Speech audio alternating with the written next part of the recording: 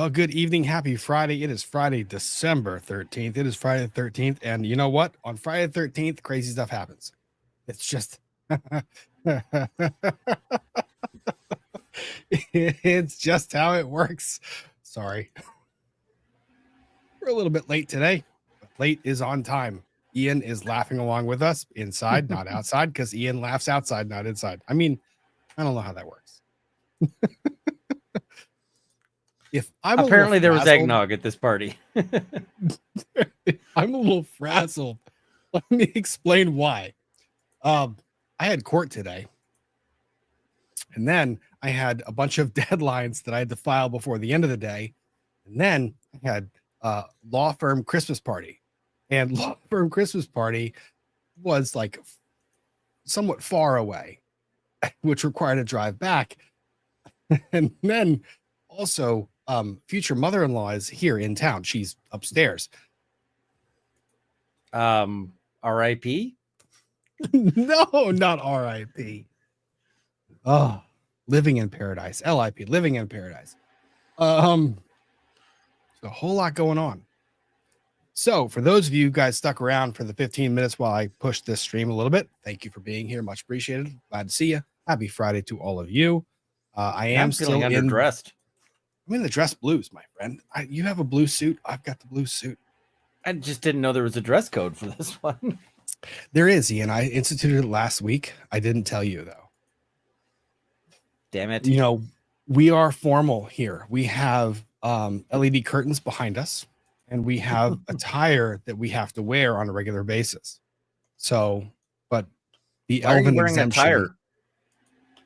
because I didn't get the chance to change out of a tire. I ran downstairs and started a live stream. Is it like a fancy, like steel belted tire, like winter studded tire? What kind of tire? Oh, you mean a tire? A tire. I get it. A tire.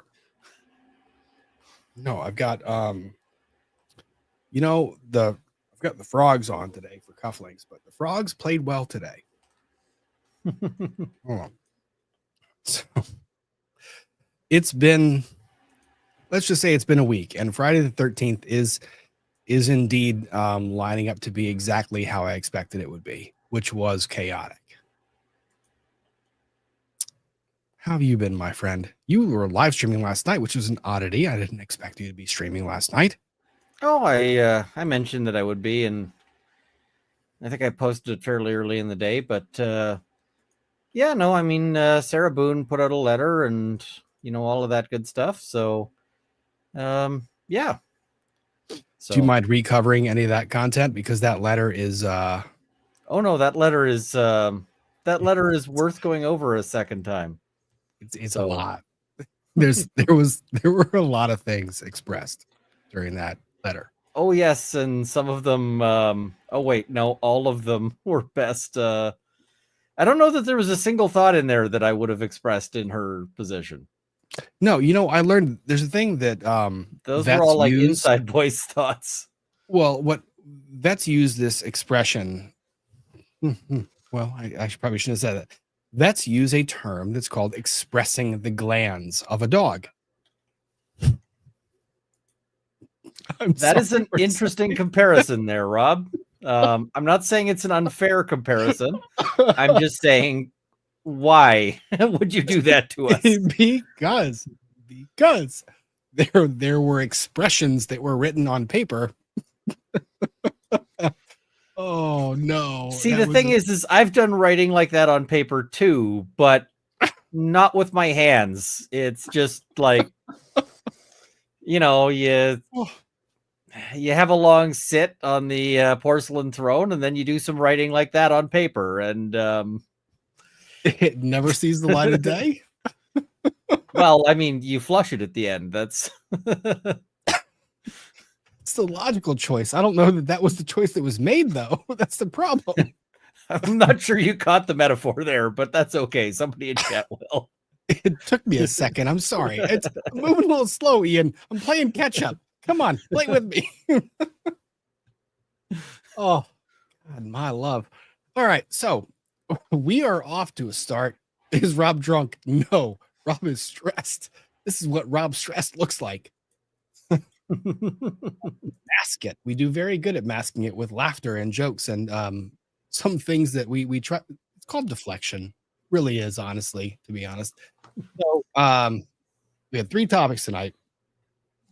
1, Sarah Boone, the letter, the last letter. It's not the last letter. Oh my God, no! It is the last. Is in the most recent. It's not the last letter. It's the best letter. And by best I mean worst. I was gonna say, if I was her lawyer, I would. Well, put it this way: when she was so angry that letter was edited down, it is very clear as to why that was edited down. Yeah, I would say for very logical reasons that there should have been more editing. I mean, the editing should have been done with fire. That's really edit with fire. and brimstone. I mean, just so long as there's fire, you can throw whatever else into that fire you want for, just to make it, I guess, smell nice. Just for That's theme. Fair. I get it. That's fair. So, other than that, how was your week, my friend? Are we allowed to announce something? Are we allowed to? No.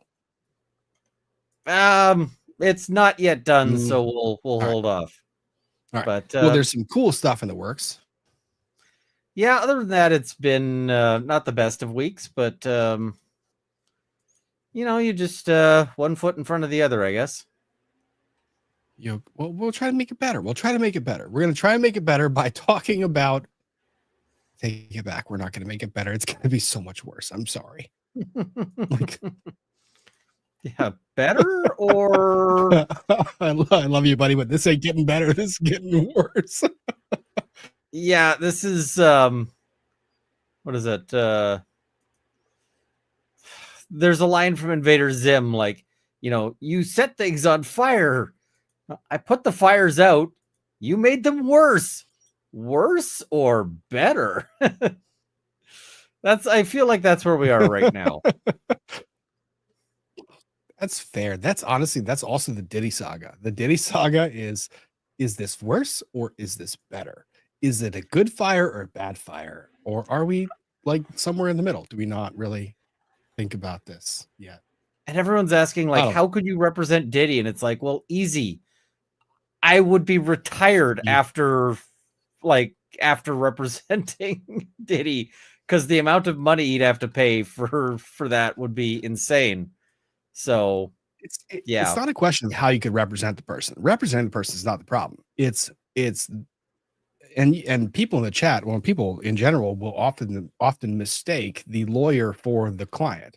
Like, I am not the client. The client's entitled to a defense, but that doesn't make me the person that did the bad things. The person that did the bad things is, arguably, they're that person. So I'm giving them the defense they're legally entitled to. Don't mistake the two. So, but Diddy is Diddy deserves a defense, and his lawyer deserves a yacht. That's where that comes down to. Like daily martinis. Oh, and I suspect that's happening right now. Yeah. Jay-Z's lawyer, however, is doing hourly martinis, apparently.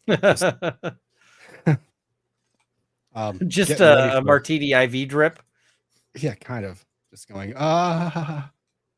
please don't happen. Please don't happen. Please don't happen. The inevitable is going to happen. That's the thing. Especially with that case. I'm just waiting for all of that to just occur, I guess, is the way I'm thinking about it. Where just open the curtain up. Just let us see all of it. Do what you got to do. So that was in the news. I'm not going to talk about the Luigi Mangione case because honestly, it's not a case right now. It's just investigation. Can I do a little bit of a victory lap with that one? Which one? Oh, yeah, absolutely. Actually, honestly, because I think your call on this was pretty right on. because there was all the people saying, "Oh, it's a professional assassin using some novelty $6,000 gun," and I'm like, "No, it isn't." And I had to fight people on that one everywhere because everyone's like, "Oh my god, it's this," and sure enough, it was not a professional assassin. It's a dude with a grudge, and it's not a $6,000 gun. It's a bog standard semi-auto with an improperly attached suppressor, just like I said it was. And yeah, this is where I get to say I was right and the rest of the internet was wrong. And therefore, I am going to do my victory lap because I earned it on this one. Kind of want to also make not a victory lap, but one of these things that gives you pause, right? So you have a lot of analysis talking about how to write laws.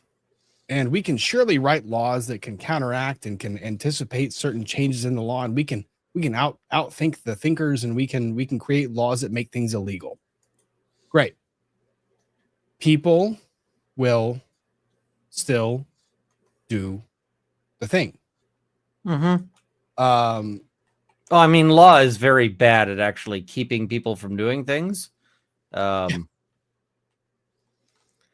part of it is just like everyone's like, well, if we don't have a law against this, well, for the average person, the reason why they commit very few murders, usually zero, is not so much because of the laws against it. It's because they don't want to commit murders. And when you get to a place where people do want to commit murders, like a lot of murders, then you're going to get murders because you have screwed up your society, and that is a big oops. So, yeah, I just kind of feel like that is a lesson for, politicians and so forth, but it is what it is. They won't take, but the lesson is never learned. And honestly, the right lesson is never learned, right? So one lesson to take from this is legislation. Like when you draft laws, one of the things that I look at is you can draft a law that can ban any number of implements of destruction. Absolutely. You can ban them. And then when people outsmart that law or create a derivative of that, you ban the derivative.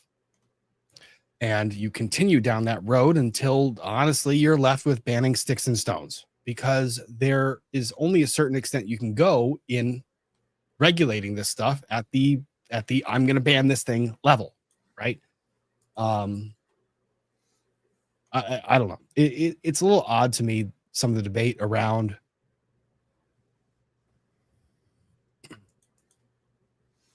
Well, people very much want to imagine that we live in a universe where we can just say this sort of thing shouldn't happen, and then it stops happening.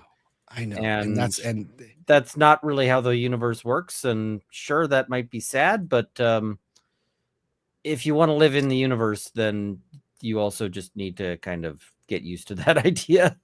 Yeah, and I think that's where I end up with that. Like, that's why I kind of taper off in those discussions, because you get to this point where it's basically saying the law is never going to be perfect. You're going to try and make it do any number of things. You're going to try and make it regulate any number of things. You're going to say things should happen the way that they should, and they should. You're absolutely right. They should. But you and I, Ian, end up living in a world of things not working out the way that they should, and having to deal with that. So it's pretty interesting to deal with. Anyways, we're off to a roll. I'm off to a roll. I'm still in a suit. I have a shirt somewhere around here that I need to change into at some point in time. Karen Reed was back in court, and you know what? Did you watch all of that hearing? I did. I tried. That was excruciating. Did you watch? There's certain critical fun parts. I got to maybe 2 of the what I think are 6 critical fun parts. So I'm going to have you help me navigate me to the last like 3 or 4. I don't know if I have the times. I don't think I saved the timestamps, which is unfortunate.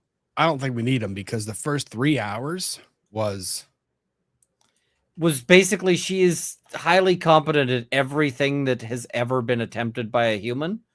Yeah. And then the remaining, like, however hours is he starts in with, isn't there one thing you are not, highly competent in? She's like, I'm only halfway highly competent in that. It's like, what were you? I was a street cop, and then I was a nurse, and then I was a physician, and then I not went just to a street forensics. cop. I was the first because it's like, Just at the time you joined the force, how many female officers were there? 0. It's like, yeah. Oh, okay. Right. So she's the Chuck Norris of the expert witness world. Like, oh my God, it's pretty amazing. But there were some really interesting moments that I thought were both positive for the defense and positive for the prosecution. So maybe Ian can help me navigate through the tail end of that one. And then, lo and behold, as I predicted, a certain proceeding took place early this week in which the bid by the Onion, the bankruptcy proceeding of Alex Jones for Infowars, ended up being subject to final questioning. And like I kind of suggested at the outset, something about that bidding process just didn't feel right. And there were questions being asked, and we kind of saw that at the end. The result of that one is unfortunate because I approve of decisions that are made because they're funny. And so when something that is funny doesn't work, I'm like, oh, really? I think our law should be based more on humor. Well, that would yield more content. It really would. I mean, the law does it plenty when they're not trying, so it's not like we're short of things to talk about. But that part is definitely true. The law doesn't get it right all the time, but sometimes it certainly does get it funny. So, yeah. Well, you know what? You're not completely out of luck because it doesn't mean the Onion can't buy Infowars. It just means that this particular bid, this particular process, just maybe we don't do it as I guess clever the next time. We can talk maybe about that there should be fewer clowns in this particular circus, I guess is the way to put it. Oh no, there's no shortage of clowns in this circus, Ian. I know, but they got clowns, they got monkeys, they got all of the things. Maybe they should have fewer of some of those. I know, and I love saying it's not my monkeys, not my circus. It's fantastic. Isn't it great talking about crazy things in law that aren't your clients? Oh my God, yes. The relief. Yeah. Oh, the number of times I've looked at cases and just been like, thank God I'm not the lawyer on this one. Cough, cough, Sarah Boone. Holy. No. Owens. I mean, I feel for the guy. I really do. Just how he held it together. Oh no. That's like that's a case that was strung together with duct tape, spit, glue. Owens is a real hero in all of this. And he did a good job. There's a lot of people who don't like Owens. He did the best job it was possible to do. And with a very difficult client. And he did it when really no one else would. Now, no one else would for very good reasons. But still, it says something when the guy's willing to stand up and be like, no one else is going to help her? Fine. Sure, got it. Yeah. I'll do it. Somebody's got to do it. I'm a somebody. So I will give him serious props for being the guy who's willing to stand up and say, somebody's got to do something for her. I'm somebody, so let's go. Even though it wasn't fun. Even though I mean, at the end of the day, he's not building his reputation off of this. He's not this is not something he's going to be like, everyone loves him because he was the guy here.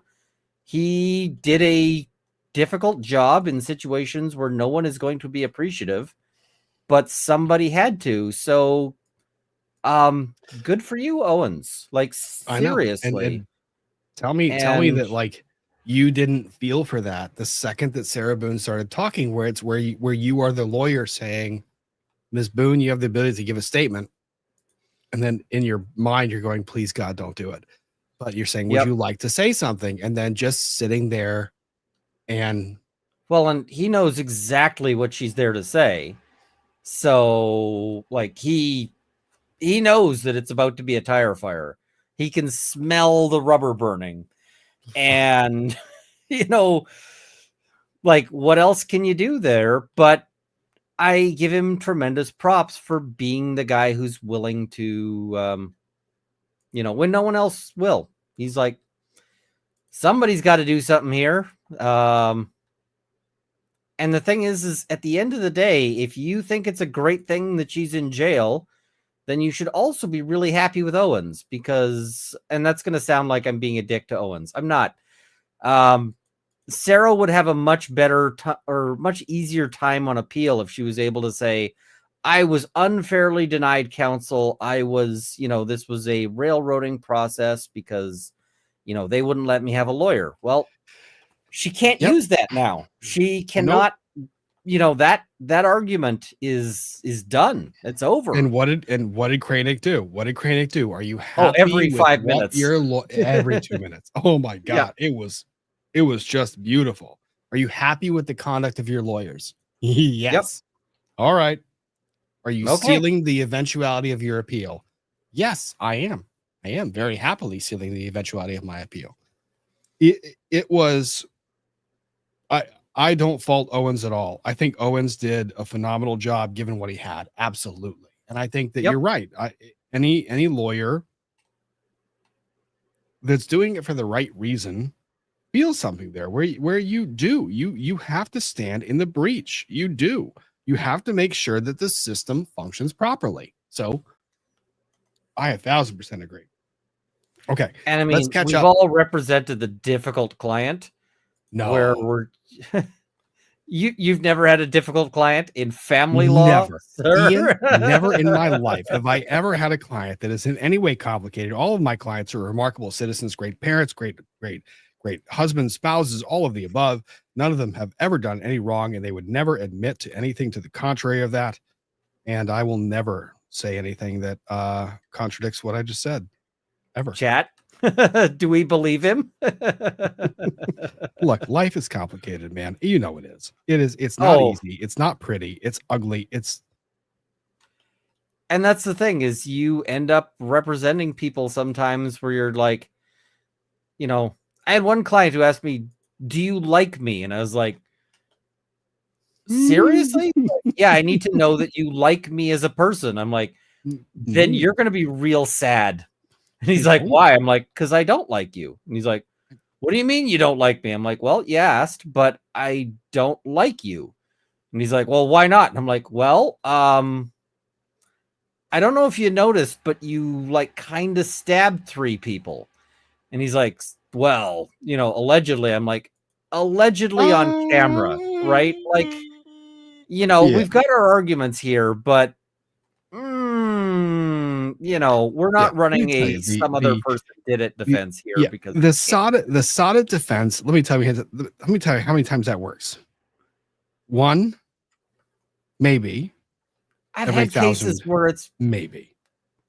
I've had cases where it's clear or where you run that because it's like it's an excellent defense. But those are the less common scenario. The more common scenario is you're running that because, you know, you got nothing else. Yep. I mean, and it's probably not like, here's the other dude who did it because you don't have that. It's instead just you're running a defense of, well, they haven't proven it's my client in this video. And, you know, then you hope that the judge didn't bring his glasses. And here, what's Arlo Guthrie does they played on Thanksgiving, Alice's Restaurant. You can get anything you want at Alice's Restaurant, excepting Alice. You can get, well, part of it is there's these 27 8x10 color glossy photos with pictures on the front and description on the back. Sometimes just the Soddet defense just doesn't work. No, can't have it. Sorry, I'm distracting myself. Anyways. I mean, let's get caught up. you do what you can for a client, and it is what it is. But yeah, no, I give him tremendous props. I do too. I appreciate the work he did, and honestly, I wish more attorneys would do that. Yeah, we need more of them. I mean, he was not wrong when he kind of is and he kind of isn't when he's like, why would no one else stand up for her? Why are there no local lawyers who would do this? I mean, you know why, man, because that's going to suck real hard, and it sucked real hard for you. But I still kind of get it. Yep. All right, let's get caught up and we'll get to some of the content and talk about more of it. Lady Fang, afternoon, my fellow children. I take no such correlation to that at all. I am dressed like an adult this evening. Thank you very much. Please make sure you all have your listening ears on. We don't want any Judge K behavior. My gosh, listening ears are required for this evening's live stream, apparently. Thank you, Lady Fang. Lady Drake, thank you for gifting memberships. Fiona W., thank you for gifting memberships. Elizabeth Webster, thank you for gifting memberships. Brianna Pinkney, happy to be here. My dad had an accident with a table saw this week. Oh, my word. The miracle is that they fully saved his hand. That is a miracle. Absolutely. That is, yep. Looking forward to laughs tonight. Well, it would be a very inappropriate time to make a joke about a table saw or missing appendages. So I'm not going to do that at all. That is good, Rob, because I'm thinking them. I mean, nobody can fault you for thinking things. I mean, that's not entirely true, but hopefully they're not going to. It's not. It's the worst one was when I said, stand up for yourself, give yourself a round of applause. And it was.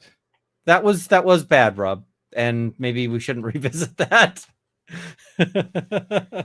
You read these chats and sometimes you end up reading very quickly and then processing a little bit later. So, Brianna, I'm very glad your dad is safe. I hope that he continues to employ remarkable safety in the workshop, which Ian is always reminding me to do for myself. Also, maybe not continues, but maybe starts. Hey, I'm sure he used them before and will continue to use them in the future. Perhaps I mean, the pusher stick is a good place to start. Yes, exactly. Better ones. And saw stop. Great investment. Cheaper than hospital bills.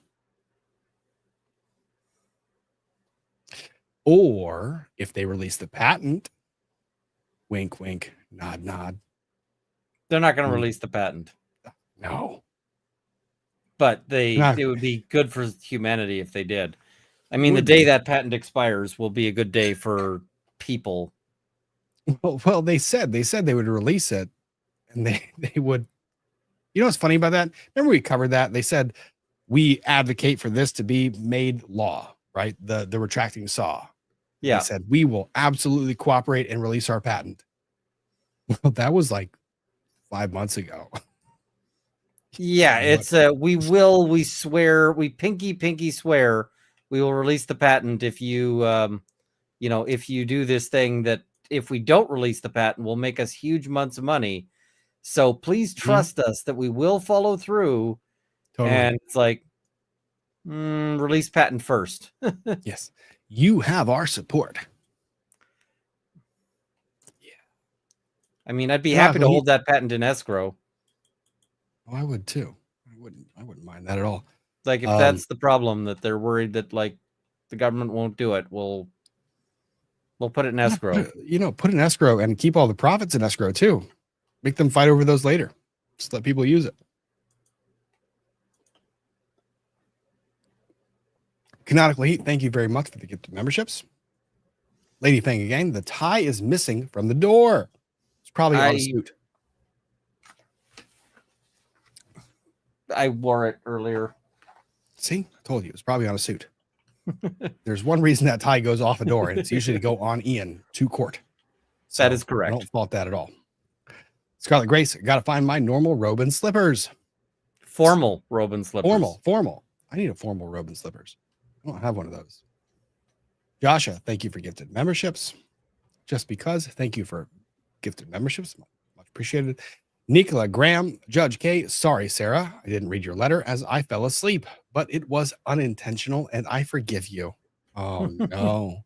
That's really savage just because you read my mind. I was going to say the expressing from Sarah would be best done by a vet or a groom. Oh, yep. It's possible. It was something. Linda B P, thank you for gifted memberships. Sandy, thank you for gifted memberships. I didn't tell you my mods are the best mods. So if you're in chat right now, please thank the mods.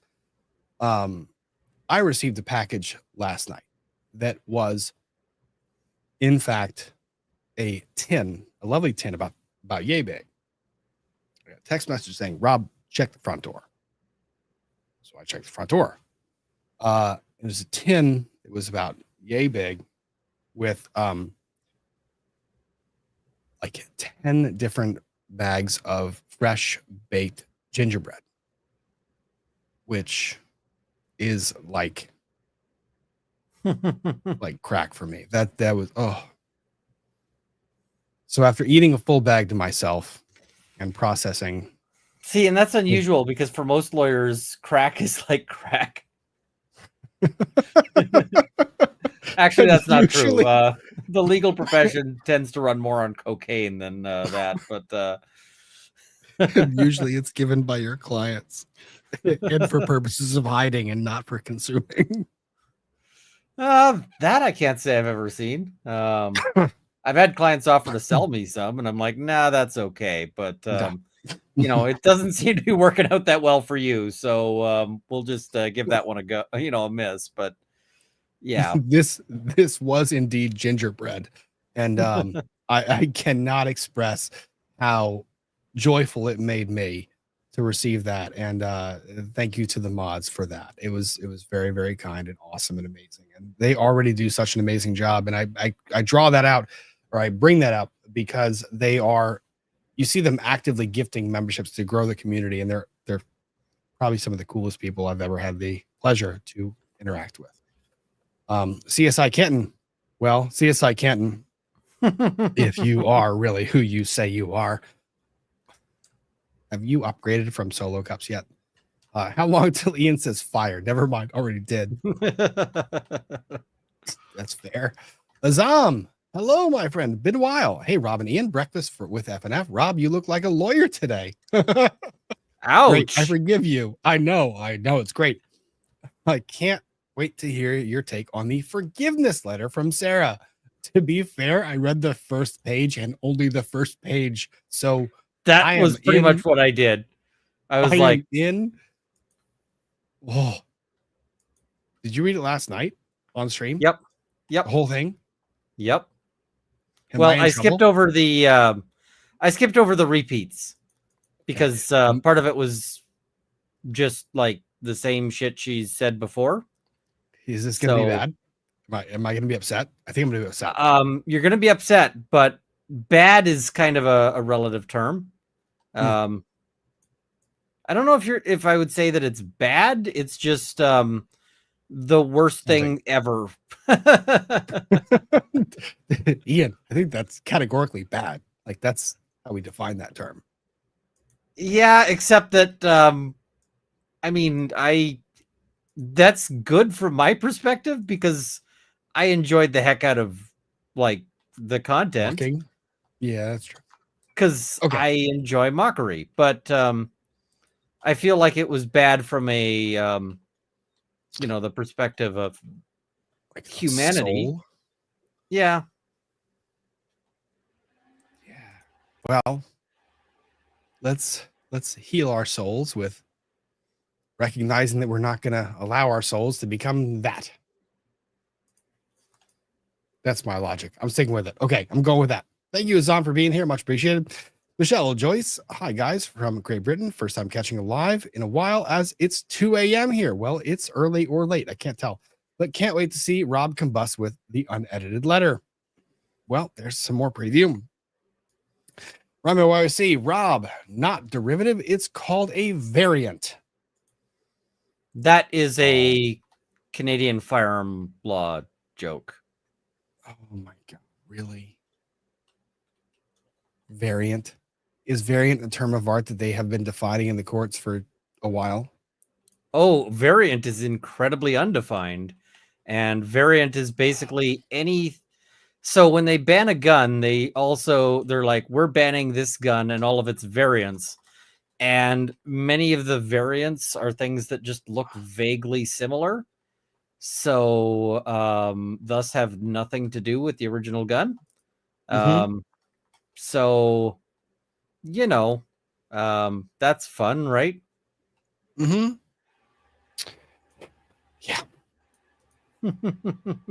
Slippery slope, folks. Lady Fang, I have a job interview on Tuesday. Good luck. But I need to spend the weekend reading the Freedom of Information legislation to prepare. Oh, my word. Okay. That's a long read, and it's very technical, and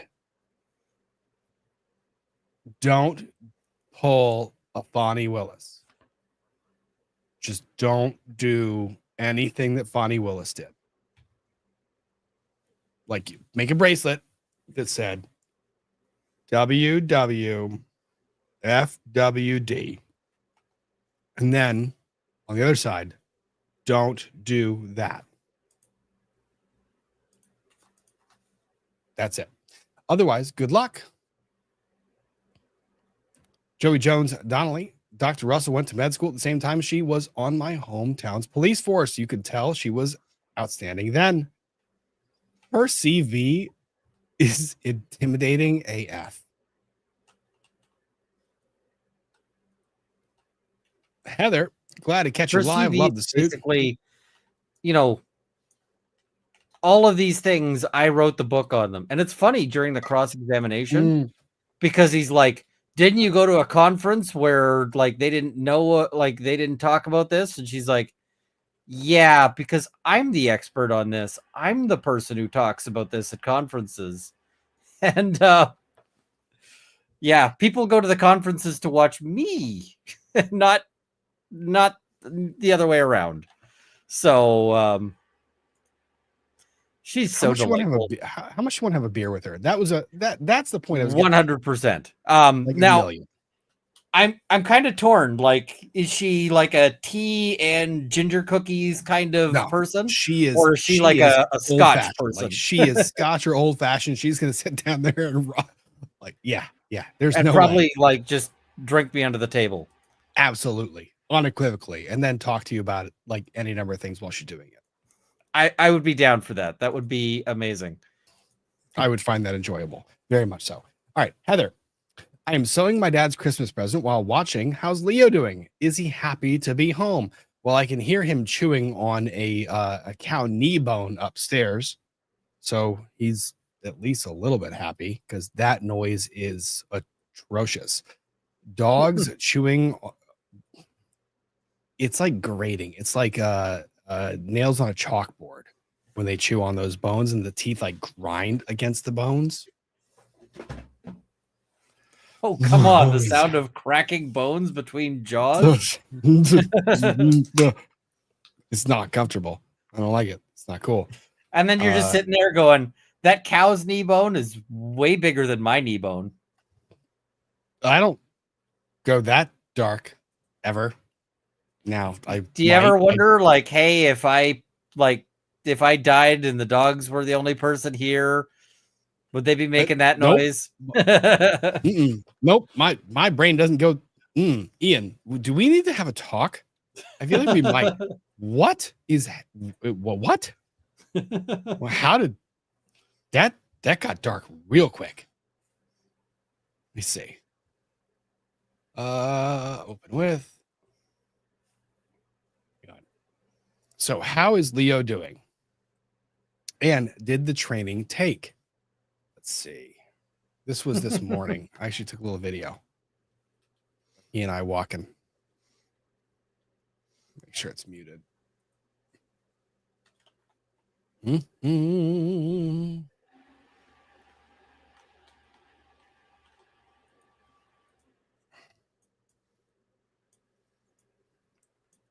Rob's like, it took to a certain standard of took, which is no, it took. Look at this dog. He's just like, yeah, I'm with my dad. This is cool. I like it. I'm gonna hang out here. I'm not gonna pull on leash. I'm gonna be right here. Look at me march. I look really weird when I march because I have the feets. We love the feats, though. We love the feats.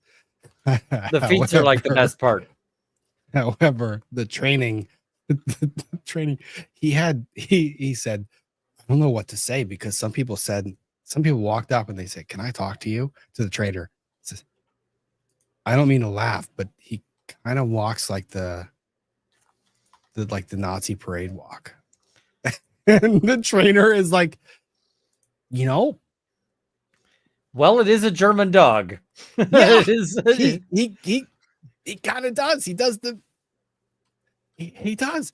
It's so Wow, it's Rob. funny. Um, I know. I didn't mean to get dark with it. It's not intentional. It's how he walks. It's really awkward. It's uncomfortable. And you want to make the laugh, but you're uncomfortable laughing at it. And you're going, I don't know how to do this. You're uncomfortable. Because people walk up to you and they're like, I don't know what to say, but your dog's kind of walking like you're going, I know. And you say it silently between each other. But I just said it out loud, so I ruined the silence. I just destroyed it. But no, he's doing good. He's a really happy puppy. He's really, really, really doing good. Dragon Nerd, Burr Reed, does Brennan act like he's deaf? Attention for prosecution rather than a prosecutor justices. huh? I will save that and look at that again as we get closer to that part of the coverage. Bring it back up. Does he act like he's a defense attorney for the prosecution rather than the prosecutor? That's what that means. It took me a few minutes to parse it out. I am sorry. I get it. I don't know. I think he's capable. He's very capable. He's definitely a trial attorney. And I think we're seeing a motions version of him. So I don't think it's fair to assess it here. Like, you see lawyers in motions. That is one version of the lawyer. Then you see them in trial. Different version. So don't assess the way they handle motions and make the judgment on how they're going to handle the trial. So we're gonna keep it open mind. Danielle, one step at a time. Yeah, that was a remark. That was indeed the remark. And I stepped in it, and I will forever hold that as a badge of, I don't know. Reminding myself to be humble. I'm going to do that. So I don't mind when people bring my attention to that, because that's also keeping me humble. Bobbit got some 8-quarter walnut to make a new dining room table. That's my project for the holiday break. Okay. Ooh.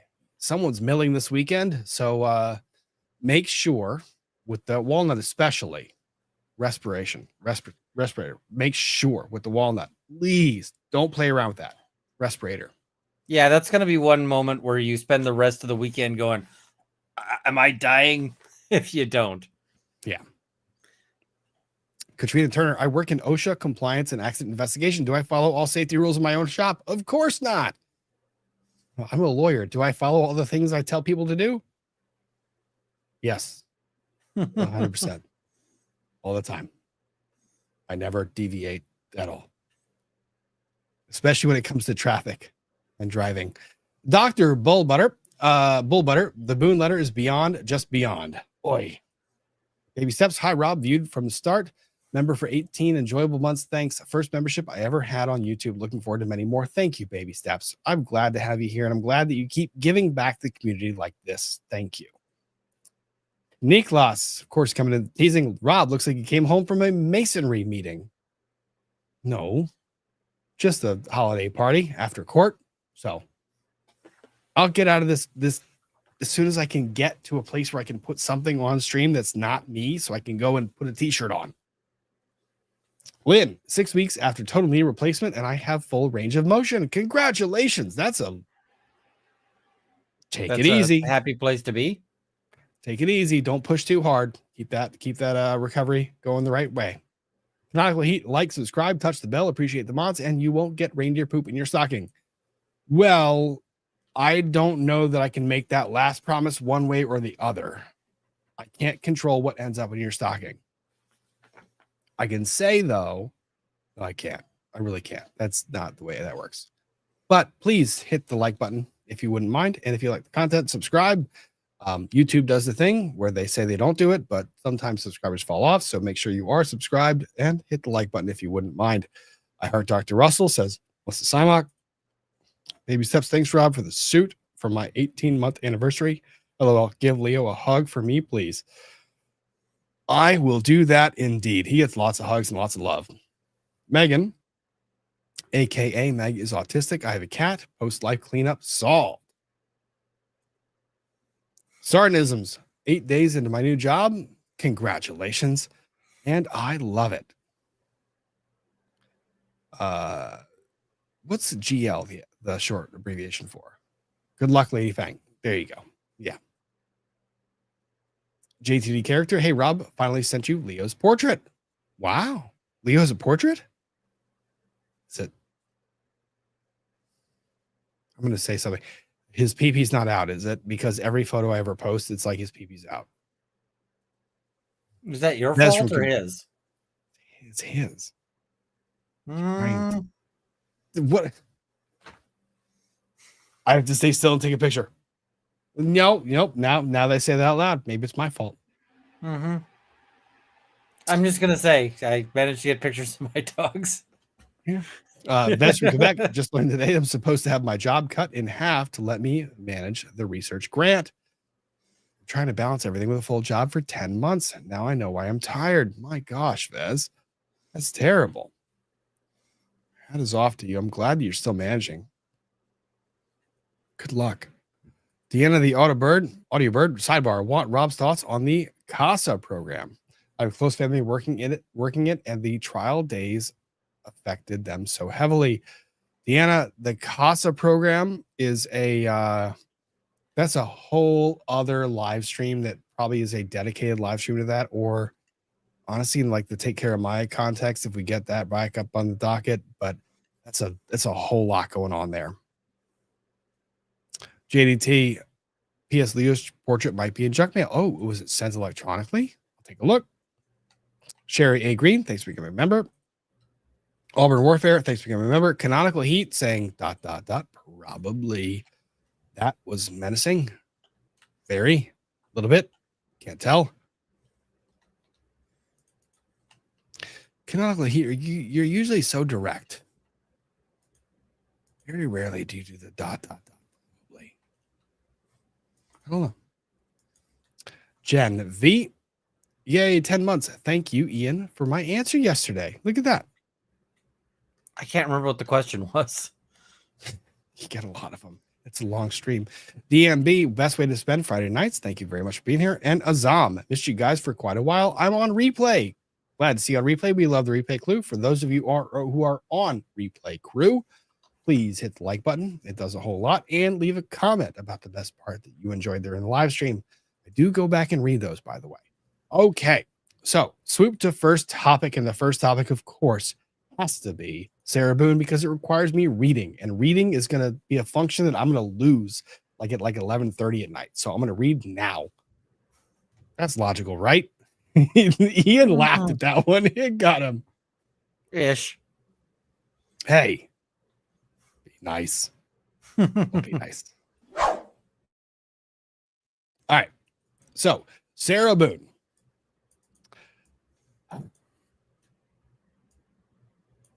Sarah Boone was convicted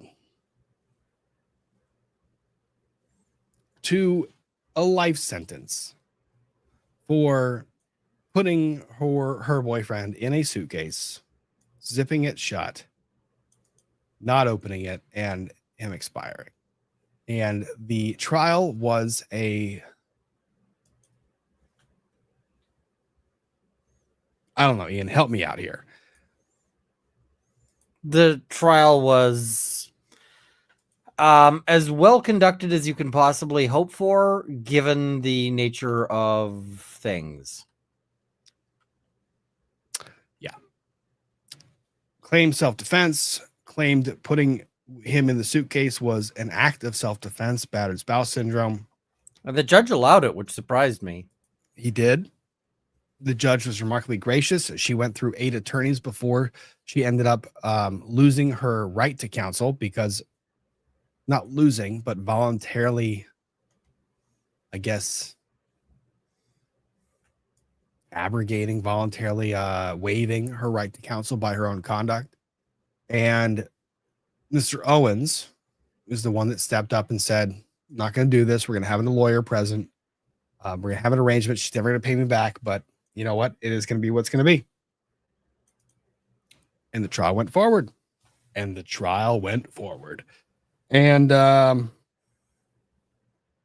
was about as wild as you would think. The prosecution spent, 4 or 5 days, 5 days in their case in chief. And you were kind of wondering, well, where are you going to go from here, Sarah? Because there was video of the George Torres locked in the suitcase and saying, Sarah, The get answer out, is let me down. out, let me out. It was down. It was very much down. To the extent that when Sarah produced her case in chief saying that George is a bad person, prosecution was like, well, you know what? You didn't have to do it, but you did. So go ahead, hang on to my beer because I held on to yours.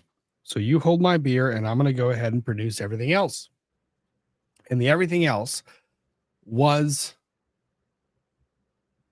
a whole lot of very not comfortable conduct that Sarah Boone was engaging in around her boyfriend. And Sarah Boone has a proclivity for letters and writing letters to the court. She has done so since she's been incarcerated more than 4 years ago. And when the judge read the sentence in this particular case, we expected there to be some type of dialogue as to why the sentence being meted out was what it was. Oh, I mean, I think that was made very clear. Through silence and through her own words. I think she did it. Oh, her own words were bad. The fact that not a single person who knew her pre-incarceration was willing to stand up and be like, yeah, she's not the worst person ever. The fact that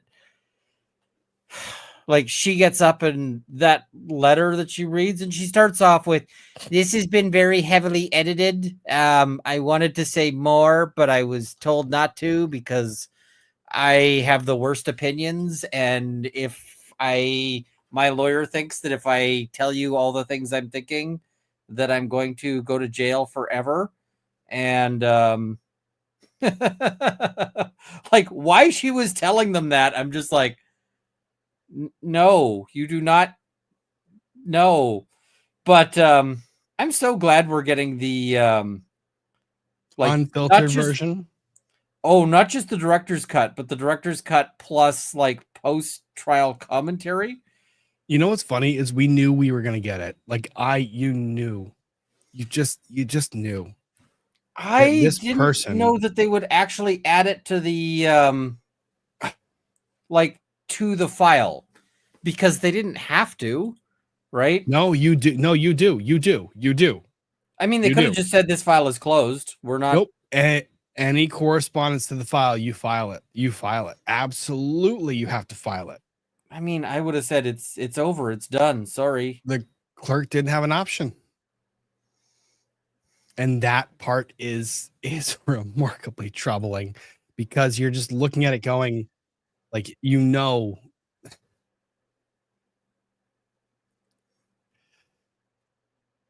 I'm going to do this.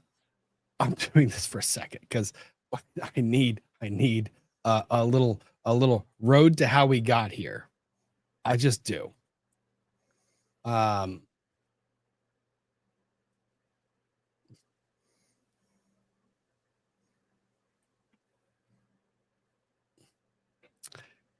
the reason why I'm doing this is not to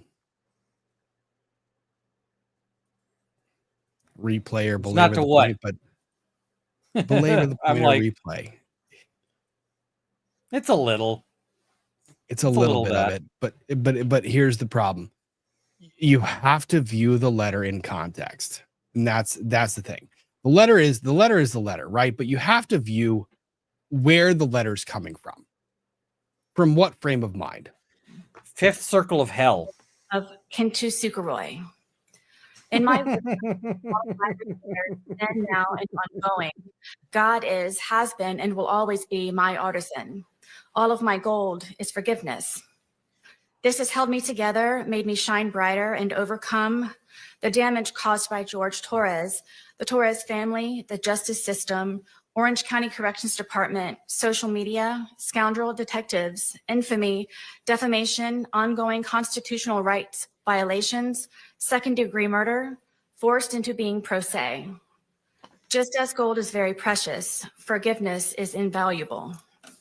And she has no forgiveness, like, at all. Forgiveness is not an attempt to change or forget who, what, or how you've lived through to be so gold, but an act of grace, humility, and considerable self-compassion to be set free from sorrow. With Grace, humility, with considerable self-compassion, right? So that's what we've got. That's what we're operating off of. So that's the premise. That's the starting point. That's the context that we're coming into this with, right? So all of this was forgiveness. Please give me forgiveness. I forgive all of you. I forgive the Torres family. I forgive the Torres family for never doing anything they needed to do, even though they didn't need to do it. I forgive George for doing all the things to me. It became less about forgiveness and more about vengeance platform to inflict harm. That's what it was. I mean, every time she says I forgive you, she means I will come after you if I ever get bail, like if I ever get released from custody. She conflates forgive with condemn quite often. Like, it's just, I forgive you for, I condemn you for. Methinks you don't know the word that means. So December 6th, 2024, case number up at the top right, received from judge being the stamp, Mr. Michael Kranick, and we are off to the races. Right off that. Like, what do you think would happen if you addressed a judge as Mr.? I'm afraid to do it in public when I see them. No. Bad. I would not call like when I've run into judges in public, I'm like, judge so and so, and they're like, oh, you don't need to be formal here, and you're like, thank you, judge. You're like, I don't know how not to. Sorry, like, this is just how it's gonna be. Like, sorry, you gotta. So I there's an attorney I practice with/against in a jurisdiction, because if I give the jurisdiction away, it'll give him away. But the attorney was dating a gal, and the gal that the attorney was dating, they went to a concert together with another one of the attorney's friends from law school. And the attorney's friend from law school ends up marrying said gal. And they were best friends throughout, right? But the attorney, when they're conveying the story to me, this is like 2 decades removed, 2 or 3 decades removed, is still like judge first, like judge letter, like judge C, judge D, judge, like just saying that name. Even in the context of this story, like, I was dating this girl, my best friend stole this girl and married this girl, and I am still calling them judge because that's what you do. You're just, that's what you do. So the Mr., there's no mystery to why that was said. That was a terrible pun. I take that back. I am so sorry for doing that to you guys. I won't do it again. I will do it 1,000 times. I'm sorry. You will do it again. And yes, I know. He's not that sorry, folks. I'm not. I am in closing, please, my complete statement to you and the world as I partially read during my sentencing hearing. By my reserving particular parts of my very true and meaningful statement, I was hoping to have been graced with your forgiveness, understanding, and consideration in any level or degree. For me, missing a comma there, Sarah. For me, unfortunately, and regardless of what I had speak on my behalf, or the number of your underlined ignorant mind was already made up. Oh, she does a lot of underlining. It's a whole thing. In the first paragraph, calling the judge ignorant and underlining it, it's a choice. It's a choice that if I made that choice, I would make it once. By your underline clear error and underline full-blown unfair bias against me since your involvement in my crucible case as a whole. My word, Sarah, don't be so dramatic. I've been unsuccessful in receiving anything from you as a supposed fair and neutral judge, except for your wish that I spend the rest of my life in prison. No, that's not his wish. That's his sentence. I mean, it's his wish, but it's also his command. It's his order. Please know and always remember, Mr. Kranick. Again with the Mr. Kranick. That is so. I read that. I'm uncomfortable reading it. Like me reading it, I want to put judge in front of Mr. You know what I mean? Because you're worried that he's gonna like jump out of your closet when you say Mr. Kranick and then Yeah. be like, contempt proceedings begin tomorrow. There's a little anxiety, right? Like a little bit. Like when I read Mr. Kranick, I don't. You're expecting him to jump out, hold you in contempt, and just be like, "Yep, we're gonna have proceedings on what you just said," and the word. You know what? And here's the thing. Someone said this. Then you're now I'm concerned. If I say Mr. Kranick like 3 times, will it happen? I'm really nervous. Someone said Beetlejuice. I don't know if I like this idea. But yeah, please know and always remember, Mr. Kranick. I forgive you. Underlined. Still and sincerely. Something about that. You know what? Let's go ahead and transpose for the rest of the letter. Every time we see the word forgive, we are going to say the word condemn. Okay? Who's going to say the word you? No. She tried to do that to their cop that showed up, but no. Still and sincerely. Please understand also the judge, according to Cicero, which I'm not using Cicero to measure the judge in the American jurisprudence system. Either way. I mean, I don't think this is actually a Cicero quote. I couldn't find it, but Cicero was kind of a snarky bee. Yeah. So, yeah, maybe. Yeah, So Cicero, quote, is never to lose sight that he is simply a man and that he cannot exceed the power given to him by his commission. That not only power. You're going to have fun reading this too. Not only power, but public confidence. Oh no, has been given to him. That he ought always very seriously to attend not to his wishes, but to the requisitions of law, of justice, and religion. Honey, I don't think that quote cuts the way you want it to. It really doesn't. Because based on what I saw at trial, she should not be asking for justice. She should be asking for mercy, and she needs to understand the difference between those two things and how they apply to her situation. Because no, I didn't make it to this part. No fucking way. No. I read the first page. I didn't read the second. Oh my God. Does she go? Yep. She's doing this? She's going that? Oh, she's doing all the things. Yes. And I mean, yes, for content. I mean, not yes for Sarah Boone or anything intelligent coming out of that. But what the fuck are you doing? Sorry. I mean, you knew that you were not going to see intelligence or anything like that coming out of this. I didn't think she was going to go into her appeal or the merits of the appeal.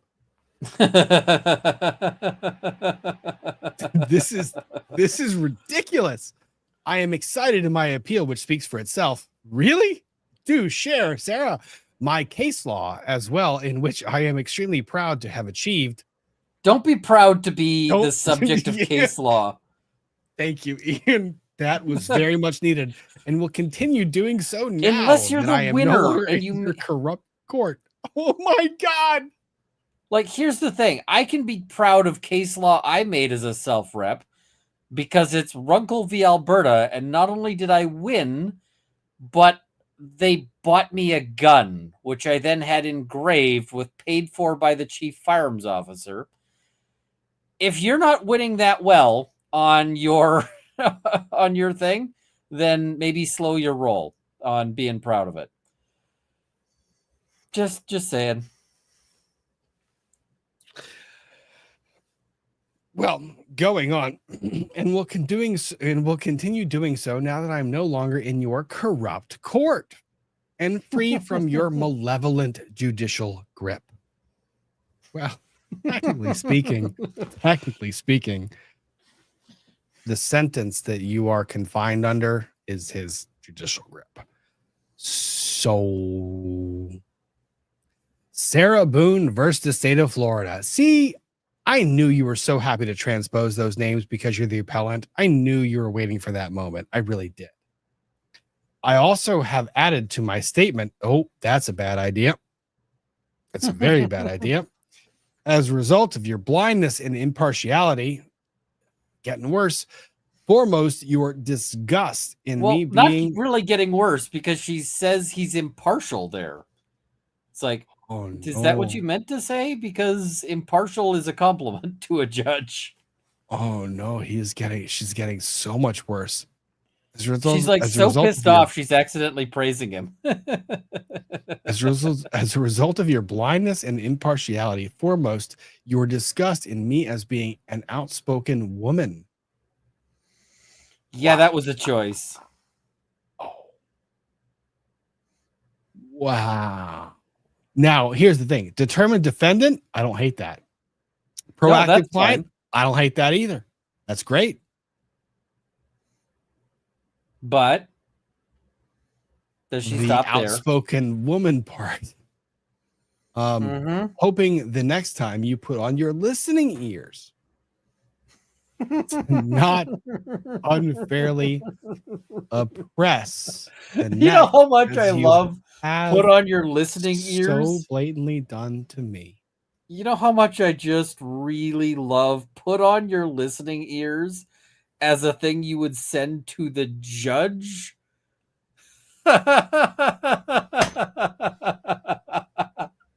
Can you imagine saying that to a judge in any universe?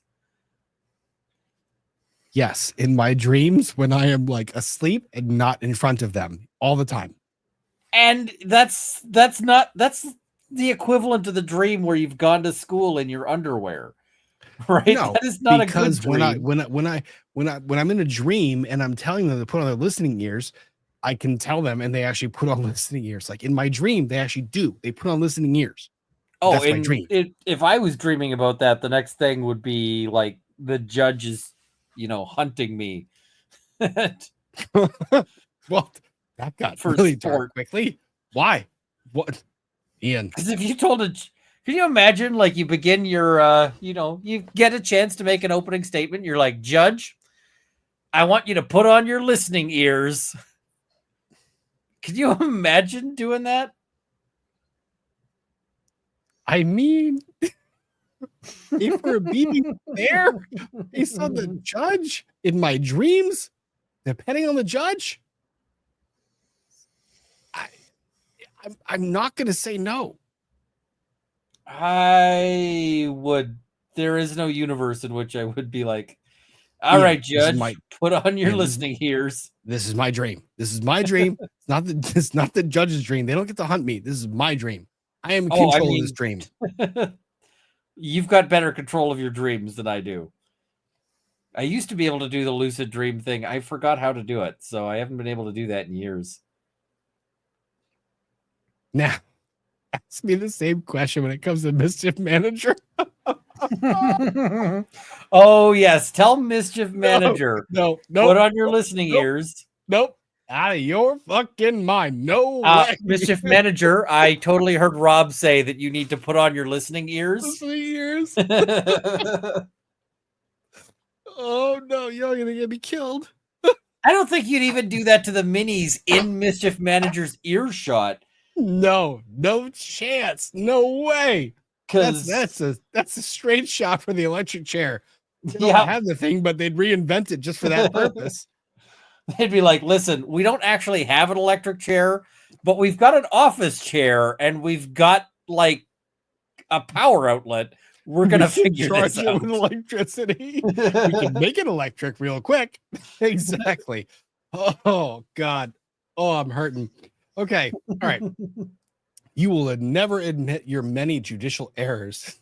No, that's because he's the judge. Nor will the prosecutors theirs. No, that's not How how do that the works. prosecutors make judicial errors? They don't. They just. And I will never admit to what you have wrongfully accused me of and judged me as. I am not a murderer. I am a survivor. Signed, Sarah Boone. But there's more. That's not how signatures work, Sarah. The entire letter is in the postscript. Yes. So this is now we're all footnote or PS. Anyways, Yeah. Black robe disease. No. Oh my God. No. Oh, Yes. I chose the wrong outfit. I get anxiety. Yeah, you need Arrogance something in you can sweat into. arrogance in a judge, a slang term for a judge who flaunts judicial power and dominates proceedings at the expense of the dispensation of justice. Impartiality is the first duty of a judge. Before he gives an opinion or sits in judgment in a cause, he ought to be certain and absolute that he has no bias for or against either of the parties. If he has any inherent interest, even the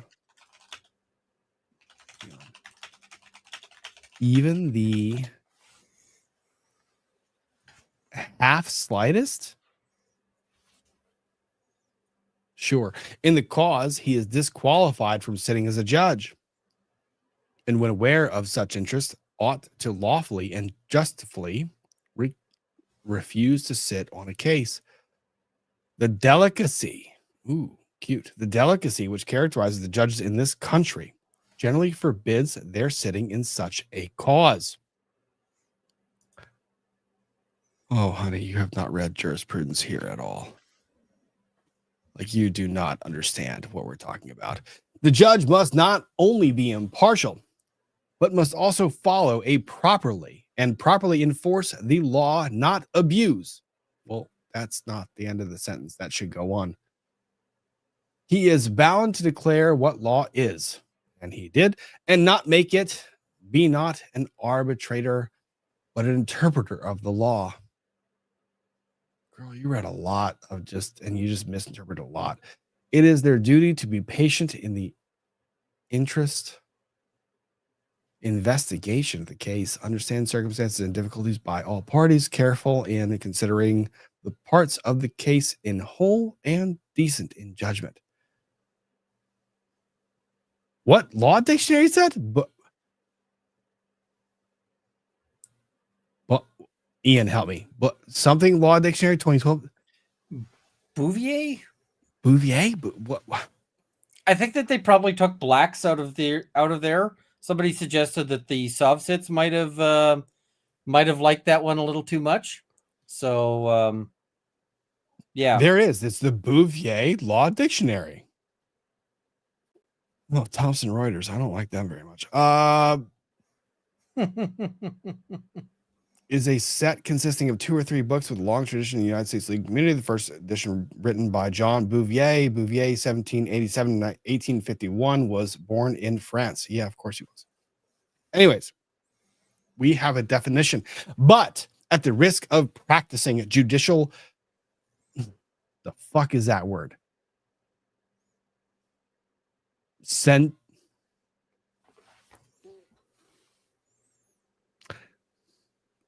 Centricism, I think. I tripped over that one too.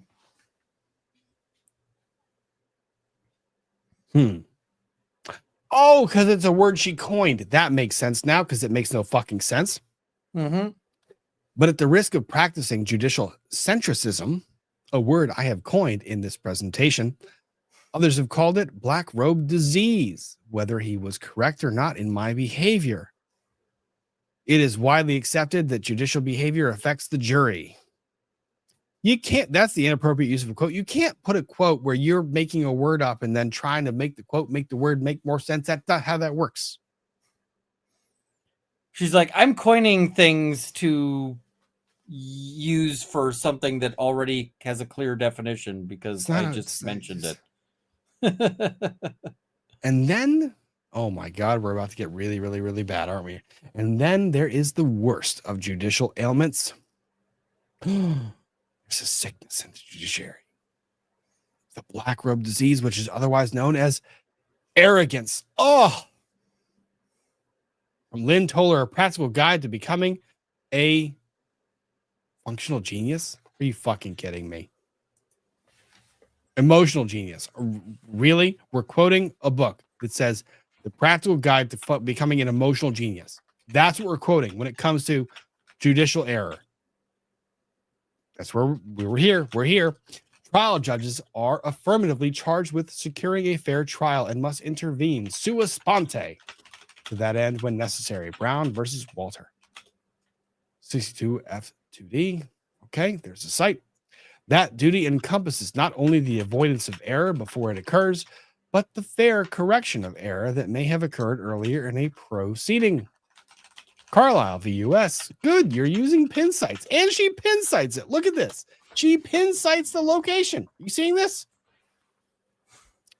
517 U.S. 416 at 457 1996. That's a pin site. She's better than most law students. She is. She's better than most fucking lawyers. She just pin cited its site. Being able to get a citation correct is not better than most law students.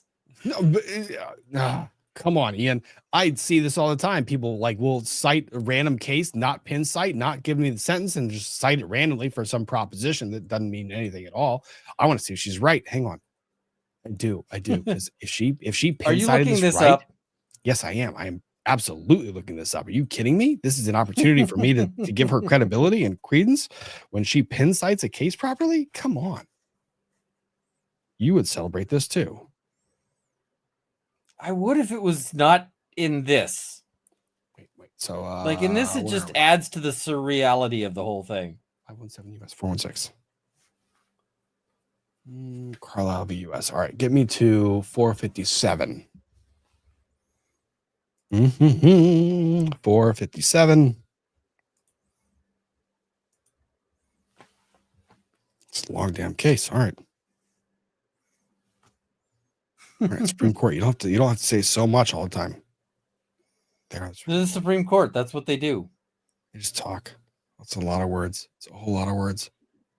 They assume that if you wanted to hear less, you would go to a different court. All right, I take it back. Is the citation wrong? There's no 457.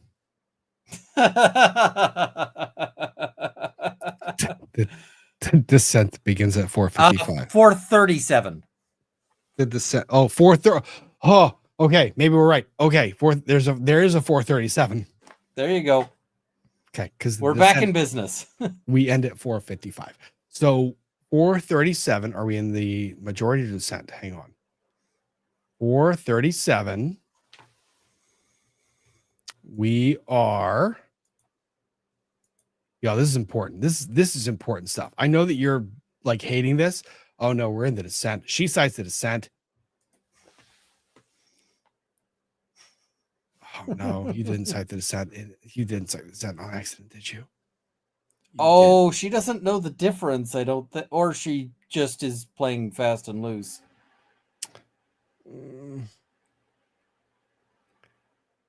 She cites the dissent, and it's a Stevens dissent with a Kennedy joining. Oh no!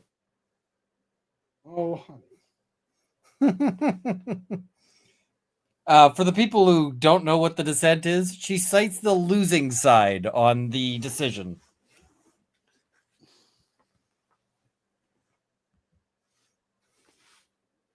Yeah. That's who you want to cite, right? And it's a Stevens in dissent. Oh, it's like the and no one else joined. All right, I'm sorry. It's okay. It's okay. But she pin cited. She pin cited. That's the point. We're going to focus on the fact that she appropriately pin cited, and we're going to say that that is the right thing to do. In the instant case, the trial judge did not analyze the evidence he added to it, dealing with a mere fuck is that word? That's something ism of the accused. In giving his testimony, the judge put his own experience with all the weight that could be attached to it in the scale against the accused. Averica versus US 289, US 466. Oh, did she do it again? But there's no pin site there. She didn't pin site it. All she it's a 1933 case. Come on. Kinsukuroi. I hate that you say that. Do I have to read this part? Is a kind of Japanese ceramic style, which means to repair with gold. In this tradition, with ceramic piece breaks, an artisan will fuse the pieces back together again using liquid gold or gold dust lacquer. So rather than being covered up, the breaks become more obvious and a brilliant new piece of art emerges from the brokenness.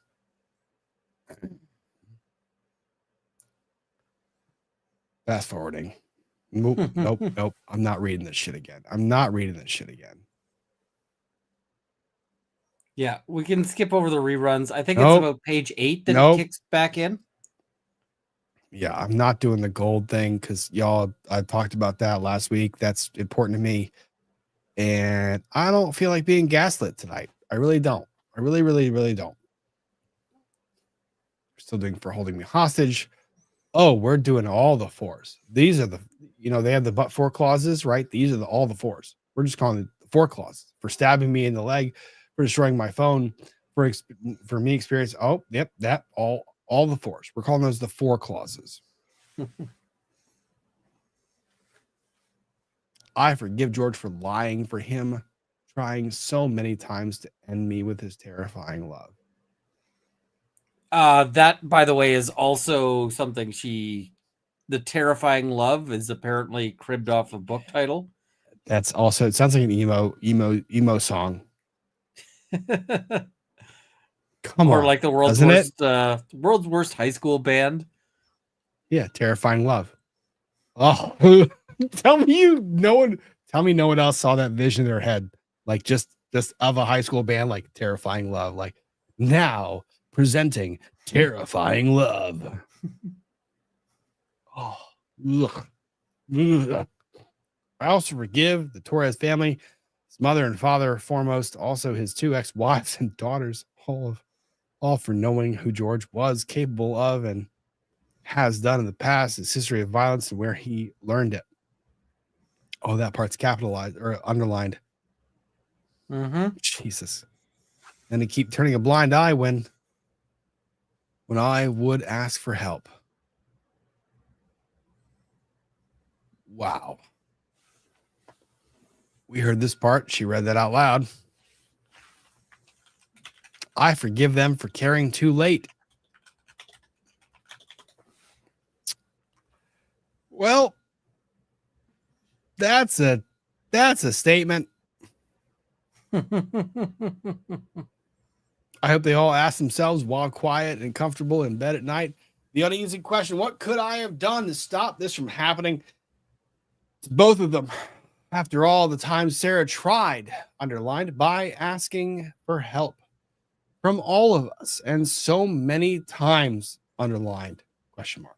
Another great contributor to my goal is social media with its greed, insecurity, deception, obvious exploitation, and advantageous gain from my criminal case as a whole, and for, underlined, sentencing me by anticipation as a result of ignorance and hate, and underlined, conjuring and fabricating by the organized crime that is social media, underlined, which condemned me in the court of global public opinion since the beginning, and underlined.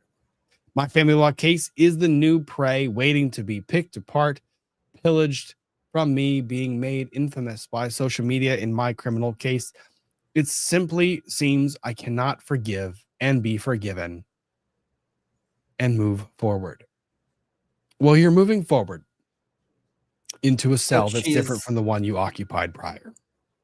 She's definitely not actually forgiving anybody at all. Social media has made me a pariah. It has caused great oppression and undeniable disadvantages, especially by broadcasting and manipulating my cases online. In my criminal case, as a result, my opportunities to be forgiven, to be given a fair, proper, and uninfluenced, successful conclusion was heavily depleted and poisoned. See, it's this word right there. It's this one. It's the successful conclusion part, where you and I kind of differ on what that one means. Also, she her forgiveness is interesting. Yeah.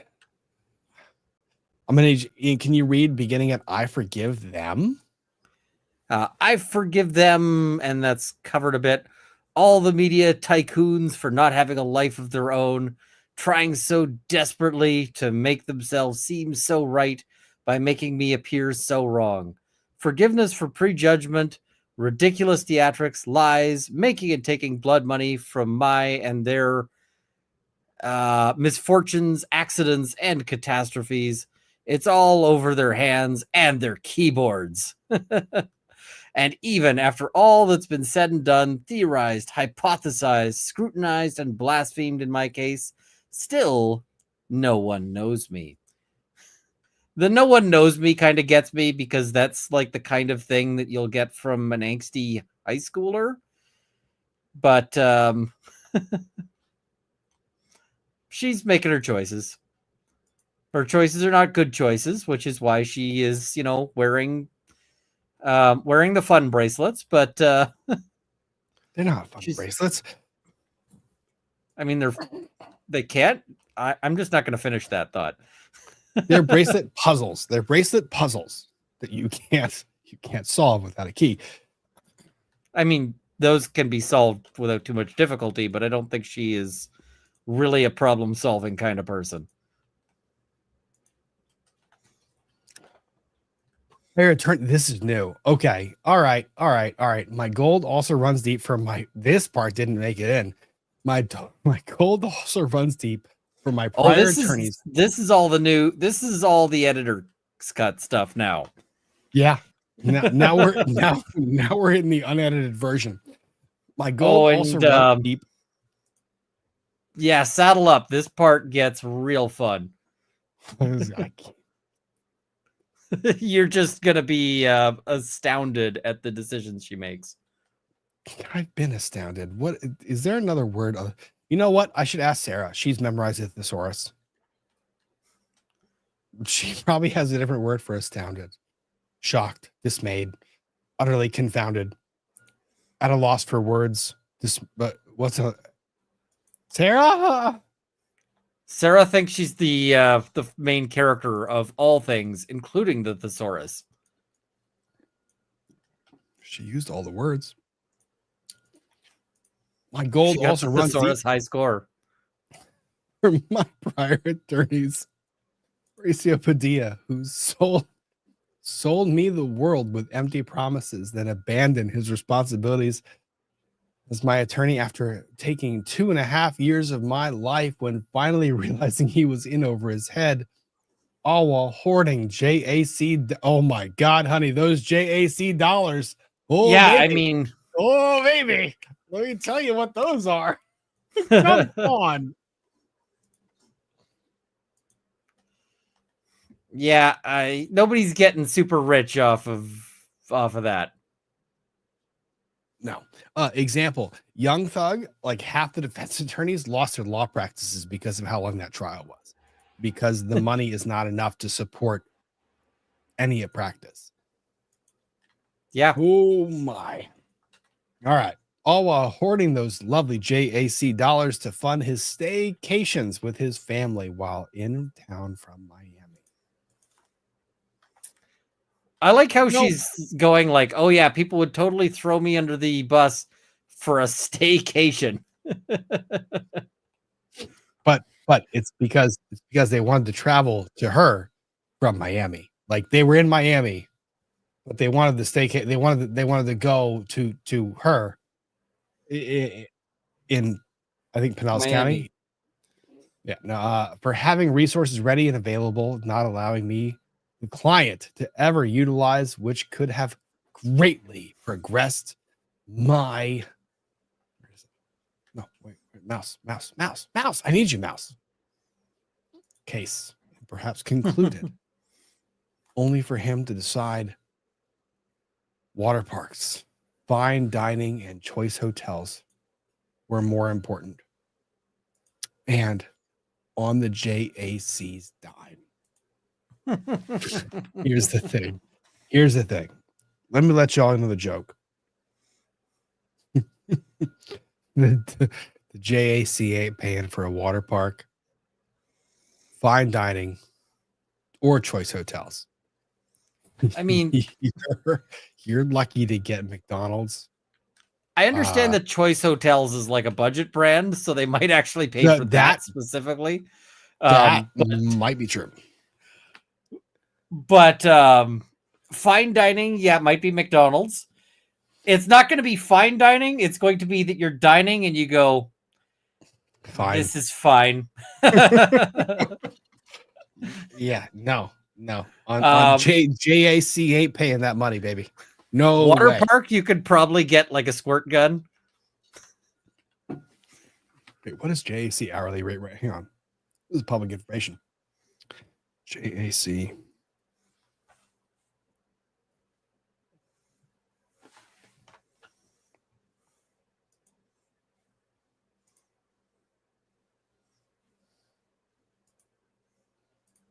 Come on. But yeah, there's some audacity going on. Really?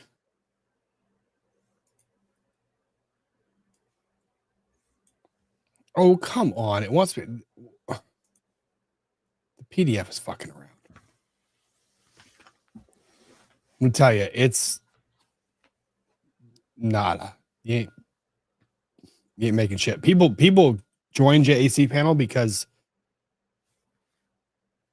well, they're like, Ian, can I use you as like a positive and negative example? Yes.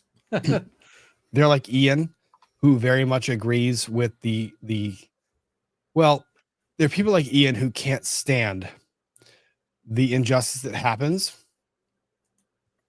and just need to make it not be that unfair.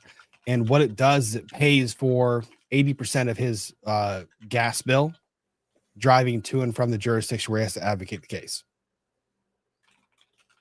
So they give like nothing to that, and you're barely covering anything. Nobody gets rich off of that unless, yeah. You can't fund staff. You cannot fund office. You cannot fund anything. You can maybe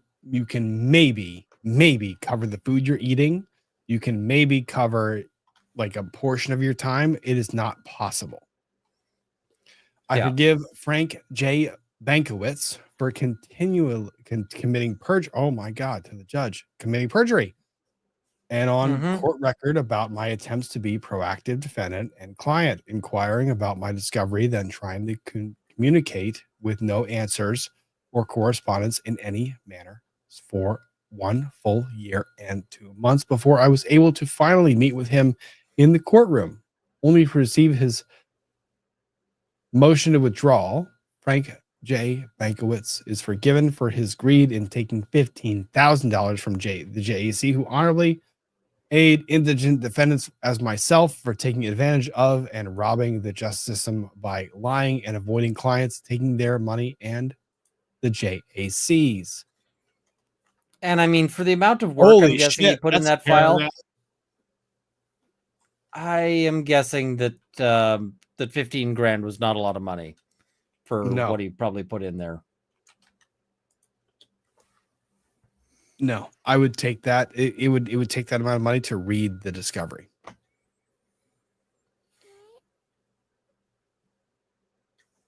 Wow, it's a fucking paragraph. At Winston E. some point, she suggests that she should have been paid $15,000.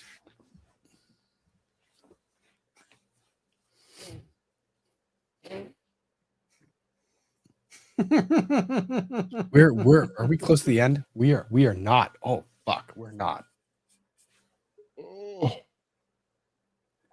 Winston E. Hobson receives my forgiveness. Oh, this is not forgiveness. This is so uncomfortable.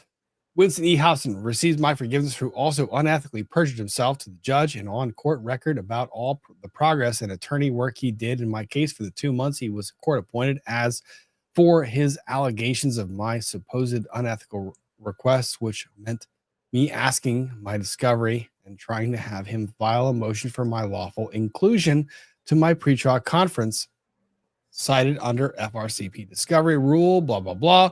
I wanted to be included in my case, and no progress from being excluded by Bankruptcy and Padilla over 3 years prior. Forgiveness also in telling me he would return in a week with my discovery, only to receive his motion to withdraw in the meantime, still not receiving my discovery, and I filing my own motion, enabling me to get all my hearings, including my pretrials. Oh, she's losing it. Like the hands going a little sideways on this one. So continued forgiveness is in his agreed. Oh, wait, sorry. Let me start over. Continued forgiveness in his greed and selfish intentions. Also for robbing the JAC and indigent defendants of $15,000 more for nothing, justifying any work he really did do in the handful of days he represented me as my attorney. Finally, and with all my gold received from this one, I forgive Patricia A. Cashman. Oh, shit. Cashman, for those of you who need the reminder, Cashman was essentially the badass. Like Cashman was the person that was outside of jurisdiction, who had handled multiple murder cases, who was at one of these murder, like if you were going to find a appointee, like outside, you as the jurisdiction are going, what's the lawyer that can handle this bullshit? Like out of everyone else. And everyone's like Cashman, right? So Cashman can do this because she's dealt with all the shit. So the judge is like, cool, Cashman. So here we are. I forgive Patricia A. Cashman for her mean, underlined snotty, egotistical attitude and not listening or caring that I finally received my discovery I kept asking her for, but she fully withheld from me, citing her Sarah, you have done so well. No, So she hasn't. Don't lie. In her writing. No, I understand that we pronounce it ridiculous. I get we pronounce it ridiculous. oh, you mean that she's done well at spelling? Yes.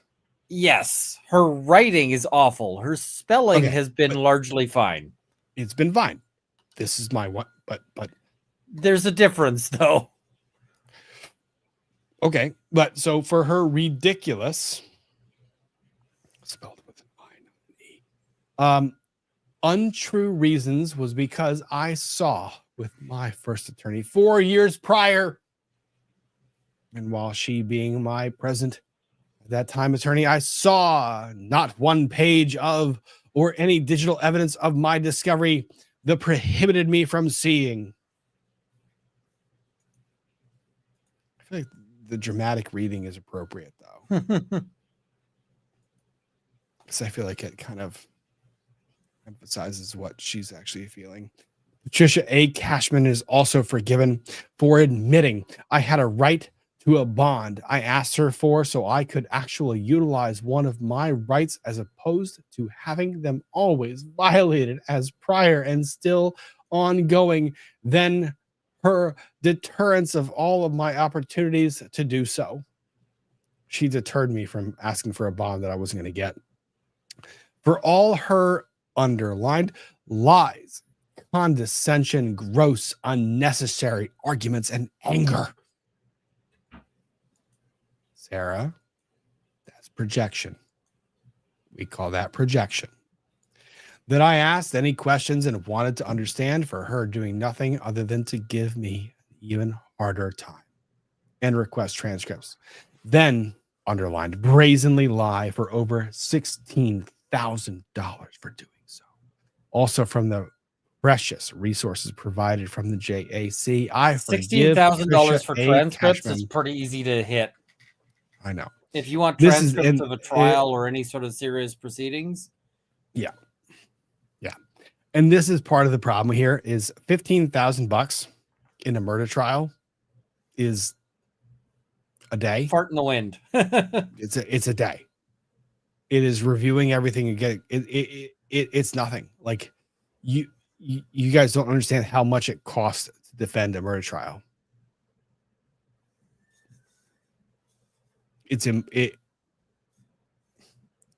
That 16,000, I would be surprised if Cashman spent 2,000 of that based on her own time. I bet that's all staff and people gathering documents and printing documents and gathering transcripts. Forgiveness for all those who did not include me to receive my $15,000 that I worked for when Judge Kranick forced me to be my own attorney. No, wait, hang on. Did she ask for $15K? Did I miss a part? Oh, she wanted. It's right She here. wanted cash? Yep. No. Did she say I told you this was coming. She got all the money. She said they got money. I wanted the money.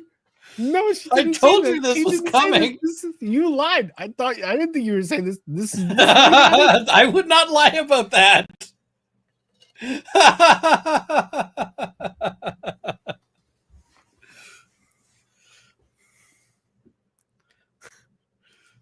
She's like, everyone else got paid. Why don't I get paid?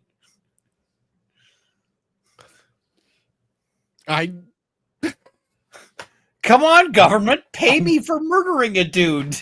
I'm kind of at a loss.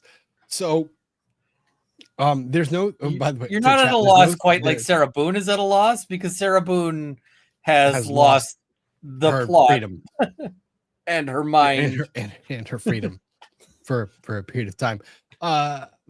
Wait, hang on. Okay, so to the chat. No, there's no 3D printer going. I don't know what the beeping is. I will try to stop picking up the cup. I'm kind of, my gasket is flabbered, so I'm a little bit like up. I'm gonna chill it for a second. So we're gonna start this paragraph again. Going on. So I just was trying to hear if I had a beeping in the background, but nope. So I'm gonna start this paragraph again because it bears repeating. Forgiveness for all those who did not include me to receive my $15,000 share I worked for when Judge Kranick forced me to be my own attorney to represent myself as pro se. I actually and finally got my own discovery. Almost 5 years later, filed motions all prior should have done, making them the most expensive motions ever. At over $46,000 between the three prior attorneys, Frank Bankowitz, Walter Hobson, Patricia Cashman. Now, would they have done so? The money might have actually been divided between them. I don't know. Or it would have been a flat fee for taking the case because the murder case could have been like upfront, like that payment up front to pay for the staff. It could have been divided between the lawyers and that they had to like work that out. So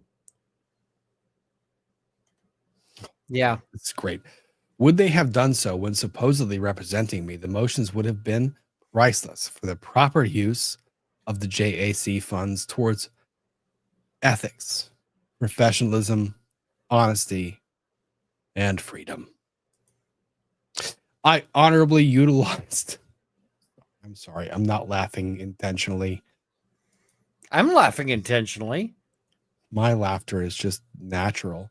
I honorably utilized my JAC resources and mentorship as a I'm sorry, proactive man. This is indigent. there's precious little joys in life when This is you're one. handed like laughing at this dog shit. Yeah. You know what, Ian? That is it's a fair statement. That is Just a fair statement. enjoy it. Very rarely do we actually have like post-conviction conduct that we can look at after the result. And a result that was so clear and a sentence that was like 2 minutes, right? So very, very rarely do we have the opportunity to look at something with this lens on. All right, I'm gonna enjoy a little more. I'm not. JAC resources and mentorships as proactive indigent defendant, avidly defending myself against the liars, thieves, and real villains in my criminal case. Wait, hold the fuck up, Sarah. Who was the This real next line. Who was the real villain? Who really is criminal? Well, I'm guessing it's the person who is going to jail for life for murder is the real criminal. Like when I'm looking around for a real criminal, the murderer generally gets that prize, right? So, yeah.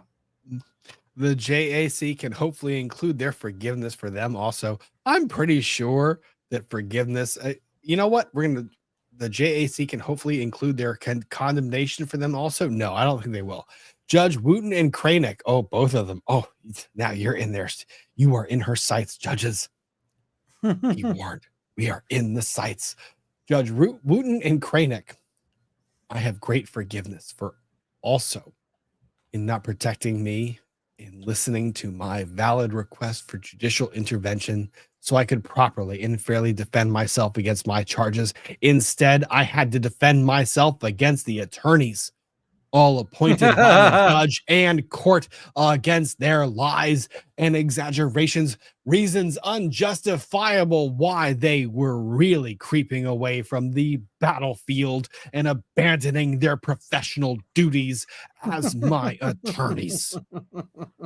Did I read that? And apparently, each lawyer, apparently it was 46,000 total. I see people in the chat. So, but did I read that with the proper inflection? I felt like I did. That felt right to me. I feel like it needed the like duh duh duh. I felt like it felt right to me. I felt like that was how she intended to convey it. Judge Crane. Oh, here. Oh, I get another chance. Okay, I get another chance. Shake it out. Judge Kranick, I forgive you for not giving me any opportunity to stand at your pulpit, to stand at all, to explain the real, truthful side of the story. I believe if the justice system, including yourself, would and should have done any vital homework on the already... What the fuck is that? Hang on. Already almost must. Oh, hang on. Sorry, that's again. Shake it out.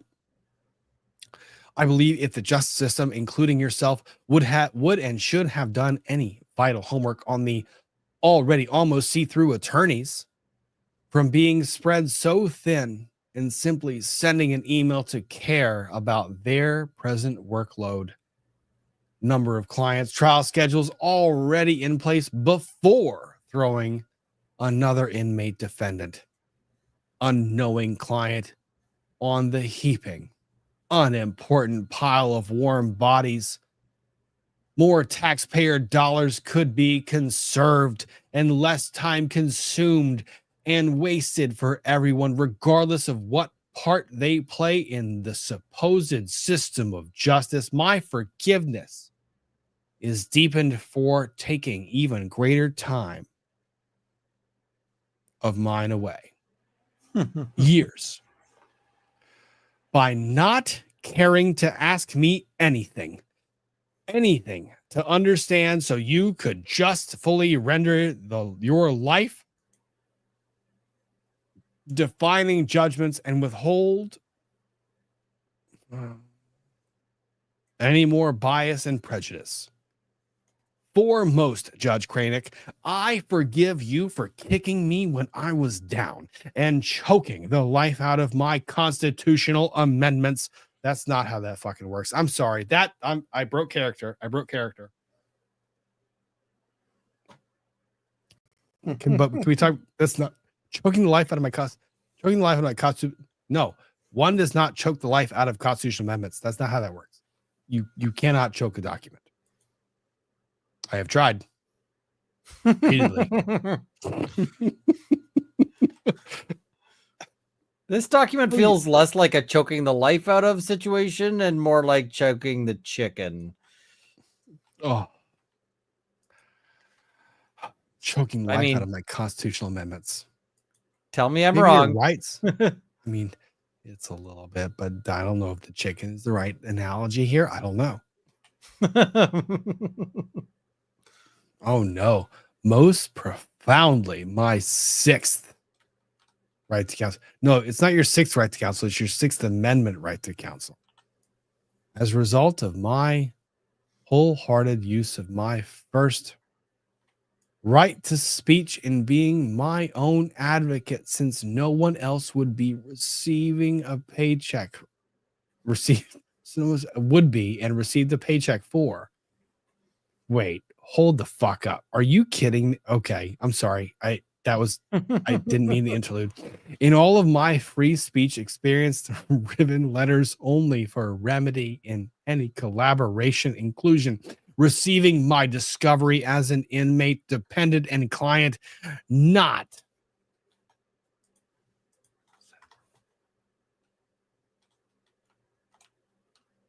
remedial, not for numeral, I did this too a lot. not. And I can't remember what that word is supposed to be. Of any attorneys to cause. Remorseful. Removal. Removal. That's what Chad is saying. Removal. Not removal of any attorneys in cause more delays or any reason or excuse you may try to force on me and have already inappropriately accused me of doing prior with your heavily insinuated, quote, strategies of mine to try and deflect the glaring red flags, disappointments, and true crime in and of the justice system. Sarah, I'm here all day, baby. I could read this one all the time. To this day and all forward, I do not forfeit my rights, any of them, ever. Well, your right to remain silent, you certainly fucking forfeited. Well, I don't know that she forfeited, but she's unable to. It's like you have the right, but you don't have the ability, is the old line. Exactly. Oh my God. Check it out.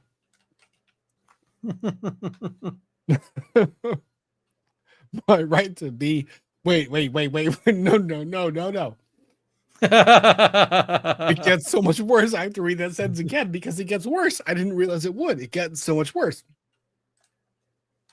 To this day and all forward, I do not forfeit my rights, any of them, ever, especially my right to be bold, outspoken, and right in my real life experiences with the legal and justice systems. You weren't the judge, Cranick, in anything. Do I need to make merch that says bold, outspoken, and right?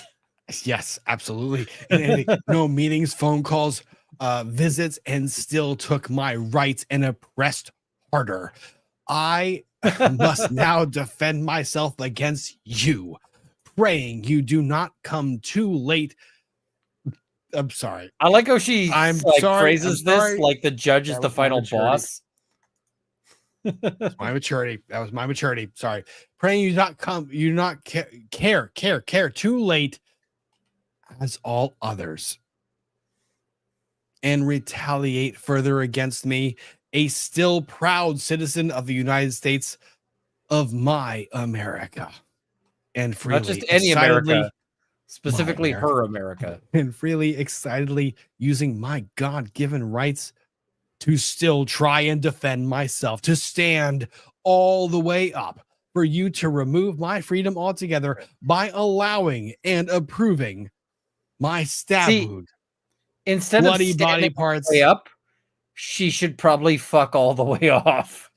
probably, but by allowing and approving my stab wound, bloody body parts, R word I can't say on YouTube, bumps, bruises, and all the rest of the beatings I endured, I hope you can finally see and understand just some of the pain from the extreme difficulties, obstacles, and unfairness, especially in my due process, you have added in my criminal case and life as an inmate, defendant, and client.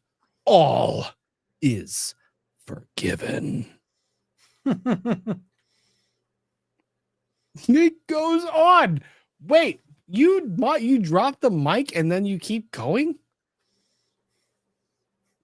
She keeps dropping the mic, picking the mic up and being like, but wait, there's more. And it's like, there's more, but it's also less. For detectives Capsule and Lowen, I forgive their demonization, lies, blacklisting, coercion, law-breaking, solicitation of my case before I even arrive at the corrections department to be booked and fingerprinted. Bitch, you gave a statement. You talked. You volunteered. You went multiple times, and all the other calls and phone calls to interactions. You did a lot. You did a lot. You did more on camera. You did more on camera that's recorded by police and law enforcement than I think any client I've ever seen in my life. Mm-hmm. That's a lot. Like, you were on camera every other week. She made some choices in her life. This can be seen in my unbeknownst interrogation video. The camera's in the fucking corner. You can see it. It's really, really there. It's like, it's right there in every interrogation room. Oftentimes there's a big fucking sign there too. It's right there. Like, it's right there.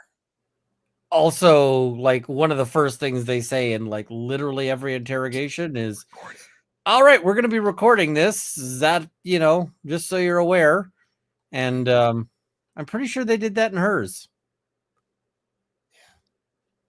This can be seen in my unbeknownst interrogation video where I ask what they are doing, what all the pinging was during their textings, why I naively sat there waiting to be arrested, which they knew would happen the day before.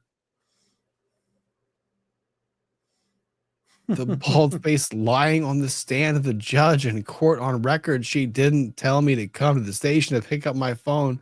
Why else would I go? I didn't even know the surprise interrogation. Honey, to the cops. Yeah. They're allowed to lie to you. And you're allowed to not talk to them. Yeah. One of them did their job. The other one is you. It's a walk of shame. I forgive them for also lying how the news showed up to record my walk of shame. This is where she's going to get angry. Oh, she really doesn't like. This is where she's going to get angry. You can tell with the writing. Like, look at her handwriting. It went nuts. The thing is that she believes she's got this solemn right to have the world view her the way she wants to be viewed, which is, as this like sainted victim that, and that is not how the world sees her. Fancy RPG. Can you imagine how she spoke to her son? Mm-hmm. No. In answer, no, I can't really imagine. Thanks. Sorry, Rob. I thought you read the letter. That's why I made my listening ears joke earlier. I did tell someone to use them this week. She's 4. Yeah. It's an appropriate use. Listening ears. Quote, unknown. I forgive them for trying to make me lose from the beginning by starting the unquenchable wildfire of sensationalism and distortion, ignorant hate, defamation, and greed by unlawfully broadcasting who they wanted the world to think I was by their schemes, learned lessons and fraudulent strategies from the school of manipulation and taking advantage. How much did they make off of me and still are for calling it in, then removing the curtain to expose their personally twisted murdering monster. No. You know what's funny is even in this analysis that I gave, we talked about the battered spouse syndrome and how it would work and how it might work.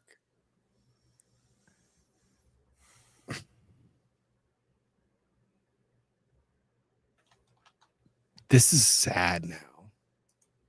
Also, my forgiveness and greater gold comes from wondering why nothing viable in my defense was taken from my townhome, aka the crime scene, to aid in my truth. I hate that fucking word.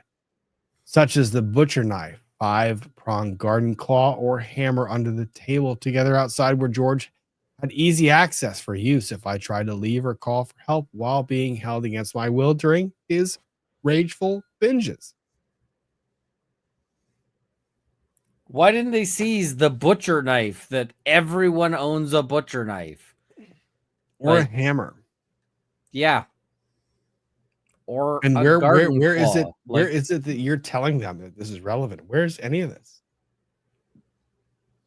Or my bloody pillowcase stained from me being backhanded because I hid the magnum size of vodka for him. I'm fairly certain of all the things you listed there, like all of them, pretty sure this was a lie. Pretty sure that's the lie. If there was blood on something, I'm fairly certain the cops took it. Why weren't any crime scene photos taken of holes patched in walls? Because what the fuck does that mean? It doesn't mean anything. Yeah. It's like it's a shitty little apartment or shitty little townhouse. It's not super uncommon that they would find that.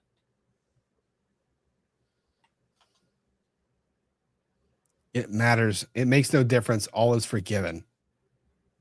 Well, judging by the tone of the foregoing pages, oh no, the prosecutors. Oh shit, she's got a list. Wow. She's making a list. She's checking it twice. Checking it twice. Gonna find out who's. What's the other word? It's not. I'm not gonna say naughty or nice because that just doesn't make sense. Gonna find out who Sarah is gonna be holding a grudge against, and who might need to be warned when she gets out. Well, never. Hopefully, prosecutors Mr. J and Mr. Cacciatore. My forgiveness is also extended for your inappropriate attributed negatives. For having to go through years of my pictures, videos, texts to erroneously piece together your deceitful, oh my God, damning version of what really happened and who I am. After so much availability and for so long, you were finally able to make the circle fit into a square. Here's the thing, and I've talked about this in interpartner violence cases all the time. There can be two criminal defendants in an interpartner violence case, and there can be good justification for locking up both. Absolutely and unequivocally. Happens all the time. All the time. Yep. Lock them both up because they have both engaged in behavior that's inappropriate. Inappropriate conduct by one does not justify inappropriate conduct by the other. Retaliatory conduct is not something that the law anticipates or accepts. When she said I wanted to make him feel the same way,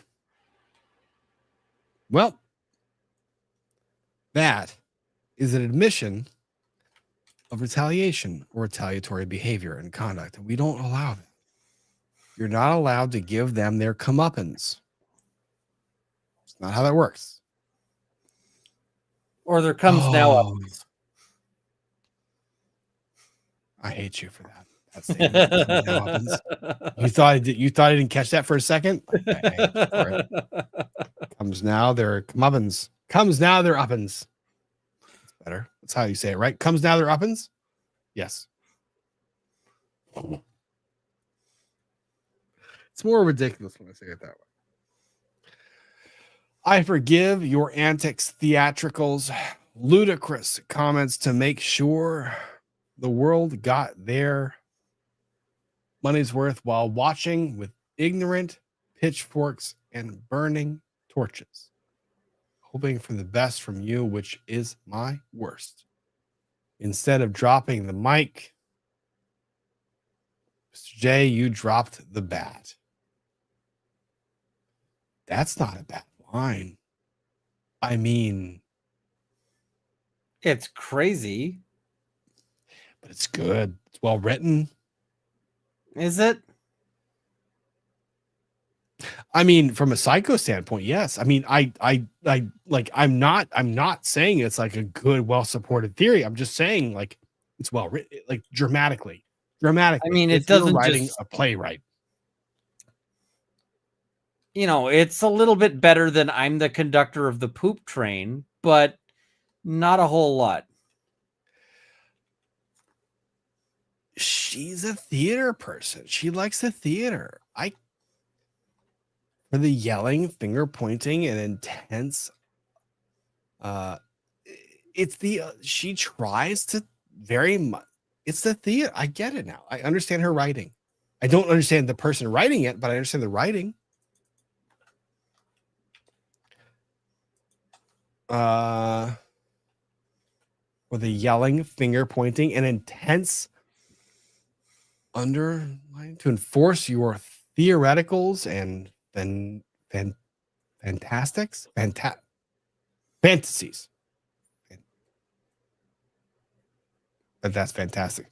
Fantastics on the jury by using imaginary space adventures and fictional characters. Oh, Darth Vader entered the chat to blend and bedazzle them. No, there was nothing bedazzling about that fucking Darth Vader reference. There was nothing bedazzling. Far, far away from the truth and dramatization. Nope. That was not bedazzling. That did not seal the deal. That was not the nope.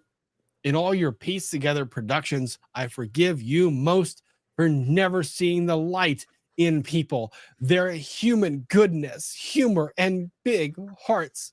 You wake up to see the human goodness in you because you are only human by the most technical of definitions, Sarah. In that you have a heart that pumps blood to your body.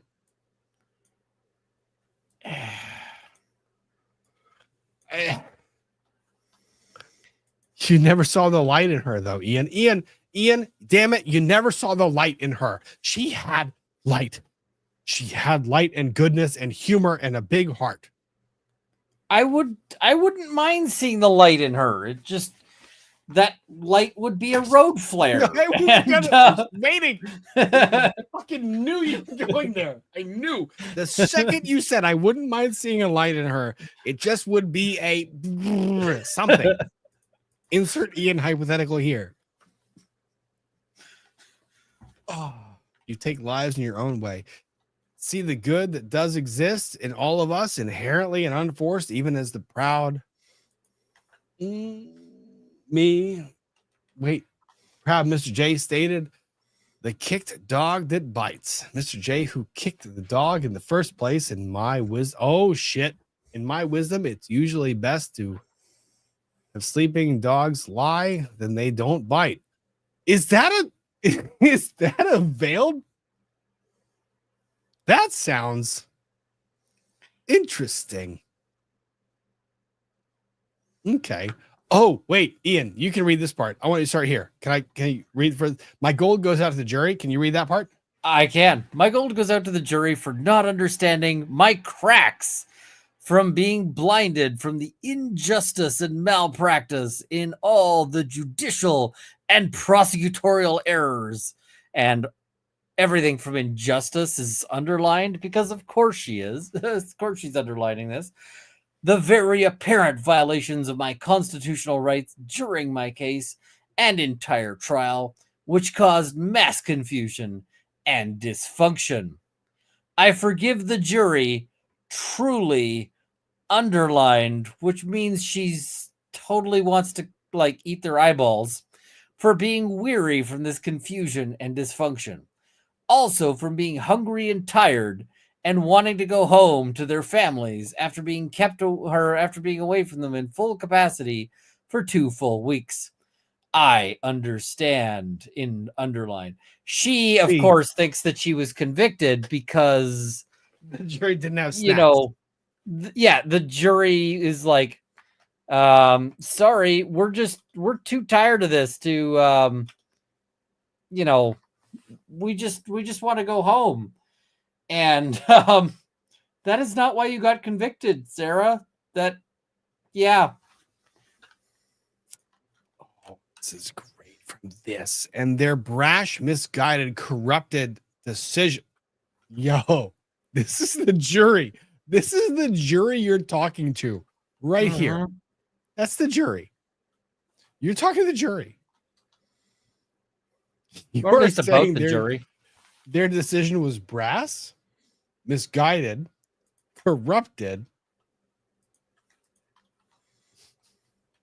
and that you were wrongfully judged a murderer instead of a survivor. For this, all is forgiven.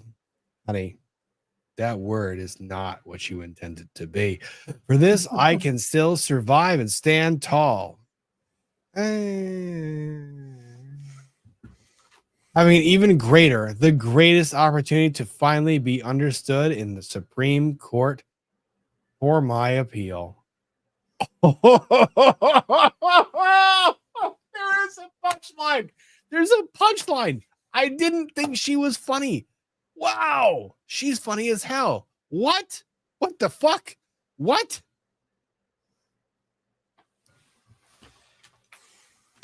No. I mean, she's funny, but we're not laughing with her. I didn't lose. God just wanted me to win in a different way. Freedom in forgiveness. God wanted you the high score to get the high score for sentencing. It's not real. This is what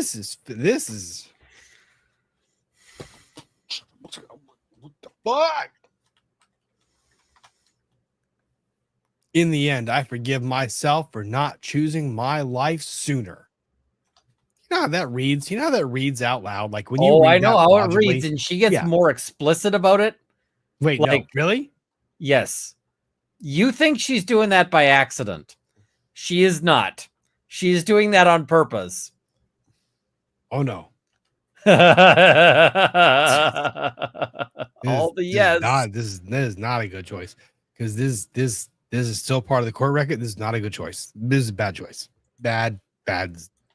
In the end, I forgive myself for not choosing my life sooner, for not being more brave, vigilant, bolder, and outspoken, stronger mentally, physically, emotionally, spiritually. Well, honey, the spiritually part, maybe I wish you would have taken on a little sooner. For being hopeless, desperate, simple-minded, weak, and inexperienced, I didn't accuse you of that. I forgive myself for not realizing I was enduring a life of domestic violence and that the vicious cycle never ends. Here's the thing.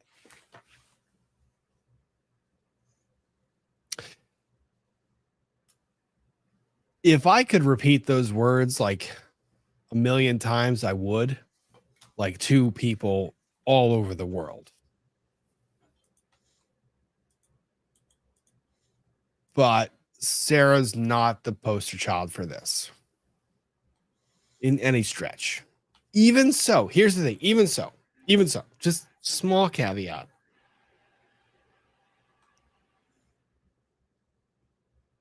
if someone is in a relationship where they are in this back and forth and retaliatory and mutual abuse and all of the above, here's not legal advice, practical advice. Break the cycle and stop. Break the cycle and stop. If you are engaged in a pattern of escalatory violence, Sarah Boone just showed you where you go. That's the end of that conclusion. You keep going up and up and up and escalating. There's an example Get out before it gets real bad. There's an example to be had here, and it's basically recognizing the signs early on and getting the fuck out. Get out. Get out. It's not retaliation. It's not standing up and being violent. It's getting the fuck out. And I mean, yeah, that can be real hard, but so's staying. Yeah. Like, take Sarah the strength Boone, that you're putting in enduring the shit and put it instead to getting out of the shit. yeah, not being there. And I get that getting out is not always safe. I understand that part. But you don't want to end up like Sarah Boone.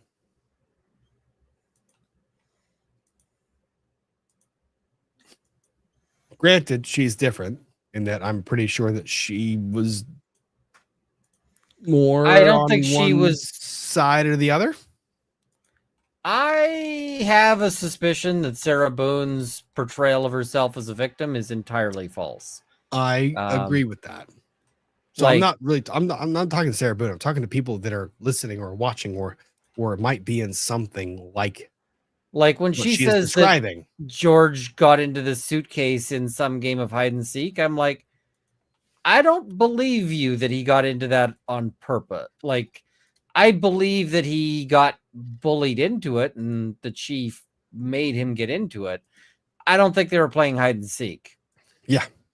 Like, I don't buy that. I don't find that to be persuasive. I don't think that makes any sense. I think she was abusing him and made him get into the suitcase as, a punishment and as a form of torture.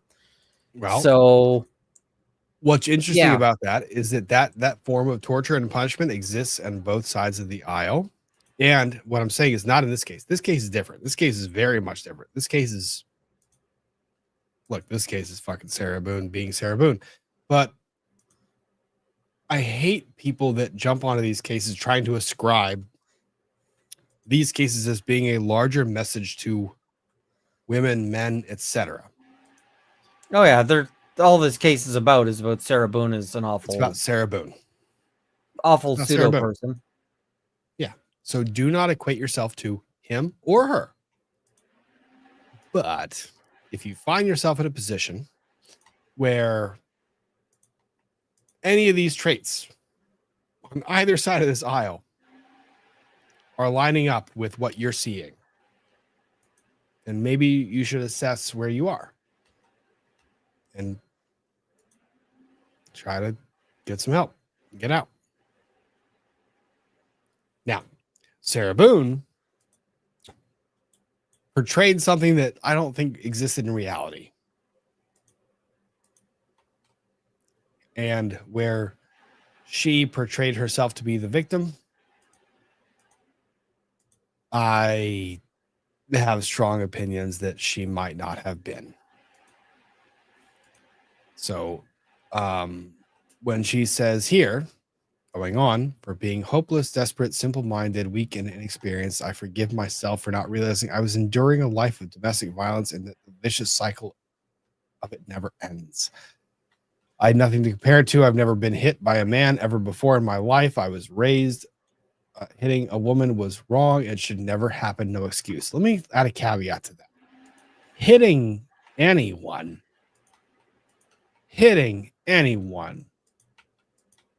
is wrong. Man, woman, child in a relationship, wrong. Context. defensive action. Yep. And by hitting, yeah, defensive action, and not there's scolding and there's hitting for job purposes. Like, got my ass whipped as a kid. My butt got beaten. You don't hit anyone. Women are not given a green light to hit men. Men are not given a green light to hit women. It doesn't exist that way. Stop. I forgive myself for not escaping permanently, for not fighting back sooner to save myself. Oh, shit. My son, my dogs, house, and cat. Having 20/20 hindsight. Oh, my God. Really? Thinking of everything I could have done differently or better to avoid the outcome. Think about it every day since. Are you fucking kidding me? Ian, how do you read that paragraph? Because I read that like I could have done it without getting caught. Yep. And also could have murdered him sooner. Without getting caught. Yep. If only I'd just gotten on that murder a little bit sooner. Also, of all the good days we had together, wow, what the fuck was that? Holy shit, transition. That's that's personality disorder right there, right? Like the interpose, like boom, boom, boom, like right one after the other. Yep. Also, of all the good days we had together, for him at least, while I was constantly in my hyperdrive, high alert and paranoid, making sure I did everything right all the time, I knew if not, the great possibility I would be ended, as George threatened me so many times before. I forgive myself for falling in love with a monster, and no matter how grotesque he may become, I still loved, hoped, and forgave. I tried breaking the spell so he wouldn't be a monster anymore. I saw who he was inside. George made me then, now, and always love him for all of his cracks. Also, we made each other our own brilliant pieces of art from the cracks and repairs. Unfortunately, not all cracks can be. Fuck.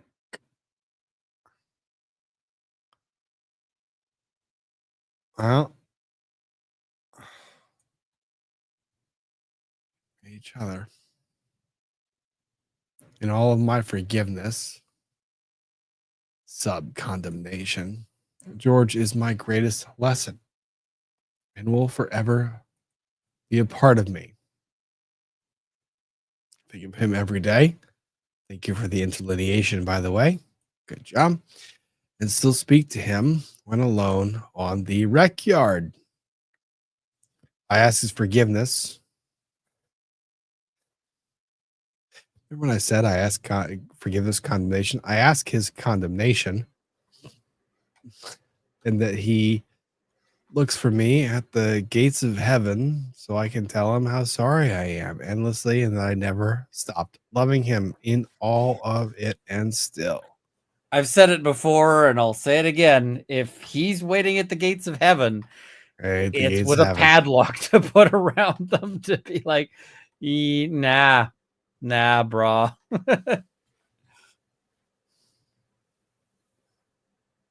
There's the letters of the family, but due to fear, blah, blah, blah. I didn't send them. Sadness, forgive me. Please for not sending them. Oh, she didn't read this part. George haunts me. He is everywhere because I do still love him, think of him, and miss his laugh the most. My heart, I know he is with me and understands that this tragedy was not intentional. I hope everyone can, his family foremost. I didn't mean for this to happen. Please wholeheartedly know that, and always I would never. Wow, that's a fucking paragraph. Forgive me, George. Forgive me, Torres family. Forgive me, Judge Crane. Forgive me, the entire planet forgive me. I graciously and humbly, don't know, you know the meaning of that word, ask for consideration for forgiveness to be extended instead of judgment, reconciliation and restoration for all of us to move forward. My apology is profuse and ceaseless. Allow me, please, to brush off. Oh my God. Wipe blood off my face and fix the cuts in my skin. She read this part out loud.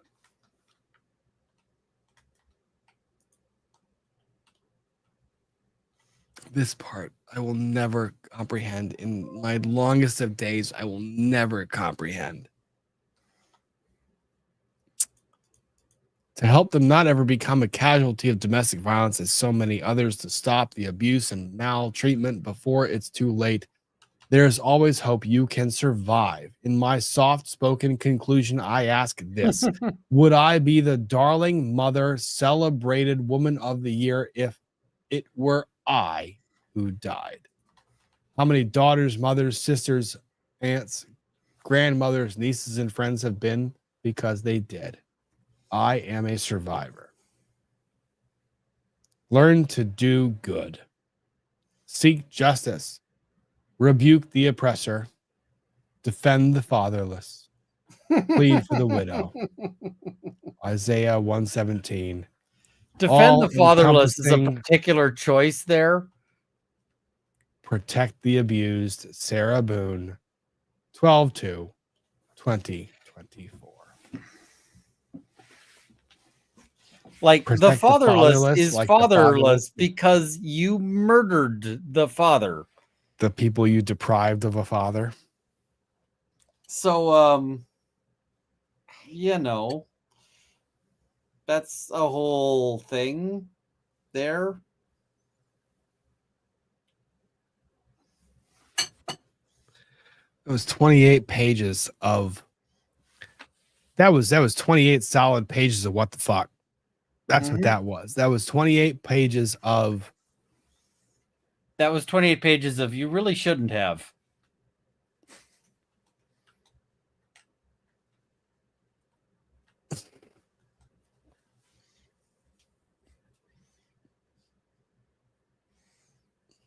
Tell me I'm wrong. is a nice I also like the toasty proposal seat. that Amber Heard could play her.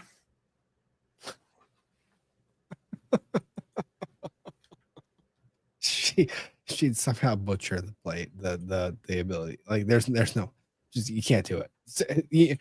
One cannot play Sarah Boone if you are not Sarah Boone. Sarah Boone is Sarah Boone. She is just Sarah Boone. She might be the only person who can. Stepped on a bee.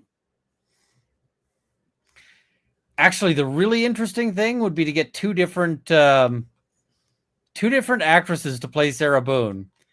And Amber Heard could play Sarah Boone as seen by Sarah Boone. And somebody else could play Sarah Boone as seen by the rest of the world. And that would make a good movie. You know, it's funny. Not funny. It's not funny at all. Tell me that wouldn't be awesome. It would be awesome. But I took a second just shutting my eyes. Like, you know what's funny? And I meant not, and by funny I mean not funny. There's a reason that letter feels inherently wrong to a lot of people. And I mean, like, beyond what we saw at trial. Beyond what exactly. And victims of abuse do not write like that.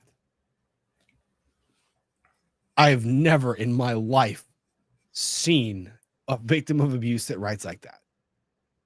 And I'm willing to be wrong. I'm very willing to be wrong, but holy shit, given what we saw as far as evidence in this trial, and Rob, you're not wrong. God.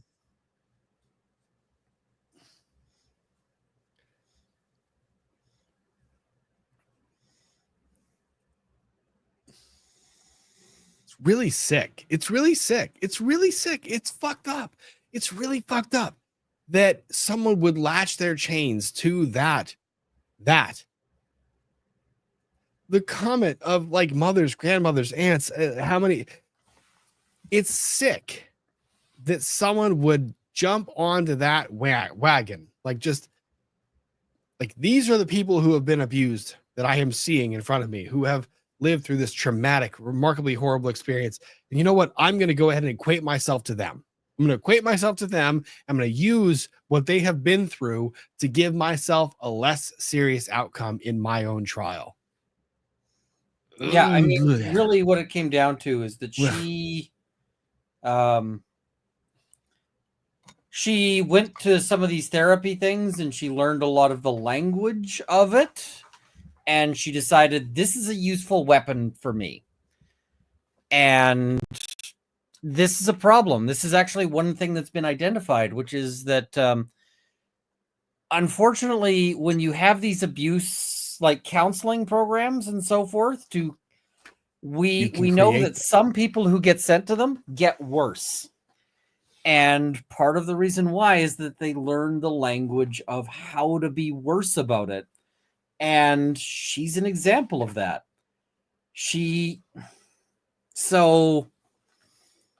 Yeah, it's you know, I was good. saying where I am about protective orders. The people who need them don't get them. The people who get them often don't need them. And also, it's not meant categorically. What it's meant is kind of at first glance, the people who are the ones that are there asking for them in a lot of occasions are the ones that actually aren't the ones that we're asking. They're not the points we're looking for. They're not the ones who need them. The people, the ones that need them, are often not the ones asking for them. They're the ones that are hiding at home. The other thing is, the more you need the protection or the protective order, the less good it will do you. Because if the person, like, if your problem is that the person won't stop phoning you and is annoying, then it might actually help, right? But if the problem is this dude is gonna murder you, then at that point it's a piece of paper. And and that's really the sad thing on that. It's no, you can say it. Like, I have this fight all the time. People are like, I want a protective order, and I'm like, okay, good, great, let's do that. But have you thought about the ramifications of what happens if that order is granted and it's disregarded? But they wouldn't. It's a court order. Have you thought about the ramifications of what would happen if that order is entered and it's disregarded? It's a court order. It's a piece of paper signed by a judge. Yeah. By someone, and you're putting that to someone who clearly knows what they are doing is wrong and has otherwise done it. And it's got some legal implications in the sense of, if the guy shows up at your house, you can call the police. But the thing is you could probably already do that. Like, if the guy shows up at your house, at your front door with a shotgun and kicks in the front door, you could already call the cops without the piece of paper. That was totally an option, and the cops will show up in like 15 to 20 minutes. And those 15 to 20 minutes are on you. Unfortunately, it's not fair, but it is just the way it is. And yeah. Now, that said, how do I put this? If he shows up and kicks down your door and ends up with more holes in him than he started with, it's nice to have the protective order, because then you could be like, I had the order. The court already agreed. This guy's a danger. And that would be helpful at an eventual trial. This is something I have conversations with clients all the time. And when they come to me and they say, what can you do for me? What can you do? And honestly, this is a comment for the entire chat. Going to a lawyer should not be scary. You should do it immediately. Like, it should be a real thing. Go to a lawyer, talk to a lawyer. Like, we're not terrible people. We actually will try to help you. What is a lawyer going to do for you? What can a lawyer do for you? They can get a piece of paper. They can get a very strong piece of paper. I'm not saying don't get the paper. Get the paper. It's useful in all sorts of ways. Yes. But don't make the mistake of thinking that the paper is magic, because the paper is not magic, and the person is still every bit as dangerous as they were before you had the piece of paper, and possibly more so. So get the piece of paper. And this is a distinction I make between young lawyers and more senior lawyers. Young lawyers, they still have this, I don't know, naivete. They're not corrupted by the experience of reality, right? They view the piece of paper as being the be all end all. So they view that and treasure that. So they say, get the piece of paper, get the protective order, get it. And every lawyer is going to say, get it. But there's other lawyers, the ones who have been there, who are kind of saying, let's get it. But I want you to do A, B, C, D, E in addition to that. Let's get it. But recognize this is not going to protect you. Let's get it. But there are certain things I want you to be very careful of. And here's how I'm going to tell you. In my experience, these things have been abrogated or ignored, or things that have happened in the past, right? So get it, but we're going to be careful. I mean, that's the young versus the old lawyer. I had a young woman I assisted who was, dealing with an abusive ex. And, so I helped her go through and, get the paperwork for the protective order. And she's like, and what do I do now? I'm like, all right, they're going to be serving this on this guy. You need to not be at home. Let's, can you stay with your parents for a bit? And so she did. And then when she got out of about 3 weeks later, she went back home and she found that he had been to her home, kicked down her door, and caused a whole bunch of damage. And she's like, I should have been here. I could have stopped him from doing all this damage. And I'm like, he would have been kicking those holes into you, not the walls. No. So it is a good thing you were not home. Like, that was the plan. And,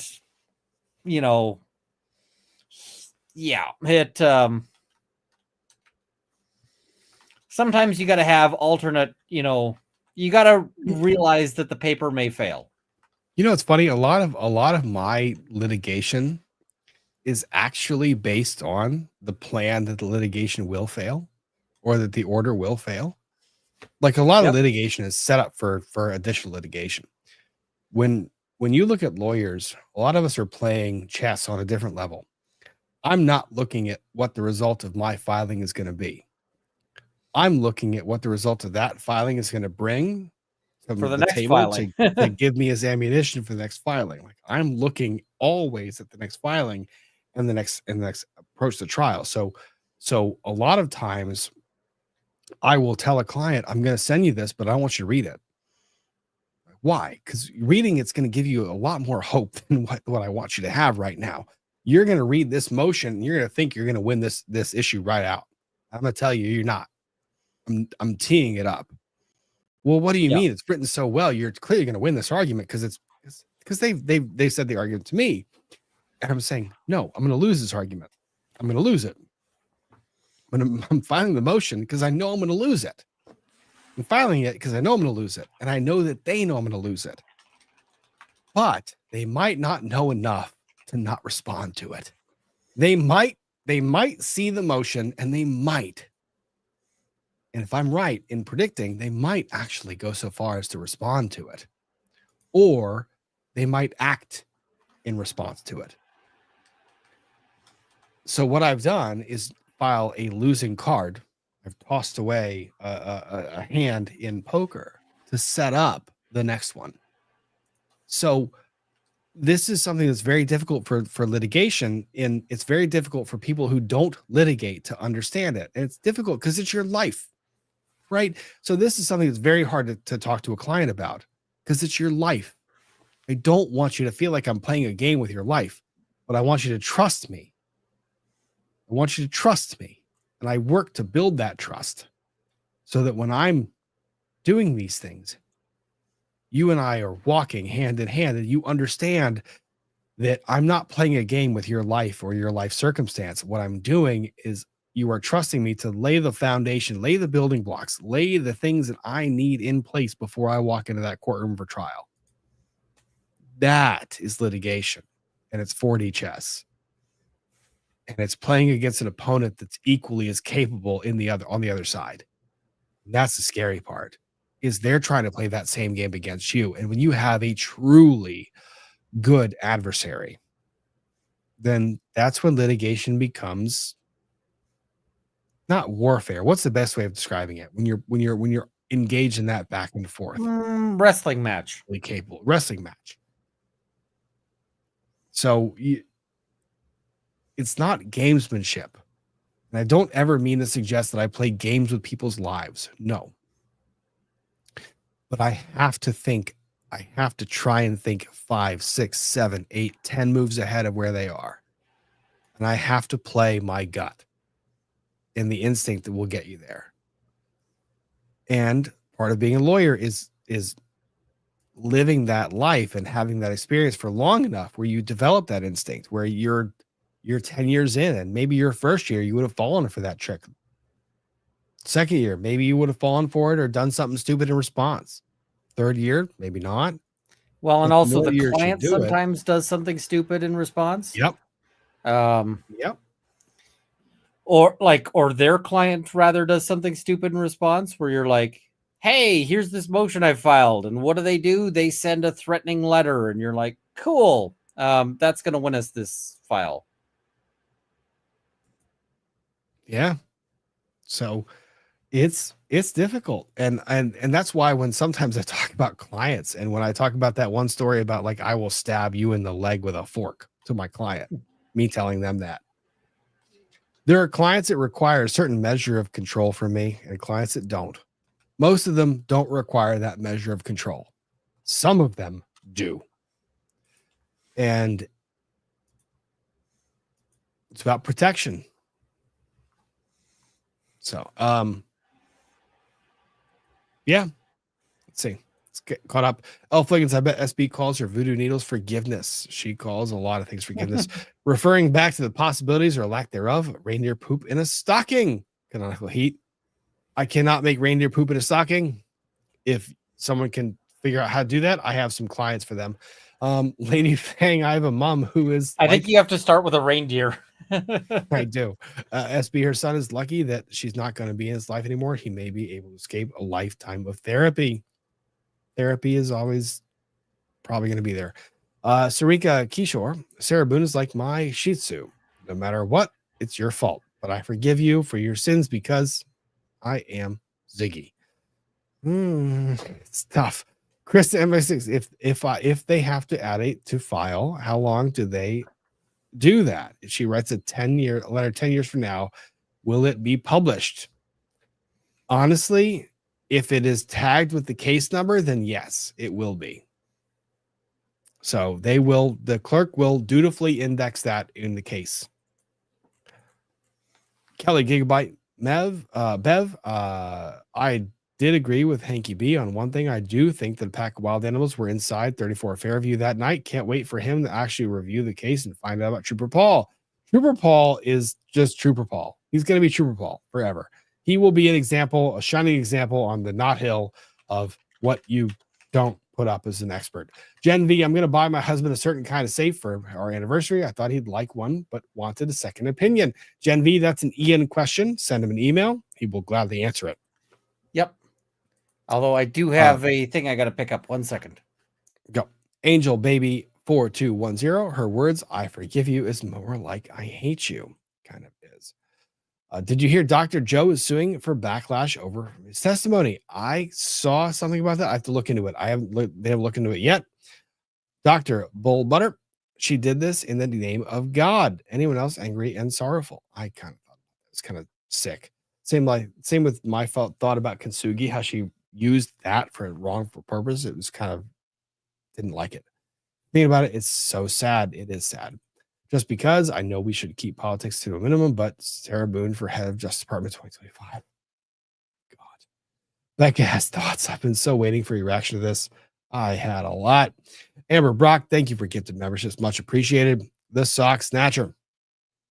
Joining late because I graduated. Yay, congratulations. The neurospicy mom and Mill's spouse is finally a real librarian. Wow, way to go. Thanks for bodily doubling why I got my master's. Congrats on the master's. Way to go. Congrats on the graduation. I hope you have a wonderful weekend celebrating with friends, family, and all the like. 20th Century Fox SB has a beautiful artistic chirography. What a waste. She does have decent handwriting when she's not angry. XCDA Rob, for your wardrobe change, I forgive you. Still got the shirt on. Conacy, thank you for the memberships. Mama G, thank you for being a member. Becky G, my two fave boys, Rob and Ian. Thank you, Becky G. Ian Paler, Sarah, you don't know me. Flicks hair. Oh God, you don't know me. Yeah, that just happened. Judy M, happy holidays. Happy to be here. Sarah Boone, no. Jen Decimio, thank you very much for being a member. Fat Yoga, love all the comments on this. I was so bad. Cal Marie, I forgive Sarah Boone for giving me a headache. I don't. D. Finch, this should be read in the voice of Gollum and Schmear. I kind of did my best. Sir Merrick, in other chats, people have been saying the gold pottery part you don't like is plagiarized from a book.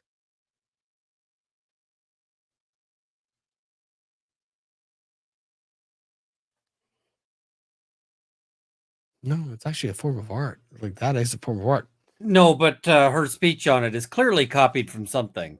Oh yeah, the whole definitions of it and using it, yeah, definitely. Yeah, I mean, it was very clearly, that she borrowed that. I just figured she probably borrowed it from like something out of therapy. I am a broken person reborn. Yes, I understand. Sharkay, I figured it all out. Sarah Boone has a humiliation kink. Kayla, let's not go there, folks. Kathy Brewer, Judge, no one did what I wanted. Exactly. Come on, Steve. Gosh, she writes pretty. That's scary. Quinny Bly, Sarah, letter feels like a freshly beheaded chicken running around pointless, not knowing it's already dead. Well, it's already in jail for the rest of its life. Sarah, you brought a list of questions with you to the interview. Yeah, she did. She's like, you surprised me with the interview that I brought a lot of questions to. Ohio Palm Mom, we were having a good day. I know.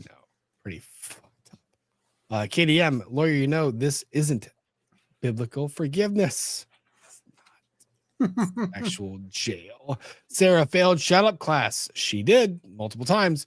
Translate Sarah Boone letter. I'm big mad. Oh my God, it was so much worse. AZ Genie, thanks for being a member for 26 months, 2 years plus. Thank you. WW, no parole in Florida. The only way she get out is on appeal. It can happen. There's another way she gets out. Don't say that one.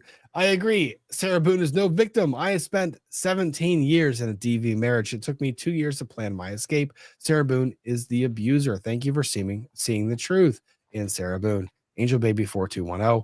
1, I'm glad you got out. 2, I'm glad you're commenting about it. 3, I hope that you have a lovely life. And please don't dwell on the past. Live from it, learn from it, experience, move forward, and build your life how you want it to be. The great big Greek. Do we think Amber has reached out to her yet? Haha. Probably not. Mary Lou Crafts, thanks for inspiring me to not be a bystander when I can help. Broke up a DV incident earlier because it would have gone further, and that disturbed me. Mary Lou Crafts, 1, that was very courageous of you. 2, I caution you to do that, please. Those incidents are very, very, very volatile, and they can be very dangerous. So please don't do that if you don't have to. It is. It's one of the most dangerous things for police officers. Like, police are warned. This is seriously bad. Yeah, they're the riskiest interactions for cops. Pesky Pirouette, thanks for giving me a remember. Peggy Reardon, 1978, Illinois, sat on sofa, blood coming down my head, face, neck, arms, neck, police present, waiting for ambulance. Officer said, you don't have sex enough with him. What did you expect? What? Husband not charged, 5 days in hospital. Peggy, I'm going to. I've got some words for that cop. I do a lot, and hopefully he's not a cop anymore, and hopefully. And I'd like to write those words on a brick and put it in a sock. Yeah, and Hopefully someday he'll have the chance to read those words again. Reading is unnecessary. I have another way to impress those words upon the officer. By impress, you mean imprint his head? Yep, a little bit. Yeah. I'm very sorry for that. I can't recreate what occurred. I can only work in a system that's broken, that I tried my very best to work and navigate in its broken fashion. And I hope that there's been a lot of progress made since then, and the right people are getting the right amount of help. And I think that there's been adjustments to the right direction. I think adjustments to the wrong direction. I think we still have a lot of work to do. So here's to the work we still have to do. Marmar, Rob, I'd love to find a lawyer like you for Dr. Moo. I would love to be able to do something more for a lot of people in this chat. And it is a very, very, very sincere truth where there's some of you I will not name that I've been able to help, and some that I can't, whether jurisdictional or not a case I can cover. My hope is that there are more people that get exposed to this type of coverage and content and understand that law is not something you should shy away from, but something you should actually embrace. So go contact lawyers and talk to them and find the one that matches what you need. Yeah. It's finding a lawyer that's right for you. Emotional Lemonade. Finding a lawyer is a little bit like dating. Yeah. And right down to there's some real stinkers out there too, but it is what it is. Yeah. Emotional Lemonade, thanks for becoming a member. Annabelle Feinstein, my husband calls you the lumber lawyer. I'll take that. That makes me happy. Nancy 70, we were at Kelly's Oyster Bar and thought of you. Oysters and Ian, always. Oh, I'm envious. Fucking king. He's the oyster king of the world. Jackie N, happy holidays to you both. Happy holidays to you, Jackie. Annabelle Feinstein, I heard screaming and someone being slammed against the wall and things breaking in the apartment next door. Called the cops 20 minutes ago. Annabelle Feinstein. You did the right thing calling the cops. It's just you did the right thing. It takes 20 minutes. And you can call them again if you need to. So, all right. I'm going to swoop to the next topic. And the next topic is Karen Reed, because we're going to just get into some emotions. I said emotions. And we're going to have some emotions as we get into motion. You see, timing it. We're going to have some emotions. All right. So, Karen Reed was back in court. Why are we back in court? Why are we back in court? Because we're back in court because we've got the good doctor. Where's no? Why did you do this? What would you? Yeah. I said no. I said not yet. I said don't do it. Listen.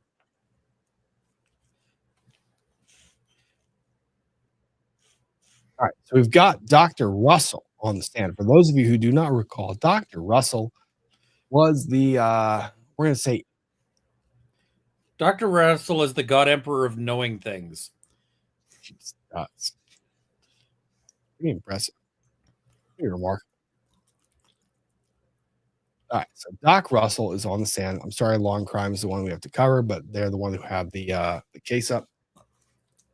Dr. Russell, for those of you who are wondering, yes, we are 4 hours and 54 minutes into this live stream. Do you see that scroll bar at the bottom? This live stream was 7 hours and 8 minutes and 30 seconds. 7 hours on a fucking Daubert here. Basically on whether Dr. Russell would be and they don't finish. They don't finish today. Now, to be fair, it did take them a lot of time to go through her credentials, because her credentials are like an entire day on their own. You know what? Yeah, hang on. I'm gonna gripe. One, this is why I don't like you guys. The chat. This is why I don't like you. Sometimes. I like you guys. I don't like you. I like you a lot. Rob is wrong. 99.95% of the time. Rob is wrong. There's a 0.05% of the time where it's like, I really want to cover this case. I really want to see what's going on. And then it's the Daubert hearing with Dr. Russell. I'm like, this is really cool. This is really cool. So I'm going to cover this case because you know what? My chat very much loves Dr. Russell and they want to see this testimony. And I watch. And I watch. And I watch. And Chat, Rob is objectively wrong. You guys are perfect. I'm still watching.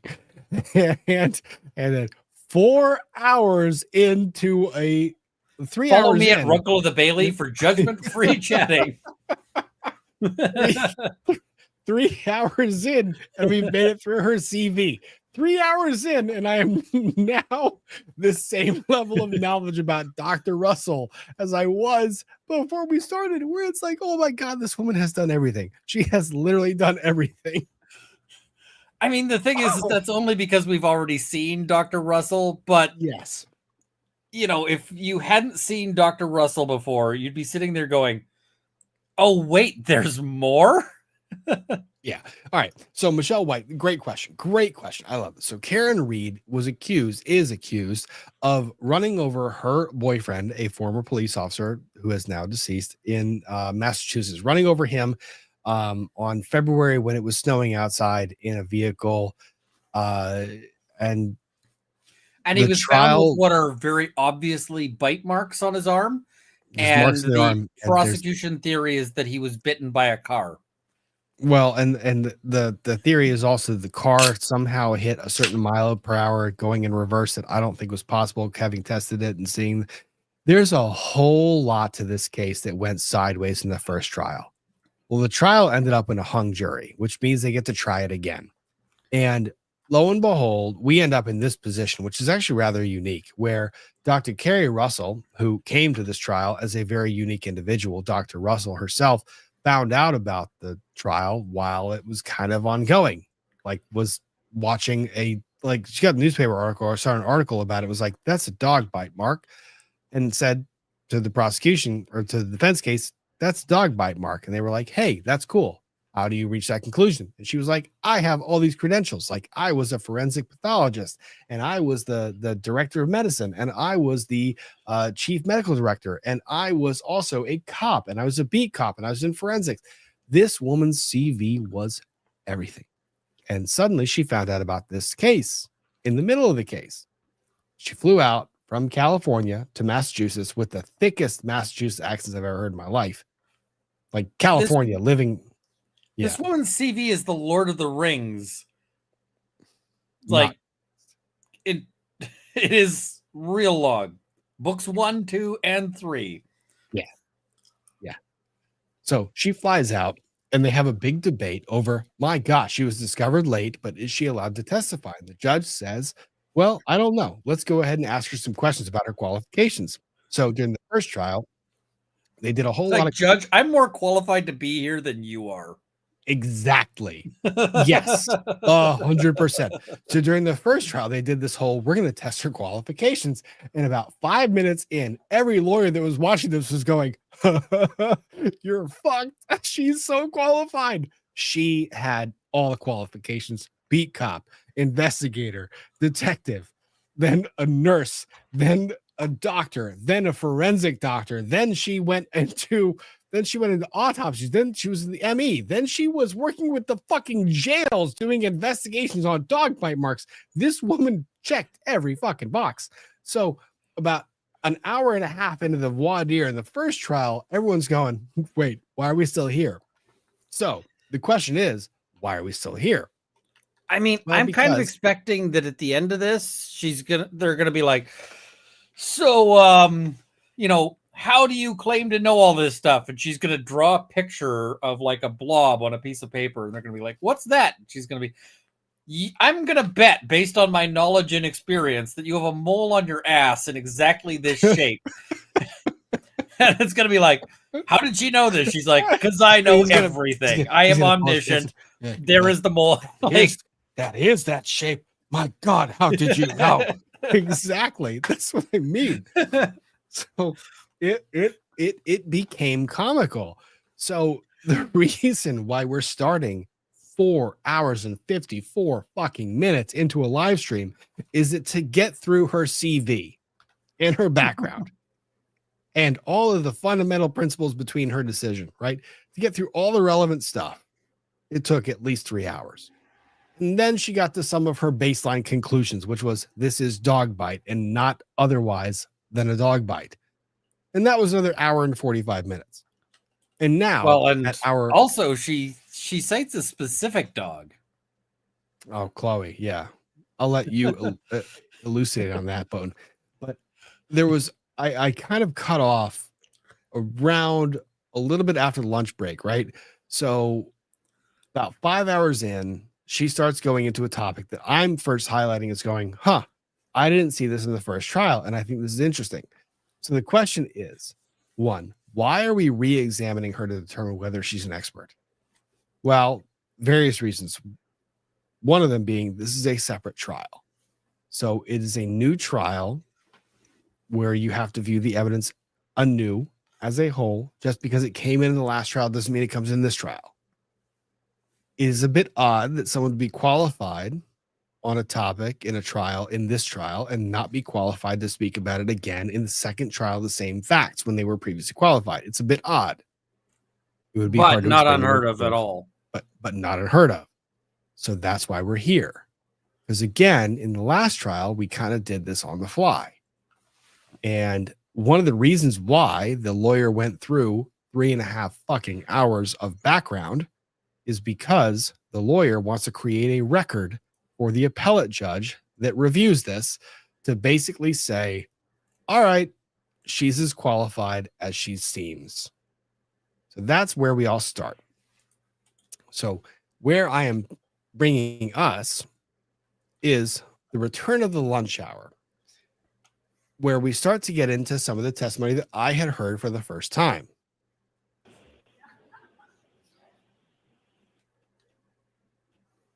And it's so good. Oh, and this I a little dry, right? But effective. Oh, I didn't find it dry at all. And that he's very methodical. Lawyer is he's very different than a I did hear some people saying that he talks to her like she's a child. The thing is he has to. He's got to, because you can't just let the expert be super smart. You have to somewhat make the expert be dumb by asking them stupid questions. And what I mean by that is that left to their own devices, a lot of experts will come in and they will tell you that everything is the way it is because they are super smart, and you should just respect their super smartness. And that's great. Except you need all of this stuff in evidence, and you also need the judge and the jury, who are probably not as smart as your expert because they can't. Like, it just isn't a thing that is available in the universe to, you need them along for the ride. So sometimes you really need to get your expert, and this can be hard with some experts. Some experts are really a challenge. Yeah. To get to, and some experts will fight you on it. Like, they don't want to explain it to you in stupid language. They're like, I am super smart, and this will be explained in super smart language. And you're like, no, I need it in stupid mode. I need this to. It's an art form. It is an art form. It's an art form. Because, and I was thinking about this earlier, like, what is the job of a lawyer? The job of a lawyer, honestly, is to get the information that's in the brain of that witness out of that brain into a digestible format for the jury or judge to digest. Yeah. How do we do that? We have to do that in piecemeal fashion. We can't just say, hi, your brain has information. I'd like that. Please give it to me. You have to find a way to give it to them. You have to feed it to them. You have to translate. And how do you translate? You have to ask them questions one after another and get them to give you their story. And the really good lawyers get you into a back and forth where you're listening to the lawyer's question and the answer being given. And the really good lawyers with the expert witnesses, the really good lawyers ask the questions in such a fashion that the jury or the judge has about a half a second to look back at the lawyer before they're looking at the expert again, where you are transfixed on the expert, where the expert is now explaining, but you're navigating the expert. You're not letting them go on tangents, and you're keeping the conversation in this fashion of an escalatory, right? So the knowledge base is supposed to go from I know nothing to know a little more, a And little more, sometimes a little more. You go that. Sometimes you also have to ask really stupid questions of experts just because it has to be in evidence. Like, okay, what did you do with the sample in between receiving it and testing it? And I mean, the answer is obviously, well, they put it in some kind of fridge and whatever else. But you have to have that in evidence, because otherwise, if there's a gap there, the other side can say, well, how do we know they weren't playing tennis with this in like the contamination room? And why do they even have a contamination room? Well, because, yeah, so you need all of that stuff, right? And every if now you don't have it, now and then. you Well, and if Yeah. you don't feed it to the jury by a spoon, here's what happens. You get Trooper Paul, where Trooper Paul gets up. well, Trooper and Paul's starts got his own saying problems. things about kinematics and human kinetics, and Trooper Paul starts talking, and the person, me, being an idiot, but also kind of understanding how human bodies work and understanding how vehicles function, the person like me is going, that doesn't make fucking sense. Like, you jumped from this point to this point, and I know, I'm not an expert, but I know that's not how that works. So explain it. So you get around that by going one step at a time. Yep. In Trooper Paul's case, there's a couple steps missing, and it's probably a couple thousand hours of education and training. But I'm not here to judge. I mean, the couple steps are, probably ones that they start with mistakes his parents made. Yeah. Like maybe that like gas station condom wasn't the right move. Rude. Jesus. It's like, can't take you anywhere. Okay. All right. Well, getting back to a decision that was not the wrong decision, and that's Dr. Russell. Oh my God, I'm dead. All right. Okay. So now we have Dr. Russell retaking the stand after lunch break, and this is one of the new subject matters that I did not see in the first trial.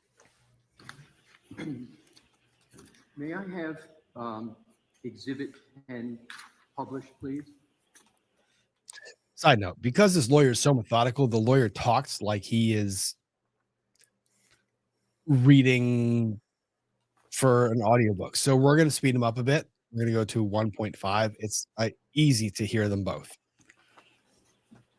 Thank you. Dr. Russell, what has been published on the TV screen is Exhibit 10. Do you recognize it? Yes, How do you recognize it? because I've seen it before. And please describe what it is. So it is a hoodie, a picture of a hoodie sweatshirt with multiple defects in the arm area. And have you assessed those multiple defects in the arm area? Yes, I've looked at them carefully. And please describe your assessment. Well, there are multiple small holes in the fabric of the sweater in the arm. And I believe I said earlier 11, but it's a total of 11 for the whole shirt. So there are 9 holes here in the arm, and then in another section, there's other holes. Does what is depicted on Exhibit 10 constitute a pattern in your judgment? Not specifically, no. What, if any, conclusions do you draw from Exhibit 10 pertinent to your testimony here today? Well, with that image, in conjunction with the picture of Mr. O'Keefe's right arm, my conclusion is that he was wearing that article of clothing when he was attacked. And how do you reach that conclusion? Well, again, the holes, the holes are rather small, which would correspond to holes created by a tooth, or in this case, maybe multiple teeth. And they are in the area of the arm, or the area of the body that corresponds with the wounds. Have you ever in your career, either as an emergency room physician or a forensic pathologist, ever had to assess wounds in which the victim was wearing clothing? Yes. How many times would you estimate that you had? People often get murdered while wearing clothing. When the victim was wearing clothing? Not always. Probably over 200 times because clothing examination is part of the examination conducted by the forensic pathologist in the Los Angeles County Medical Examiner's Office. And did you, in fact, as a forensic pathology in Los Angeles, make assessments of wounds in forensic pathology with regard to a victim that was wearing clothing? Yes. Did you ever make that assessment in connection with dog-inflicted wounds of any kind? No, I don't think so. Are you familiar with whether, or strike that. I also love that when she is like, when it's the answer is no, she's like, nope. Make any assessment of the clothing? Yeah. So I'm sustaining it. You can ask her differently. You can ask me differently. He gets tripped up a little bit on leading. Any discussion in the autopsy report, any assessment of the clothing that the deceased was wearing? I don't recall. If we showed you the autopsy report, would that potentially assist you in your recollection? Yes, Do you have it with you still? I do. Go ahead and take it Yeah. back. Thank you, Your Honor. Bless you. Thank you. Let's see. Is there a particular location you'd like me to? Your Honor, I'm not able to answer that question because I can predict what the response may be. So I So would just, like to okay, put go on- ahead and take a look at it. And if you can't answer the question, you can't answer the Yeah, question. I do recall what she meant. She said that the body is clad with a pair of socks. Right. Did she make any other assessment of clothing in the autopsy report, particularly with the arm of a hoodie? Take your time. Can we turn this up? Yeah, hang on. All right, while I do that. So, did you catch a part of that we didn't hear during the first trial? Not sure. The focus on the sweatshirt. I don't remember the focus on the sweatshirt being like that. And it Okay. actually kind of helped me a little bit. So, what you are seeing, see if I can't do this. I boosted the volume. So, what you're seeing here is the sweatshirt, right? So, when she points to the sweatshirt, it was the punctures. And one of the things that always felt weird to me was, right, so you have the lacerations. But I can see how lacerations would be made in a striated mark, right? Like, let's say that something hit me at high speed going like that, like a rake. Like, if it's just a rake, like just boom, got me, boom. Like, right? Guys, do not hit Rob at high speed Don't hit me at high speed or with a rake. or with a rake, But but especially not at high speed. the taillight argument, right? Looking at the sweatshirt gave me additional questions. Because if I thought about a vehicle hitting someone at high speed with a sweatshirt on their arm, 25 miles an hour, whatever it was, and I'm looking at these tears, the tears are more inconsistent than the arm is, right? The tear to me makes less sense than the skin to me. Because the tear looks like an actual puncture and rip, right? Puncture, rip, puncture, I mean, rip. none of that makes any sense to me. I get it. Well, but let's say that I'm an idiot when it comes to the skin part, right? I The wouldn't the say human that. arm. That's mean. I say that all the time. Not that way, just a different way. But the fabric part, fabric reacts differently than skin does. So fabric, to get that type of mark, you actually have to have something. It's like a something that jabs in then pulls, right? So tear. And that looking at number 1 in particular, right? Number 4, and the number 5 and 3, like looking at those, they're like a something jabbed in there and pulled. So that part was the first part during Which the is first very trial much what that dogs kind of- do. and that's what I mean. It kind of threw me, and I was going and looking at it, going, that doesn't look like a taillight. Like, how could a taillight do that? How could a taillight make those marks on fabric? I could Well, I've got a short answer for that. it's not a taillight. I get it. But I could see in some fashion, because even the first show, I think I said, I made the comment about this. Like, I can see how a vehicle could inflict injury, but I could not get beyond no bruises or broken bones. I couldn't get beyond that. I couldn't understand that. I couldn't get to the 25 miles an hour in reverse. Couldn't understand that. That did not make any fucking sense at all. And I couldn't get to the body being thrown that distance without a bruise or broken bone. Right? I didn't. I like how everybody who tried to do the like the 25 miles per hour thing was like, dude, that was so scary, and I never want to try that again. I told you I tried that in my truck, right? Like in a parking lot that was completely empty. And I was like, I'm not doing that. I got to like 23 and I was like, I'm not doing that. That's and I was like, I was no one around me. And even if I was shit-faced hammered, there's no way, one, I could have kept it straight, two, I could have done it. So I mean, it would just be absolutely terrifying. Epic 7000 at the first trial, the testimony was that the vehicle was clocked going 25 miles an hour in reverse with snow on the ground. And one, I think the person who did the reading didn't have a fucking understanding of how that gets measured, because I think the wheel might have been spinning that with tight, but no. But the no bruising, the tears, and the lacerations. Now I'm on this one. And I'm like, how the fuck do I get here? How do you get me? How do you get me back to this? The vehicle did this. Like, someone convinced me that happened. Someone needs to like get me to beyond a reasonable doubt that the vehicle did this. When I don't have bruising, I have no broken bones. I don't have bruising, no broken bones, and I see this laceration pattern on the sweatshirt. And you're telling me a car did this. I'm sorry. Someone is going to have to write this out to me in fucking crayon. I think I'm a really reasonably intelligent individual. Like, I'm not stupid. My family of engineers. I grew up engineer. I went to law school. How? Well, I think some crayons were involved, but I think that they were more being used as a food supplement. So maybe we're looking at a Marine here. Me? No, I ate colored pencils. I didn't eat crayons.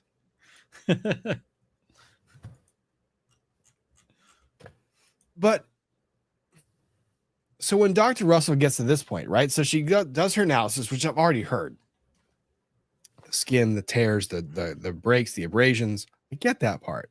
And then she puts the sweatshirt up, and I'm like, wait. It's like that wouldn't happen with fabric. How would that happen with fabric? How are you going to get that clear puncture mark and the clear tear when from a fucking vehicle? The answer is you're not. You're not. Right? I'm not stupid. I'm not wrong. You're not. A vehicle hits a sweatshirt, and what you see is nothing. You don't see lacerations. I mean, this is the problem is we've got the bitiest vehicle on the planet. You don't see the lacerations. How do you get the lacerations? How? They're saying the taillight was broken and that's what did that. But, and this brings me back to the other part. Let's say you hit a sweatshirt going 25 miles an hour with a broken taillight. What does it do? I mean, it rips off. Tears. Exactly. It tears a fucking sleeve off. It rips a big striation, like a nasty gouge, right? Not a neat, tight little hole and pull. Like, not that. Yep. So I'm sorry.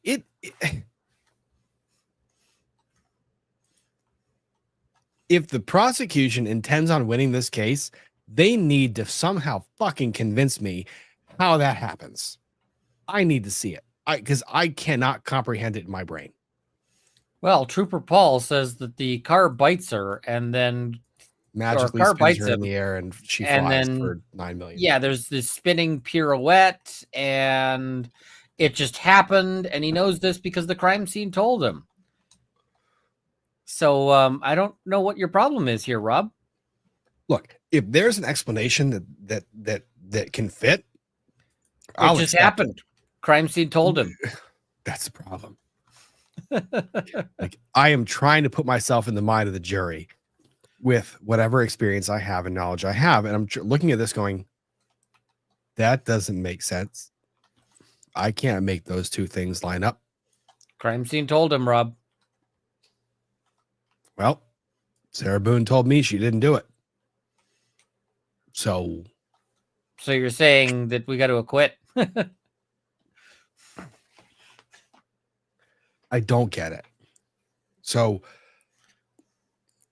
it is the defense has a far-fetched theory. I get it. They do. I understand that. But for me, I've always been on this reasonable doubt thing. Like, I don't have Rob, to believe. how dare you have a reasonable doubt? I know. I don't have to believe the Karen Reed story, hook, line, and sinker. I don't. And that's not where I come at this from. I come at this from, can you prove to me beyond a reasonable doubt there's a vehicle that did this? And I look at this sweatshirt and I go, no, there's no fucking way. You can't get me there. I will be in that jury room and I will tell you, get the fuck out of town. I'm not going to convict on that. No way. I got interested in the trial because they start off with Karen Reed was framed, and I'm like, oh, there is no way you prove this. Like, good freaking luck. You know, it's like when you walk in and a magician says, and now I'm going to make the Brooklyn Bridge disappear. And you're like, the hell you are. But you kind of want to see just in case they can. Yeah. And, you know, so that's where I kind of was. And then, well, and then sure enough, but I like the magician analogy because the magician analogy is there. And the thing is, you go up there. Well, no, here it's different. Let me give you a different analogy, right? So a magician or a prosecutor shows up and says, this bridge will not be in your vision, but it will absolutely still be there. Right? I'm going to prove to you the bridge will still be there. And the magician gets up and says, I'm going to make this bridge fucking disappear. And you're like, well, that's a pretty bold tale. And the prosecutor goes and they start demonstrating their case. And then all of a sudden the bridge isn't there. And you're like, all right, I'm supposed to believe the bridge is still there. It's still there. It's totally still there. And the magician goes up and says, but look with your eyes, right? Do you see the bridge? No. Does it make sense that the bridge would be there? No. You see the car drive off the edge into the water? Yeah. Is the bridge still there? No. And then you go back to this understanding that it's the prosecution's burden of proof.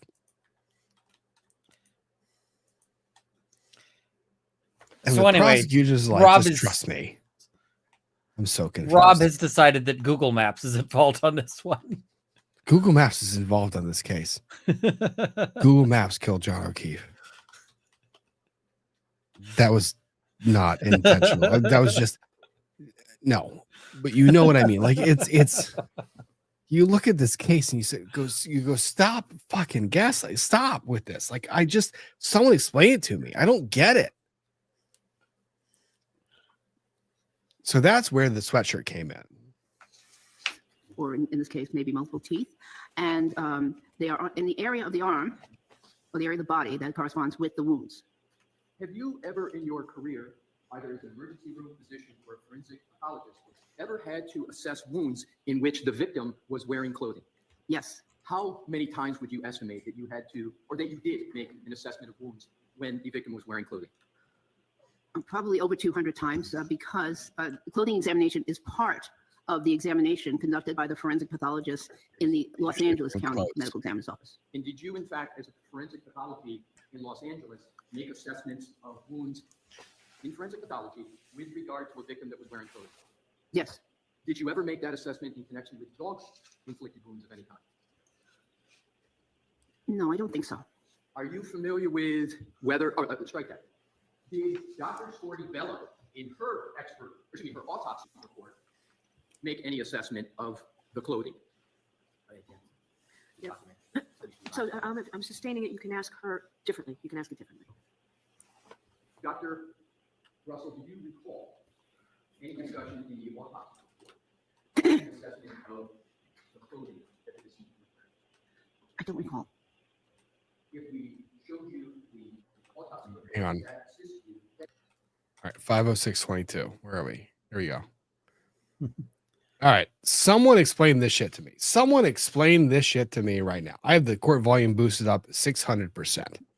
I mean, the thing is you get the puncture, the pull, and then this is the critical thing, the release.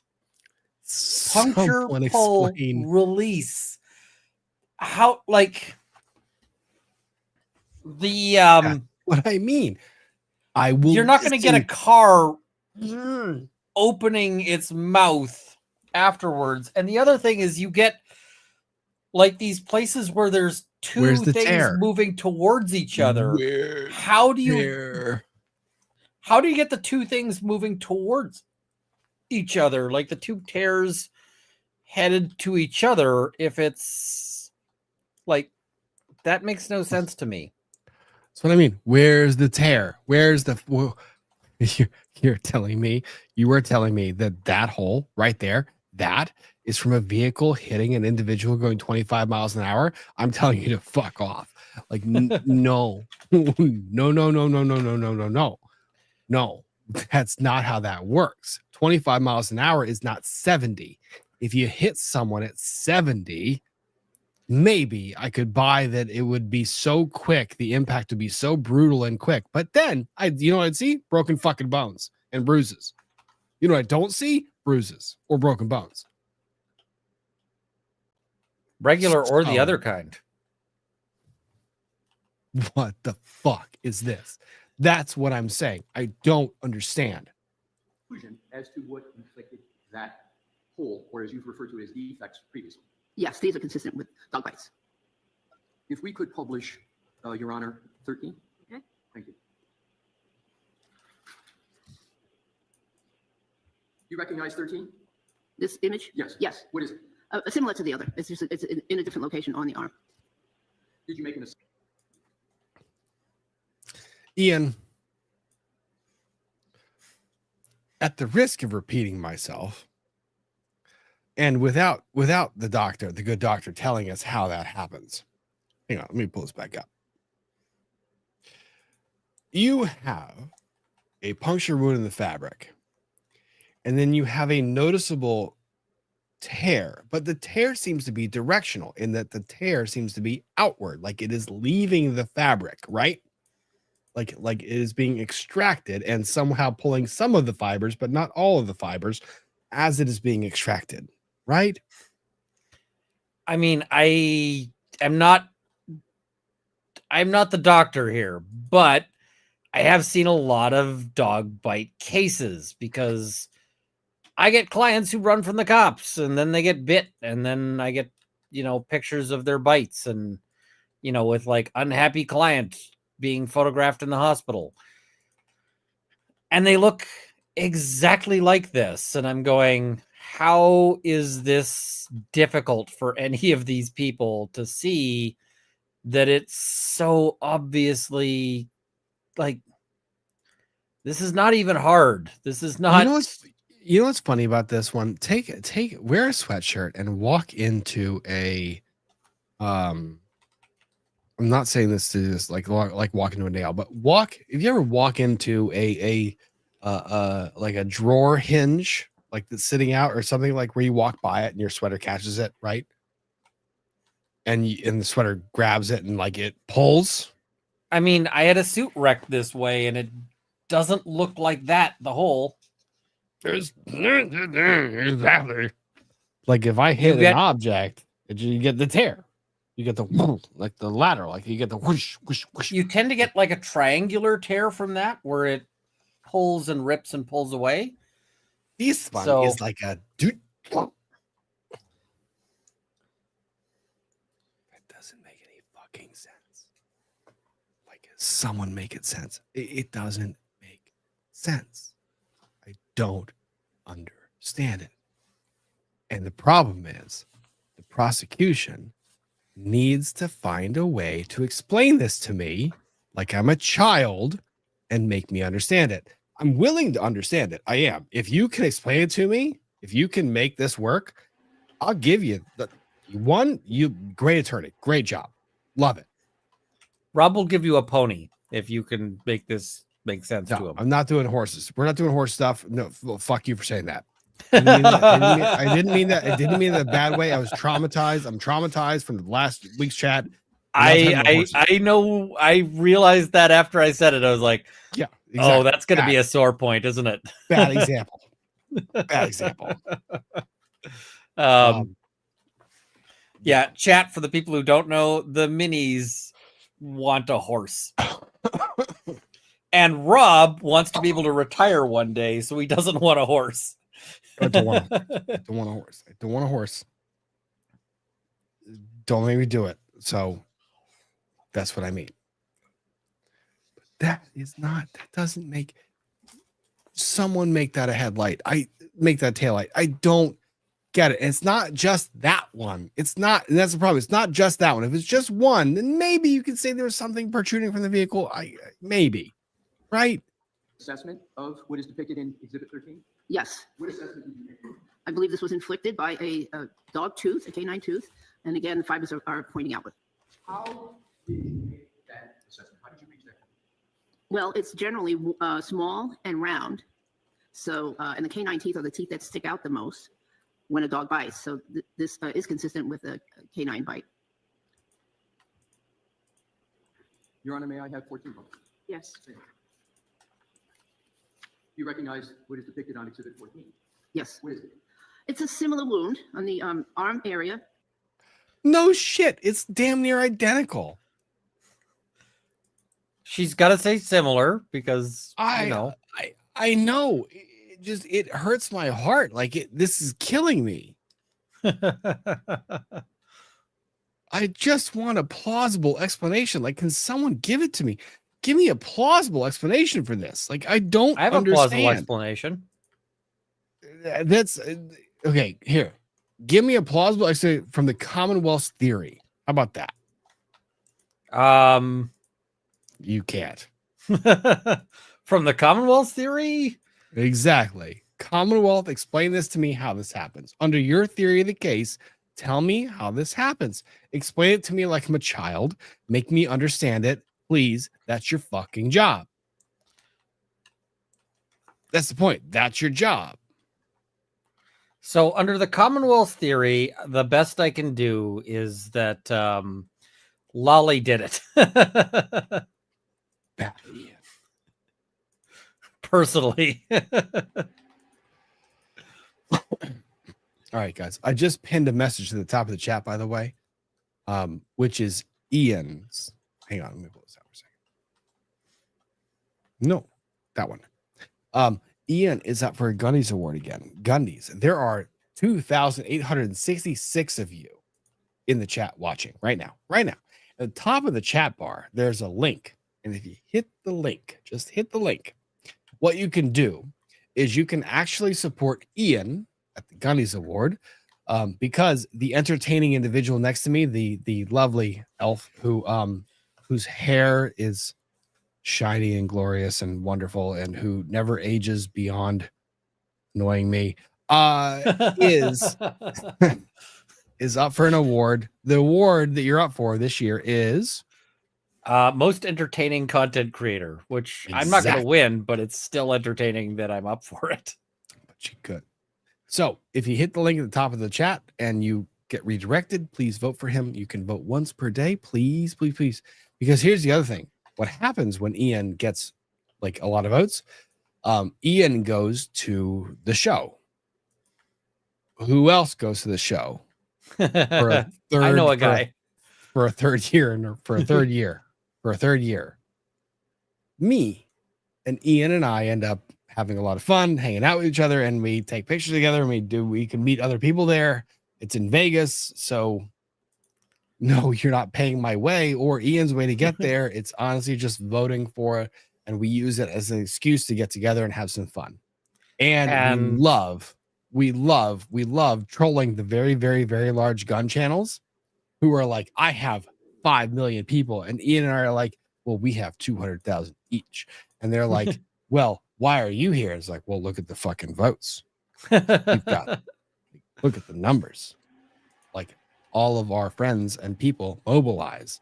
So mobilize. People mobilize. They actually did comment on that, like, was it last year or something? Like, they basically said, like the first year I was there, they were noting that the chat was basically all you guys. Oh, yeah. And so they were like, who is this Runkle guy? Like, why is everyone like, did we?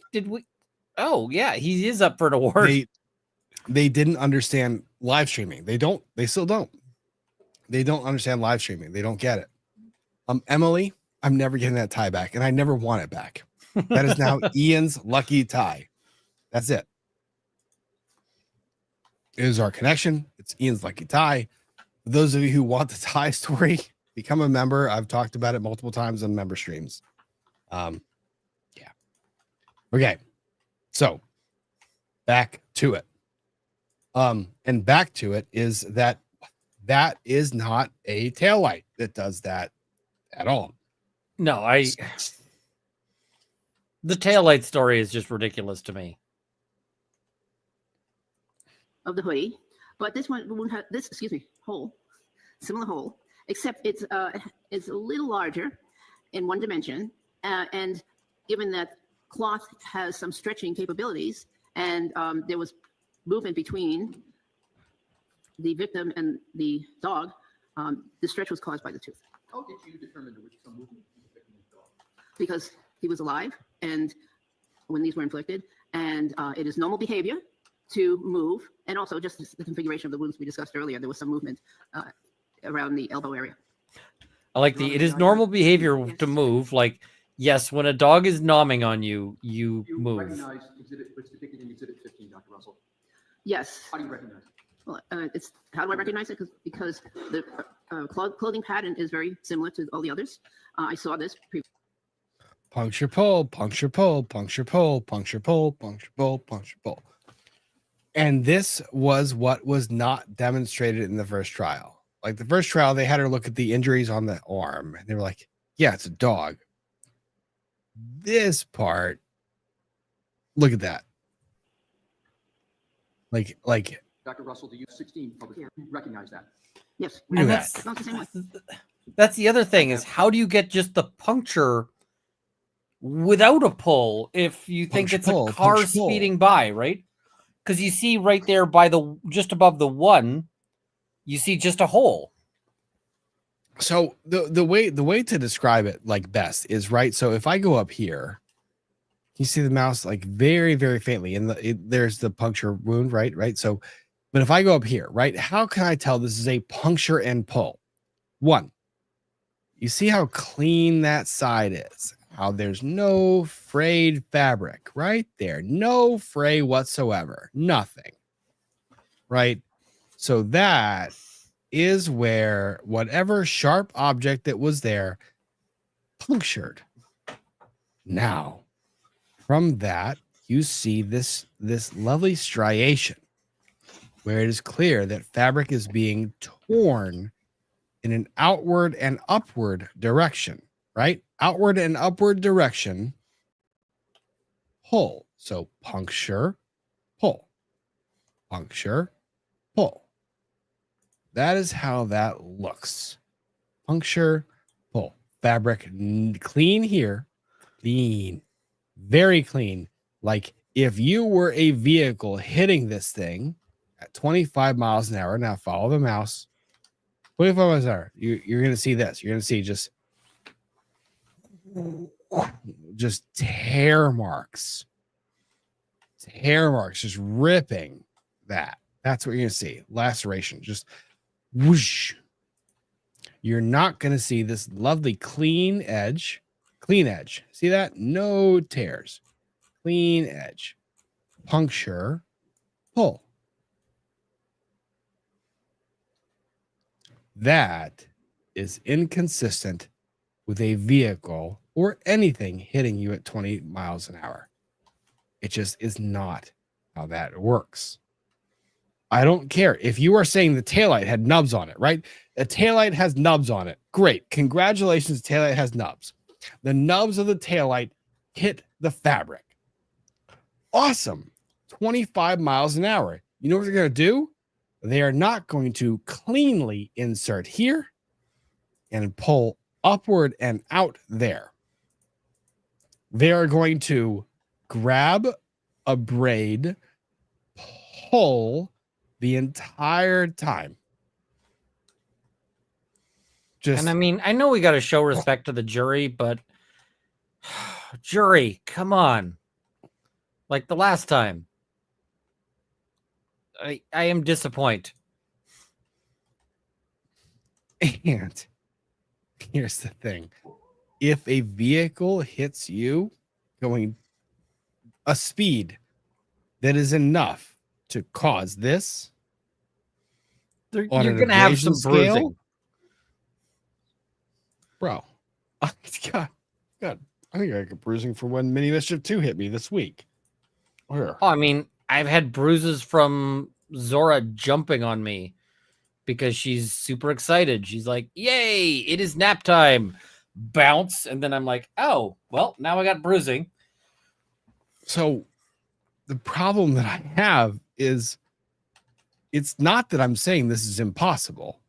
It's that someone, an expert, has to explain to me how this happens in a way that makes sense to me.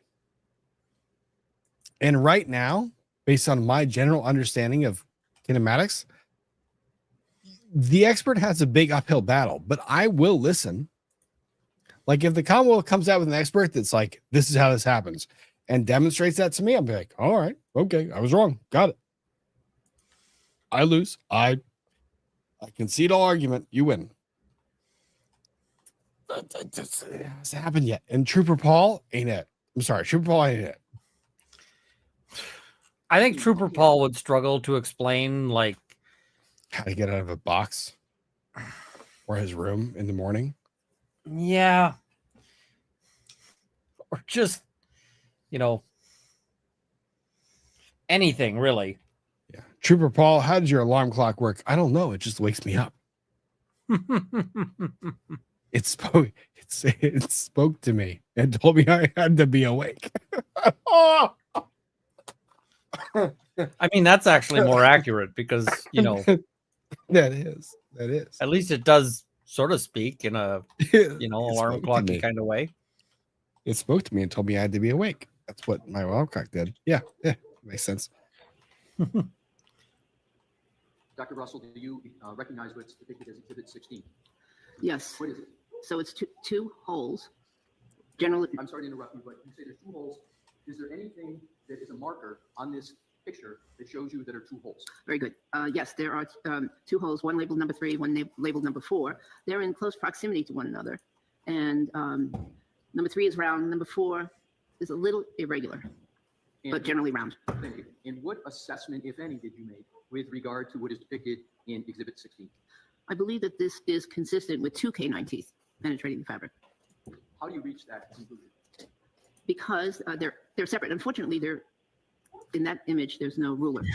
I'm sorry, There's no ruler. Because there was no ice pick on scene and I had a dog. That's what it is. There was no ice pick and no rule. No centimeter ruler in that particular image, but they're reasonably close by, so they could be. And Could be. inflicted by 2 canines in the same bite. Yes. Thanks. And what conclusions, if any, did you reach with what is depicted in this exhibit? I think I just said it. May I have public- She's like, did I stutter, sir? Yes. Thank you. there you go. This is the best one for the Commonwealth. This is the best one for the Commonwealth. Why? The laceration here. That's the best one that they have because it looks like a whoosh, right? So what I was describing earlier, a whoosh. Now that's cool and all, but explain to me all the others, right? So if I give you this one as possibly in your best argument being caused by the tail light, wonderful. There you go. Explain to me how any of the others happened. Magic. Don't know. Ian, I thought we didn't do that in law. However, you know what? Pool mark analysis. You know what's funny is people here. I want you to do this. So tell me why this is not tool mark analysis. Why is this not tool mark analysis? Why is this different than what we criticize with tool mark analysis? We're not looking at like microscopic injuries or anything like, microscopic patterns. We're just looking at the general shape of things. It's very much different than the whole, like, I am eyeballing this and saying these two things match. She's not matching this.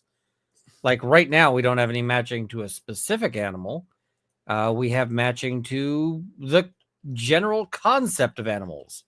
And so your tool mark analysis is much better if you're saying this was caused by a sharp object that could be a knife, as opposed to, a rifle round, right? It was caused by a rifle round. Like it was clearly caused by a round that entered the body. Yep. And you also have a different burden of proof.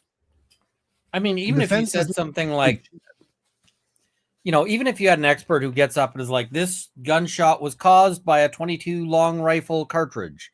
It's like, how do you know that? Well, I found the, in the body, I found the projectile and it was still in pretty good shape. And so I was able to be like, yep, that is totally .22 long rifle.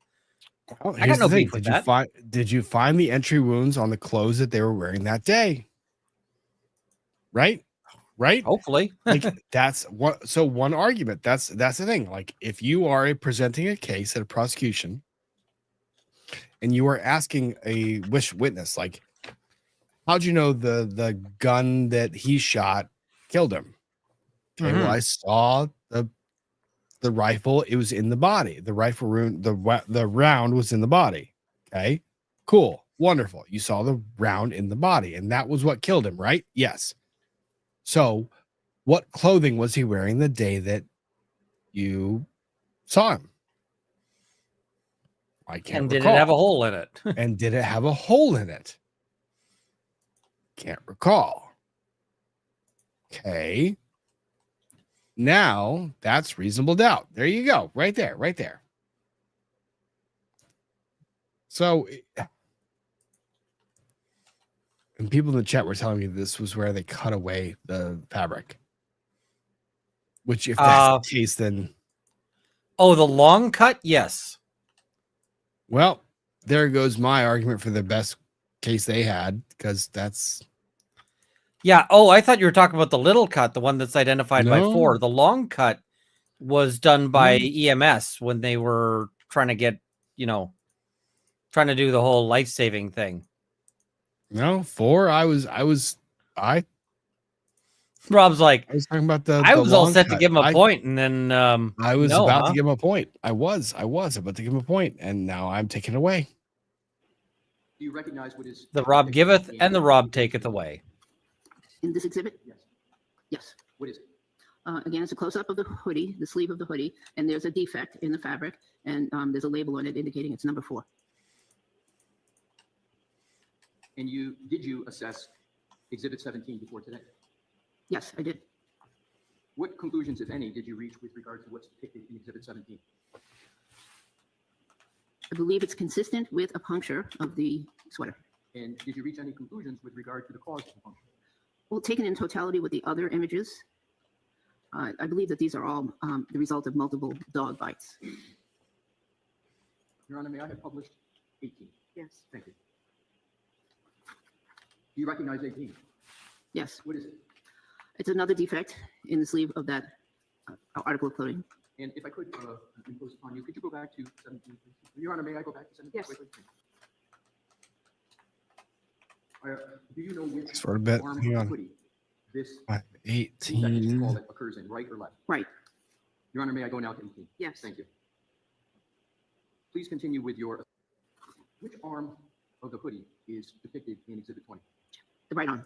And if we could please, Your Honor, go to 21. Which arm of the hoodie is depicted in 21? The right arm. And if we could go to Exhibit 22. I think you answered, but I want the record clear. Which are you able? Also, if you ever become an expert witness, sometimes you will be tested on things like your ability to tell right yes, from left. because I know Yes. that the only labels placed on this article of clothing were in the right arm area and the chest. And this contains a label, so this is the right arm area. How do you know that? How do you know Because we that the only labels were placed on the right arm? Because we saw the overall picture. May I have published, Your Honor, 23? Yes. Do you recognize what's depicted in Exhibit 23, Dr. Wilson? This one? Yes, do you recognize that? Yes. What is it? So it's it's a close-up picture of the right arm of the hoodie. And there's a number 7. And number 7 is pointing to a defect, small defect, several millimeters in length on that fabric. How, if at all, does the ruler in these pictures contribute to your assessment of the defects? Call us out. Noreen, I advocate for everybody, men and women alike. My clients are about equally split. Just about even. It's kind of a Trust me. weird comment. It's a weird comment. And I get people that say one thing versus the other. And I get that. I see those all the time. And people think I pick sides. No. No, at all. The other side No. always thinks you're biased against them. Always. It drives me nuts. One thing that someday it will stop bothering me, but No, it won't. I know. Liar. They give an overall measurement of the wound of the holes, the defects, as they currently were when the photograph was taken. But we have to keep in mind that fabric stretches, and when it dries, it contracts. So that has to be kept in mind when making assessments. So the size right at the time that picture was taken could be different than when the injury was inflicted. Does the ruler help you at all in this photograph or any of the photographs we've seen in determining whether or not a given defect is from a dog? Yes, they do. Because there are several of them. The configuration of the collection of the defects are in a certain area. And actually, it's the area that corresponds with the area of the decedent's arm where the injuries were. And they're significantly smaller than, for instance, what you would see in a gunshot wound. Your Honor, may I please have published 24? Sure. Thank you. Do you recognize what's depicted in Exhibit 24, Dr. Russell? Yes, What is it? that's another defect in the right arm, closer to the sleeve or cuff of the arm of that particular hoodie. And it's labeled number 8. What assessment, if any, did you make of what's depicted in this exhibit? It's consistent with a dog bite, and fabrics are pointed outward. Why is it consistent with the dog? Again, the size. I'm sorry. The size. The size Yeah. of the. Tell me that there's a better example of a puncture and pull right there. Boom. Puncture pull. The dimple right there. That is not, there's no tear. There's no lateral movement. There's nothing. That's a puncture and pull. Are you fucking kidding me? The Commonwealth has to explain this. I don't understand how they cannot. It is wild. So let's get to some of the cross. Now, I will say, I'm going to give massive points. Thank you. So it is very, very, very boring. It is very boring to be the lawyer that has to do this. It's remarkably boring. It sucks. You think we like it? We fucking hate it. You know why? Because we Experts know are what the the worst. doctor's going to say. I know. We know what they're going to say. We want them to just say, doctor, tell me what the fuck you think. We want them to just be able to say that, but we can't. So we have to methodically go through our stupid fucking questions, ask them one question at a time, and lead them down the road to prosperity where it's like 1, 2, 3. What is 1 + 2? 3. What is 2 + 2? 4. Congratulations, doctor. You have credibility. And you're doing this on a methodical approach, and it sucks. And the other But- thing is that often your how do I put this? Often your expert is going to help you draft the questions too, because you're like, Yeah. what do I need to ask you? Right?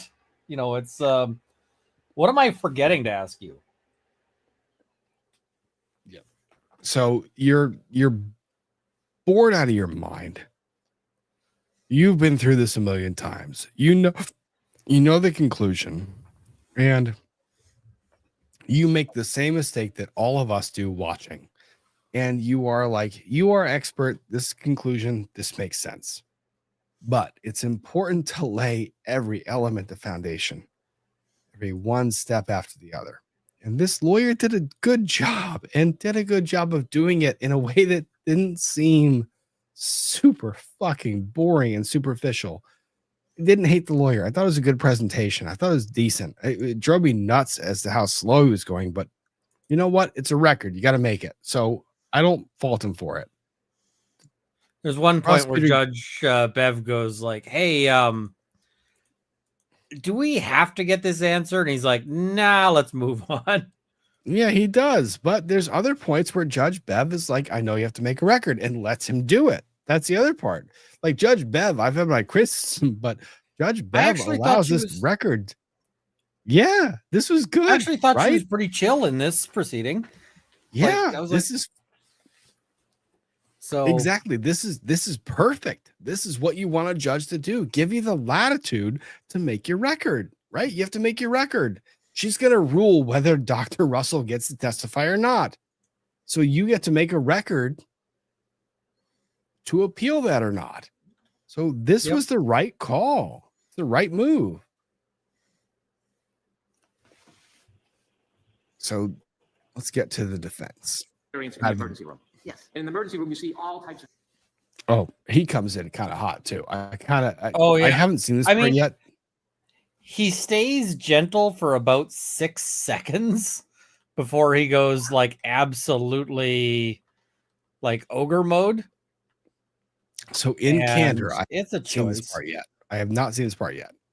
Oh, then you're missing that. You missed out on some Yeah, quality it was- F this guy. It was 7 hours. It was 7 hours, Ian. 7 hours. I know, but you missed out on some quality F this guy.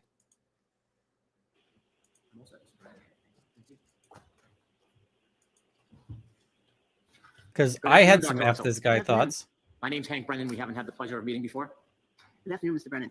I'm going to ask you a few questions if that's okay. Yes. Thank you. I don't share think with she us you have thinks an it was a extensive pleasure at the end of history- this. I like the tie choice and I like the outfit. I like the spread collar. I like the tie. I like the vest underneath. Tie is too wide. Tie is too boring. He looks like Oh, he's going to a stop. funeral. I think he looks good. That's fine. He looks good. That's it's a spread Sure, collar. he looks sir. good. It If is- his it is a grandma spread died. collar. It's a spread collar. You don't put a neat tie knot up there. No, it's a spread collar. That's an appropriate tie. Sure, if you're going to a funeral. No, funeral would be black tie. And then I would be joking. And about that's James Bond. gray. Like, He's a prosecutor. I mean, he's like a little bit dark inside, just a bit. yeah, but he's not supposed to gotta look give him it. that. I mean, it's motions. I do not have to give him that. Wear a better tie, sir. the defeated side.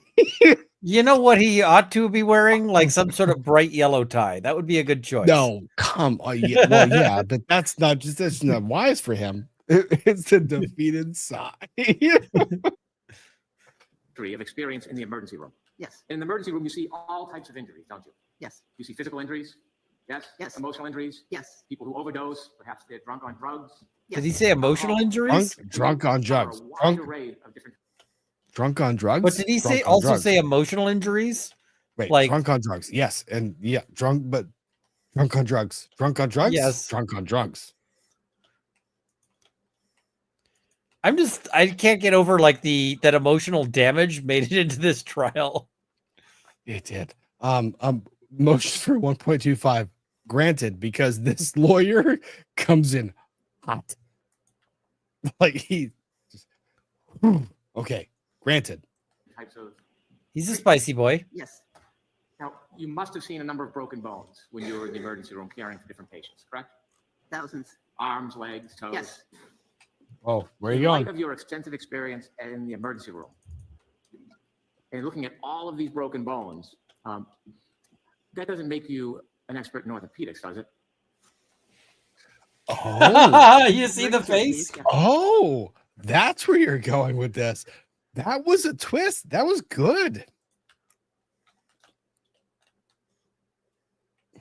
Was it?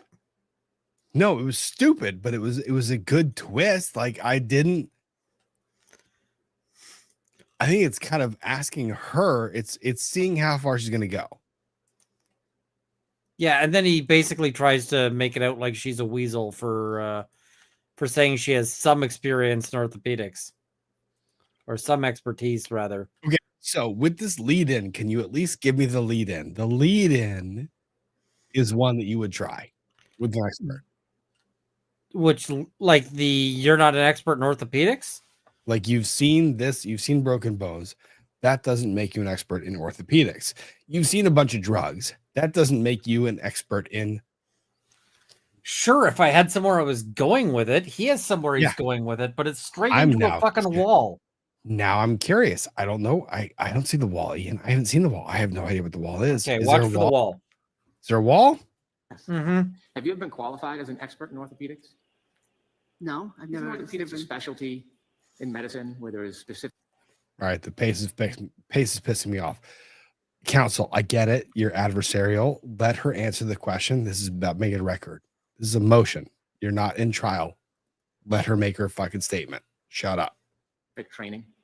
Yes, And people who become orthopedics or orthopedic surgeons, they go through rigorous education specifically to be an orthopedic, right? well, orthopedics involves more than just setting fractures or diagnosing fractures. Orthopedics involves things like bone tumors, bone cancers, a lot of other parts of orthopedics, not just trauma.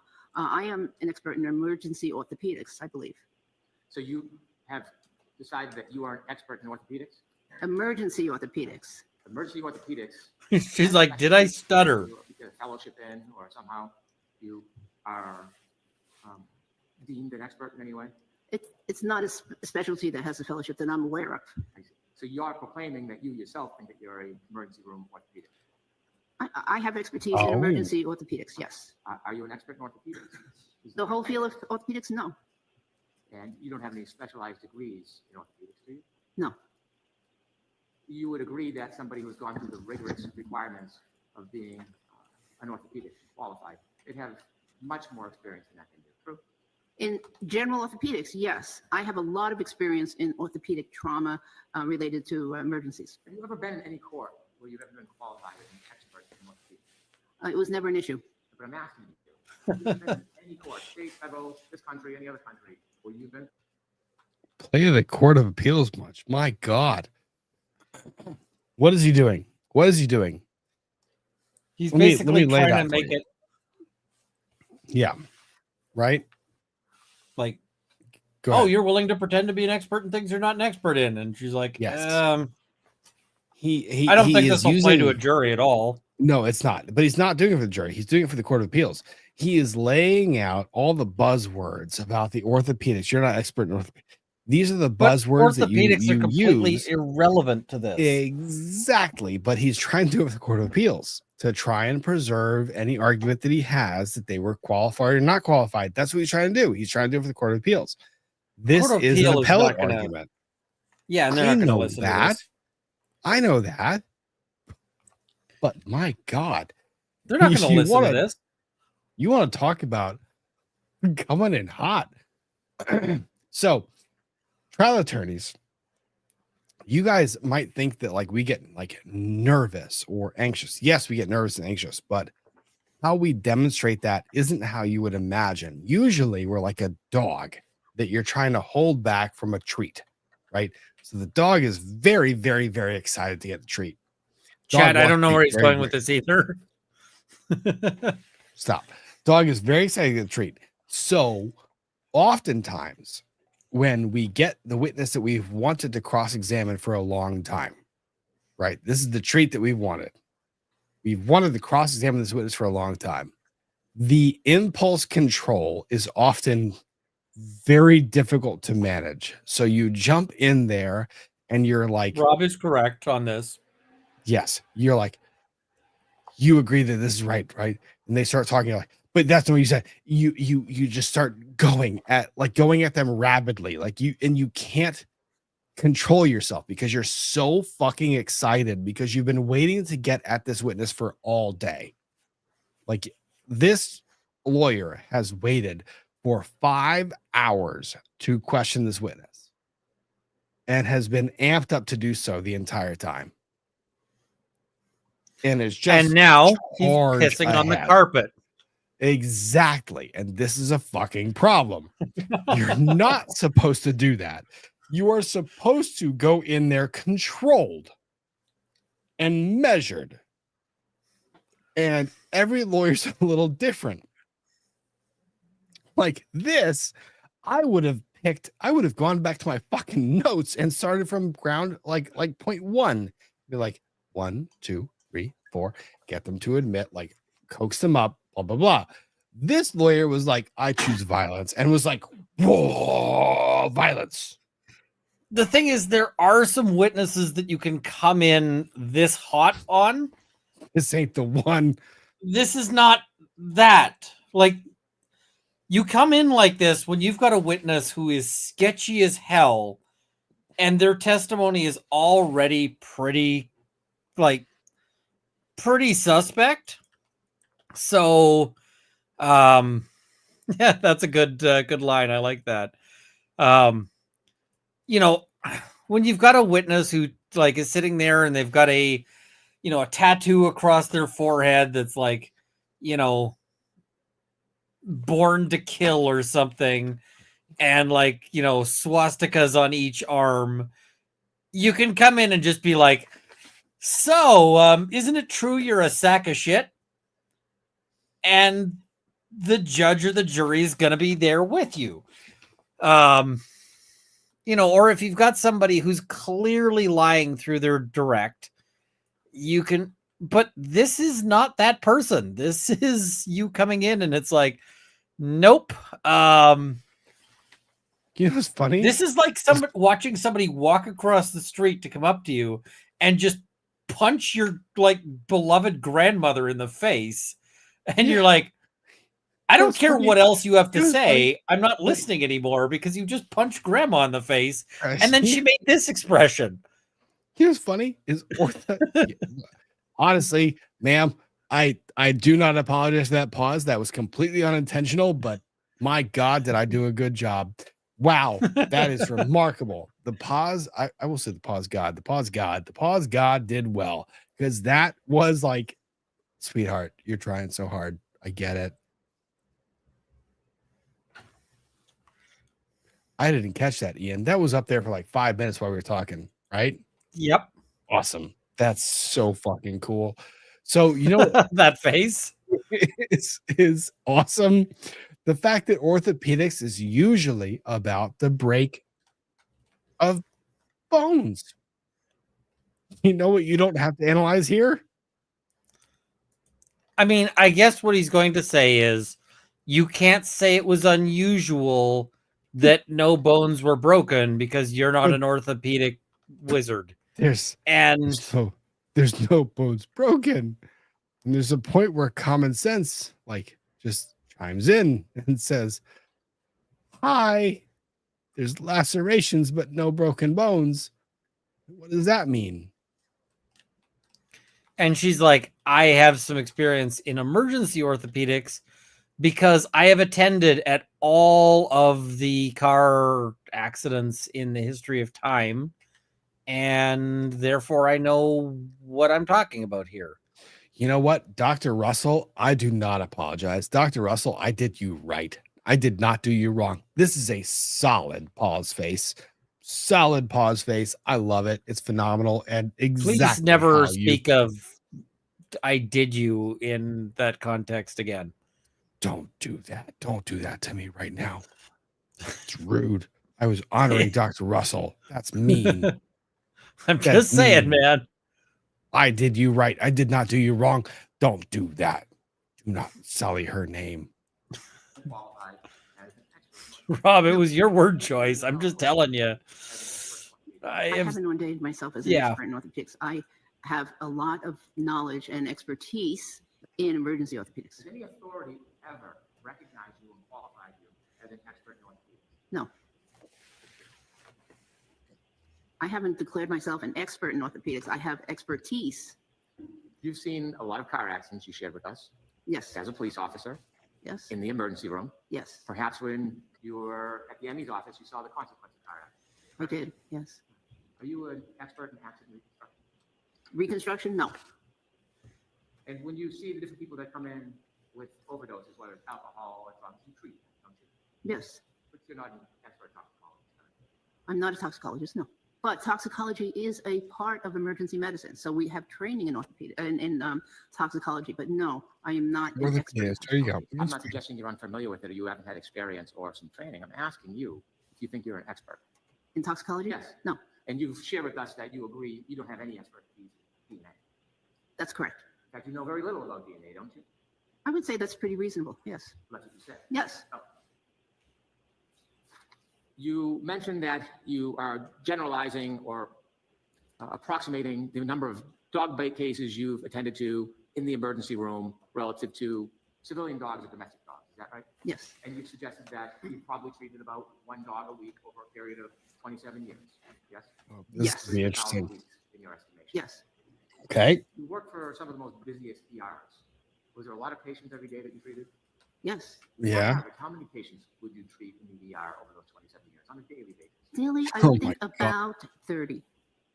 So if you're treating 30 patients a day over the course of a week, and you consider that in the context of 1,000 weeks, the amount of dog bite cases that you treat in the ER is about half of 1%. Wouldn't that be fair to say?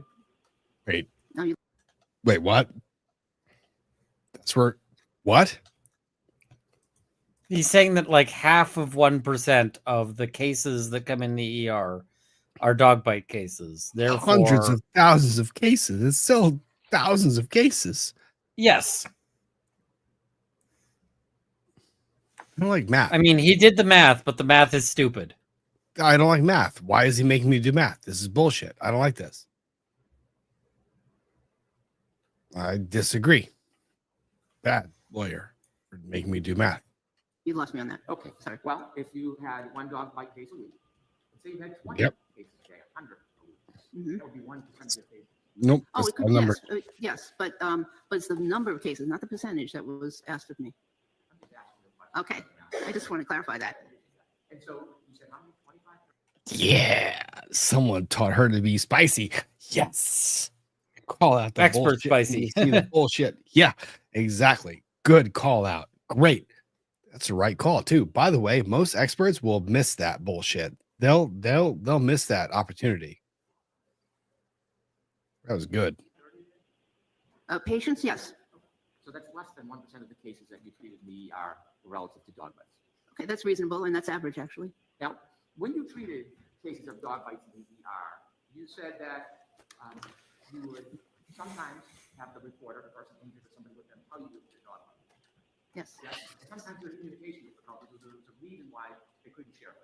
yes. And then you suggested that how you came to this pattern recognition scale, that you would have to determine the injury with no help from the reporter. I was always interested in dog bites, and yes, there were a few occasions when I had to use those skills in order to determine what kind of an animal it Let's was. talk about those few occasions. Why don't you share with us a story where you met a patient, if you can recall, where you had no idea what the injury may have been. Why is he so far from the mic? And tell us about how you determined it was. It's like, sir, you are in Well, court. You should be in the thinking same about a time specific zone as case, the I can think microphone. of cases where I determined it wasn't a dog bite, and it was something else based on the pattern of the bite. And am I not answering your question? I'm not looking for cases where you couldn't determine the dog bite. I want you to share some of this wealth of experience you have in dog bites. Share with us, if you will, one of the cases where there was no information that was a dog bite for whatever reason, and then you take under pattern recognition skills determine there was a dog bite. I want you to walk through an actual case. You can recall you had this scenario you presented. I can't give you a specific case because, again, in the overall scheme of emergency medicine and the frequency that dog bites are to other cases, it's just not a case that I would remember that kind of the specifics of the case. She's like, I can't be specific because your question is dumb. And your question is dumb because it came from a dumb source. No, I love this. He's basically saying you project yourself as this massive expert, but you can't remember a single instance like where you did this one thing. This is the defense attorney's tech. Like people talk about him, he's a defense attorney.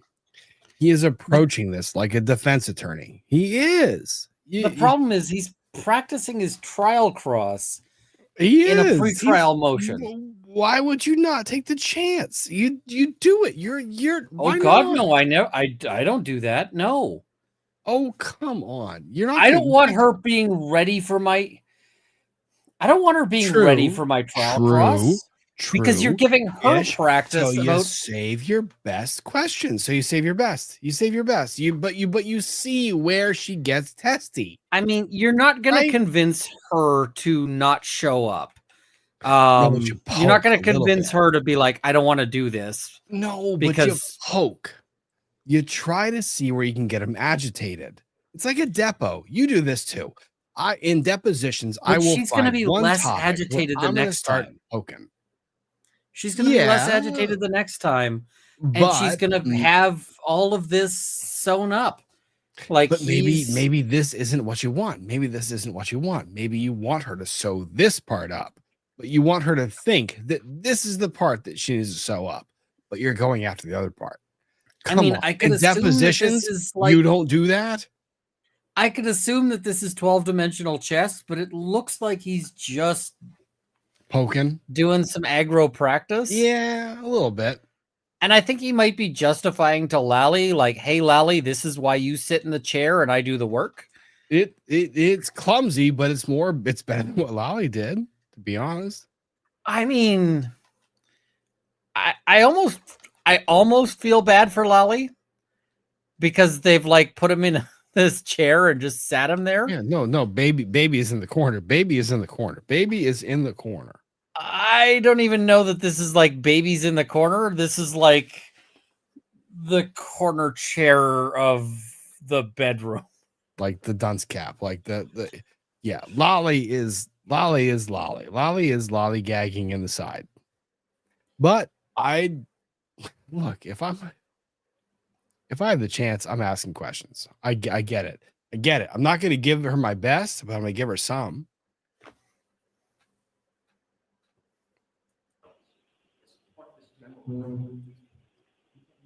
Objection, Your Honor. Argument. Yeah, so, counsel, that's okay. In Massachusetts, typically we don't give the reason for objections from the floor. Your objection sustained, no commentary, Mr. Brennan. Judge Canone is actually being really nice to them right now, to the new lawyers. Co-opted, yes. Can I ask you some questions about those? Absolutely. Thank you. Now, the first one I want to talk about is law enforcement canine dog bites. Do you remember that article? Yes. And that had to do with what you refer to as law enforcement dogs or canines. Yes. In that article, you talk specifically about a technique that you believe law enforcement or canine dogs utilize, which is bite and hold. Yes. And what you have suggested is that the bite and hold technique is different than typically a domestic dog or a civilian dog. Yes. Because it's a trained learning for the dog, correct? Not all dogs can learn bite and hold, by the by. Canine dog using a bite and hold technique. Yes. When you wrote this or co-authored this article, you didn't actually sit down with people who had wounds and compare the wounds to the dog that caused them, did you? To the actual dog? Yes. I didn't, but I didn't. Just want to know if you did. No. Oh, and when you looked at these different cases, there was 700 cases. This was what you called the authors called a retro. I'll be right back. I don't want to miss That means you're the looking back key those files. moment, but I do need more Yes, but I cola. participated in some of those files. We were just looking. No, my thing is like you 700 cases. You didn't look at every one of those, right? You mean 700 cases? No. back at the data from those files. I participated in the care of some of those patients. I understand. Okay. And so when you went through the files, you didn't have the opportunity then to follow up and speak to any of the participants or the injured victims, did you? I spoke to many of the victims while I was treating them. When you decided to write this article, did you go back and speak to anybody? No. There's no mention in this article about pattern recognition in any way. That's not what this article is about. Was it? No, that's not what the article's about. It's about something entirely different than what you've suggested today is your pattern recognition skills. Yes? That's correct. I recognized the patterns because I saw the wounds and I saw the injuries and I saw them over and over and over again. And I recognized those patterns throughout my career. And so it's hard to unrecognize something. I'm trying to ask you about the significance of your study because this is actually something that you published. Yes. And I'm trying to determine, or I want you to be able to discuss the relevancy of this article to what you're trying to find. Oh, good. I didn't miss the key thing. In the study, it had nothing to do with trying to engage in pattern recognition. The purpose of the study was not to teach people pattern recognition. It was to alert them to the dangers of this different type of dog bite so that they weren't under-treating them. But in the process of seeing all those patients, I developed the pattern recognition. Okay. And so there was another article, Managing Law Enforcement Canine Dog Bites in the Emergency Department. Yes. Now that only comprised of 4 cases, yes? It was a case description. Of 4 cases. Yes. And do you know most studies usually include over 30 cases? It's not a study. I see. You reviewed types of injuries relative to civilian or domestic dogs or just canine? Now, people, he knows the And difference. again, He's your just trying position to is that the play injuries by canine fuckery dogs, games because law that's what you enforcement do dogs, in are law different in sometimes. kind And than domestic or civilian dogs. In general, when they bite and hold, those injuries are different. Sometimes they don't get a complete bite. And so this article didn't deal with civilian or domestic dogs. It dealt with only canine dogs, That's correct. exclusively on the idea or the perspective of bite and hold injuries. It was on the perspective of you need to learn how to treat Bite and hold injuries. these dog bite injuries. Bite and hold. Yes, yes, yes. Okay. Now, again, in this article, there was no effort to identify wounds or use pattern analysis. It was the treatment of bite and hold injuries from canines, That's correct. law enforcement canines. Yes? Yes. And then you also shared with us, in addition to these 2 articles on law enforcement dogs and bite and hold injuries, that you did some revising, editing of a book for a doctor. Is it Vati? I'm sorry, say again? You said that you revised or edited a book of a Dr. friend. Vale. Dr. Vale, I'm sorry, Dr. Vale. And when you were asked about what actually you recall about the topics, you don't really remember the topics of that book. You just remembered you edited it. No, I remember the topics of the Okay. book. In the topics of the book, it was dealing with human teeth, wasn't it? Yes, but in the article itself, if you read it, there's mention about dog dentition. There's a mention of it. Yes. Tell us what that mention was. Well, the mention is that the dog dentition looks different and dog bites look different because of the triangular shape of the dog's mouth versus a rounded shape of the human's mouth. Well, when they talk about the shape of a dog's mouth, it's not really triangular. It's like an hourglass. Well, but that was the quote. Those were the words that were used in the article, and it's relative triangular shape. It's as opposed to a round shape of a human. Well, in most studies, professional studies by experts, isn't it routinely referred to as an hourglass shape? Are you fucking kidding me? We're talking about the shit. It's routinely figured to as I haven't seen that at all. Well, have you read books on dog bites? I've read articles on dog bites. You've read books on dog bites. No, I have read articles on dog bites. Have you read this book? You recognize it? Oh, this is the part you want. So for the record, you need to say what you just showed the I'm witness. showing Dr. Russell a book called Dog Bites, a Multidisciplinary Perspective, edited by James S. Mills. Yep. Is that it? I'm sorry. May I see it? If the court would let me, of course. May I approach? Yes. Is this part? This is the part, right? This is the part. I don't think it's quite yet. Thank you.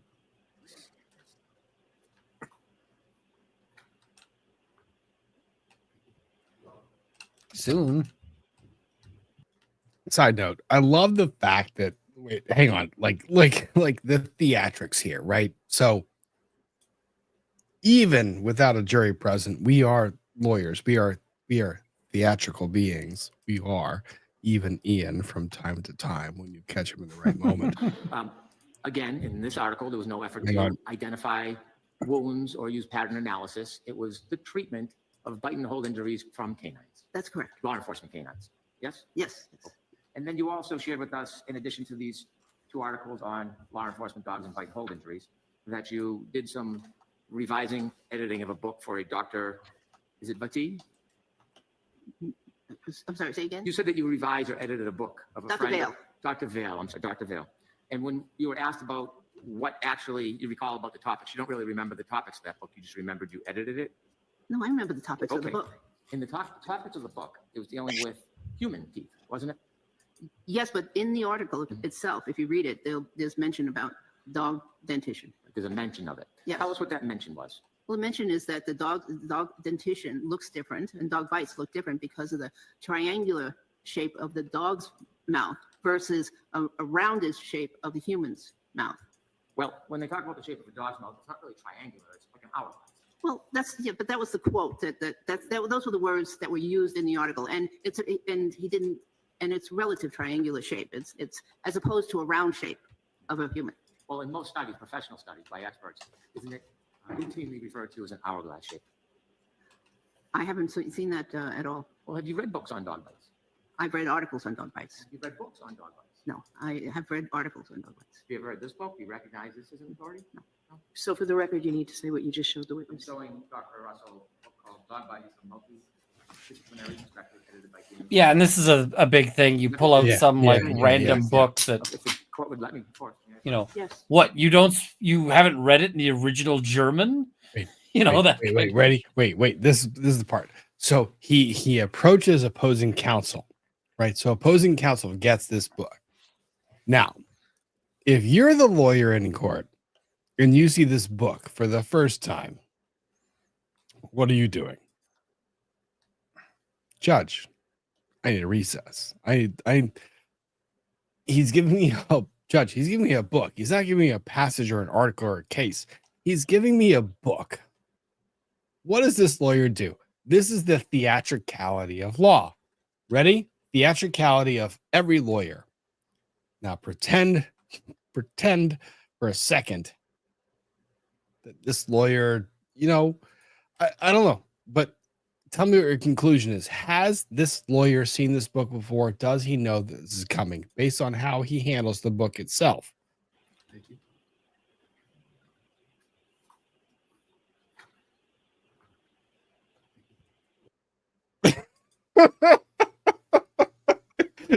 And you saw that? He goes He's like nice book. 30 There you go. pages in, like 50 pages in, like 150. It's like, this is a handsome a book. This is a good book. It looks, it's well bound. It's leather. It looks fancy. Here you go. So, in the theater of the courtroom, Ian, what did he just do? He's like, that's a nice book. You have your toy. Off you go. What did he do to his witness? I mean, he's letting her play with it. And letting her know. He's not worried. Yeah. Yeah. And be cautious. Like I took a moment to take a look at the book. Take a second. Like you're in water here that you might not want to be in. So, okay. That's what I do. That's how I would perceive it. But the lawyer taking the book and being like, this is a lovely book. Good binding. Fantastic. Did I read the words? No. Here. Go forth, my son.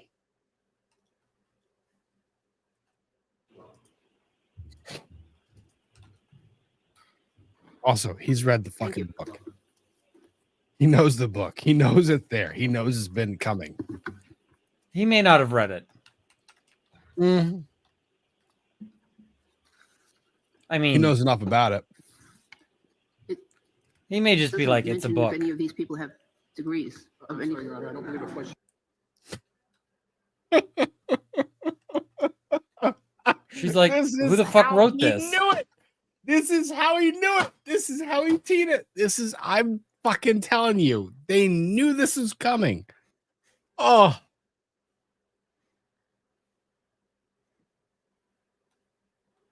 She's No just like, question I don't know who pending. these people are. They suck. I know. I know. No question pending. Just like right out the bat. Like right out the bat. Like I love these witnesses. These are my favorite. I love these witnesses. They're great because they are not combative, but they're combative in the right moment. So She's just like, the fuck is this shit? yeah, to rewind. Lawyer is like, Judge, I have not seen this book. This book is a shock to me. My God, this book I have never seen. I clearly have read this last night, but I have never seen this book. I Fast doubt forward. he's read the book. Come on. Routinely referred to as an I know. hourglass shape. I haven't seen that at all. Well, have you read books on dog bites? I've read articles on dog bites. Have you read books on Yeah. dog bites? No, I have read articles on dog bites. Have you ever read this book? Do you recognize this as an authority? No. So for the record, Sure you what need it to say is. what you just showed the witness. Yeah, sure what it is. Dr. Russell, a book called Dog Bites, the Multidisciplinary Perspective, edited by James S. Mills. Never, Is that it? I'm sorry. May I see it? if the court would let me, of course. May I approach? Yes. It's my favorite fucking part. It's great. Take a look, flip, page 1, page 95, page 165. Looks good. Show my witness. Thank you. Thing is, if he'd read the book and if I'd read the book, I would have just been, oh, that book, when he hands it to me. This is the best. She flips to page 1. Ready? Page 1. She is, you can see where she is in the book. Page 1.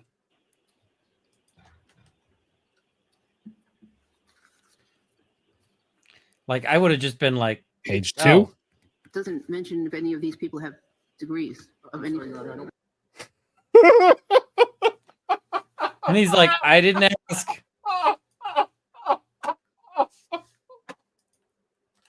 Sorry.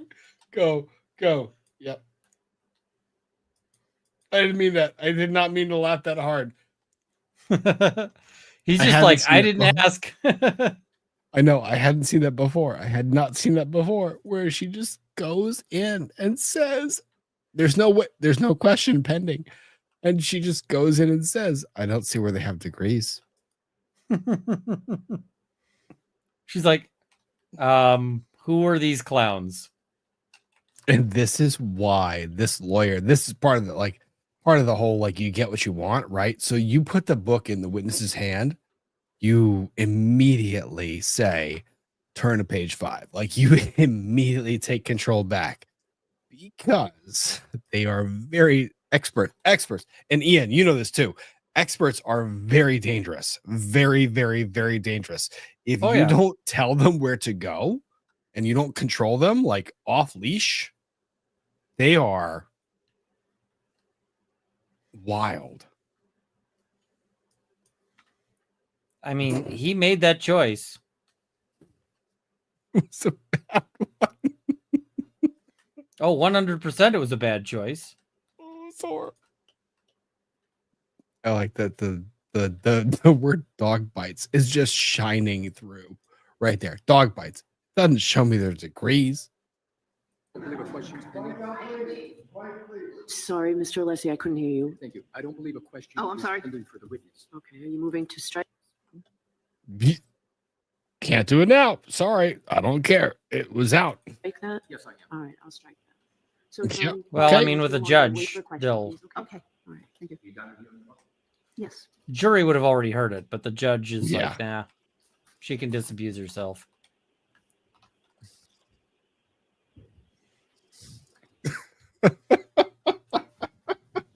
For those of you who have not been in court, if you, oh my God, I know you don't like the body language stuff, but the body language right there with just dropping the book on counsel's table, on the defense's table, and just be like, and just going back to the podium.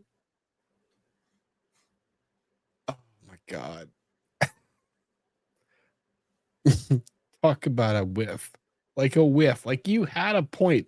It was there. It was there to make. Like you had the swing and you just swung and you fucking missed. You've, through your testimony, attempted to or suggested there's a distinction between canine law enforcement wounds and that of domestic. Yes. But domestic dogs can cut the skin, Correct. cause serious injury, Yes. deep wounds. They can. It's not just that domestic dogs just nip around the corners. They can bite. They can. They can attack. Yes. They can kill. Yes. You've seen it firsthand. Yes. No, I didn't witness the attack. No. Do you doubt that it was a canine attack? No, I didn't witness the attack myself. Oh, I understand. Firsthand is what you said. You made a firsthand observation of a dog bite in the 1970s when you were at a training, Yes. and one of the participants was bit. Yes. Now, you said you didn't remember the wound. Do you have any memory of looking at what happened after a dog actually bit somebody firsthand? Side note, this is good. This is good. This is what lawyers do before they walk into court. He went to a entirely different event. He knows the background. He did his fucking homework. I get that people have opinions, but this is good work. Yeah. Objection, Your Honor. No, I'm going to allow it's cross-examination on our test, based on Yeah. our testimony. Yeah. Say again? Should I repeat, Doctor? Yes, please. Do you have any memory of what you saw of when a dog actually bit somebody, your firsthand observation? From 50 years ago? No. When people came in the emergency room, you didn't actually see the bites or how the mechanics of it happening. You're treating it after they come and ask you for aid. That's correct. Did you ever, Okay. in any of those emergency room experiences, go and see the dog? No. Did you ever have any other information about the dog, photographs, pictures, anything like that? Well, I did have other information about the dog. Oh, give me an example. Tell me. Well, we had to fill out a dog bite report after a dog bite's requirement. Oh shit. This is danger. Danger, danger, danger, danger, danger, danger. So this is my favorite tactic. This is my favorite tactic. I fucking love this with experts, especially. You pretend like you don't know what they want to say, and you open the door and you say, well, you didn't say that, right? So, but what did you say? And you let them go. This is danger zone. This is the lawyer teeing her up. The question is this a proper tee up? Is he going to have something to come back on? My odds are yes. Right now, I don't know. In Dunno. Los Angeles County. So, although most doctors don't have the time to do it, I try to comply with that rule. So I would question the victim, try to find out the address of the dog if they knew it. Sometimes they did, sometimes they didn't. But I tried to get as much information as I could. Did you ever get any photographs? No. From? So it was just reporter information from the person who's coming for treatment or somebody that was assisting them. Yes. You provided a CV in this case, didn't you? Yes. In your CV, you list out some of your pertinent history and experience. Yes. Subsequent to your CV, Weird. you wrote a report and you Weird. Rare to attack the CV. We don't usually go after the CV. Because it's usually a Yeah. losing game. Yeah, usually you don't go after the CV. Unless you know something on it is faked. I've had that. that's- Where it's like, you put this entry on your CV. feels that weird school here. didn't That's- exist in that year, did it? Yeah, like the And they're like, CV oh, I thing, must have you- got the year wrong. Oh, what year was you it then? don't go. Like, because if it's like they say they publish something, it's like you go after them for like being a like the associate writer of something. It doesn't land the points you think it does. Now that's signed different it if on- they actively bullshit about something and you can catch them in it. But that's Yeah. rare. So I'm curious on the here. 9th of December, 2024, Yes. and it was provided to the Commonwealth, on December 10th, 2024, 2 days ago. Yes. There were a number of things that you offered in that report regarding your suggested experience that are just not in your CV. Isn't that fair to say? That could be. Yes. Of course. You can't put everything in the CV. Well, you didn't say anything really about dog bite experience in your CV other than Oh, he's about stepping it. He's about stepping it. He's about stepping it. Like he's about stepping it. The CV is curriculum vitae, and it is not all inclusive of everything you've ever done in your life. It's what you view as the hallmarks, the benchmarks, right? So what you want people to highlight. He's about to step in it because he's going to say you didn't do this in your CV, and she's about to say, well, I did include a lot. Yeah, here's all the other experience I have that I didn't mention, but And I guess if we're going there, I'm going to tell you just even more about how awesome I am. am I right? Am I right? I feel like I'm right. I feel like I'm right. Then your 2 articles, did you? No, I didn't. Okay. And you didn't mention anything about this specialized training or expertise in pattern recognition analysis. You didn't mention anything about that in your CV, did you? Can't mention everything. I didn't ask if you could mention anything. I'm asking if you mentioned that. Well, it says brief CV on the top. I'll ask you again. Okay. Did you mention anything in your CV about pattern recognition analysis in your described expertise in that? No. In your report, and let me ask you before we get to your report, you testified at a voir dire in this case? Does your CV have like the shit you did as a beat cop? Because I'm pretty sure it doesn't. Just saying, most people don't. Case? Yes. About a year ago? Less than that. And you then testified at trial? Yes. When you testified in the voir dire and trial, in your CV, you don't mention the scores of peer review articles on dog bites that you studied, do you? Ask that question I'm again. sorry. When you testified 2 times before, Yes. did you talk about the scores, as you describe it, of peer review articles that you've studied on dog bites? On the numbers of period. No, I didn't mention that. That's correct. Okay, and that's not mentioned in your CV either, You don't usually mention it in your CV about the articles you read. but I'm asking if you did.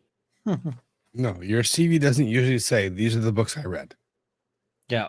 Just saying. It's your accomplishments, didn't not the mention that. things you Okay. read. Yeah, You also don't like, put down the number of times you took a shit. Or wiped your ass after you took a shit. Hopefully they're identical in number. You're like, hopefully. Got him. Got him. The hands on the head. I got him. Got him. I'm just So let's like, talk about it now. So I don't know if Lollies you read match scores up, of but peer-reviewed articles on dog bites. Throughout my career, yes. Let's talk about the peer-reviewed articles that you've studied on pattern recognition analysis of dog bites. Could you please give me a list of those peer-reviewed articles that you studied? I don't think there are any. Mm. There are some mentions of pattern recognition in some articles. However, I don't think there's a dedicated article on pattern recognition of Well, dog bites. you said in your report that you reviewed scores of peer-reviewed articles on dog bites. Dog bites, yes. Okay, so those didn't really include pattern recognition as you've described your expertise today. Some of them did, some of them didn't, but that might not have been the major focus of the article. Which ones did? You reference us the ones that you've read and relied upon, in your opinion today, that have to do with pattern recognition analysis. May I look at my report or my CV? Sure, Of course. sure. Go ahead and take your time, John. Thank you. Okay, there is, and they might not have used the term pattern. Side note, and take your time, doctor, is one of those where Bev is like kind of close to done. Like you get a feel for judges, and Judge Bev is she's losing patience won't- with this. yeah, she gonna tell you. She gonna tell you when she's about done for the day. When she's about done for the day. recognition, but that's what they're talking about in these articles. Okay. There is a article by D. Munich it's actually listed in my report Mhm. under literature. Okay, I see it. It's the third one. Yes, And that deals with pattern recognition it's analysis? part of the article. There was a lot more in the article than just pattern recognition. And again, they might not have used that specific term pattern, but it's what the subject was discussed in the middle of the article. Yes. What was discussed in this article that you relied upon? Oh, I relied on the descriptions of wounds. I relied on a lot of this article. Well, share with us in detail. Could you tell us what you relied on in that article as part of your opinion? Well, there was a description. There was an area that described. Points for prosecution. Points for prosecution. You have to give them points where they got it. That's the score. Get her flustered. much of make her one. think. It's not much of one, but it's a point. Gotta give them a point I where mean- they got it. You gotta give them the point where they have it. Yeah, it's not much of a point. Like if this is what you're and scoring, fatal wounds and like I if know, this is I where know, I we're know. calling them getting points, it's pretty bad. What are you You gonna know, do? it's like if you're Ian, going to Ian, an what do you adult and do? you're like, well, at least you managed to eat breakfast today and you I don't know. smell too much like shit. It's, you know, But what am I going to do? I've been talking about her credentials. I've been talking about the expertise. Like, I have to call out the point. Even if it's not great, it's the point that she scored. Yeah, but this is like somebody saying, I got 6 points. And you're like, yeah, but sir, you're playing Galaga. Yeah. You know, it's like, we're measuring in the thousands. I get it. like, Ian, I understand, but I'm gonna call out the little things where she becomes combative and he scores a point or two. In dog bites. True, right? Like it's combative, it's a point or two, it's 1 or 2 points. It doesn't matter. It's different in every case, but he scores a point. And how to approach them, you know, how to investigate them. There was an area that described what some of these wounds looked like.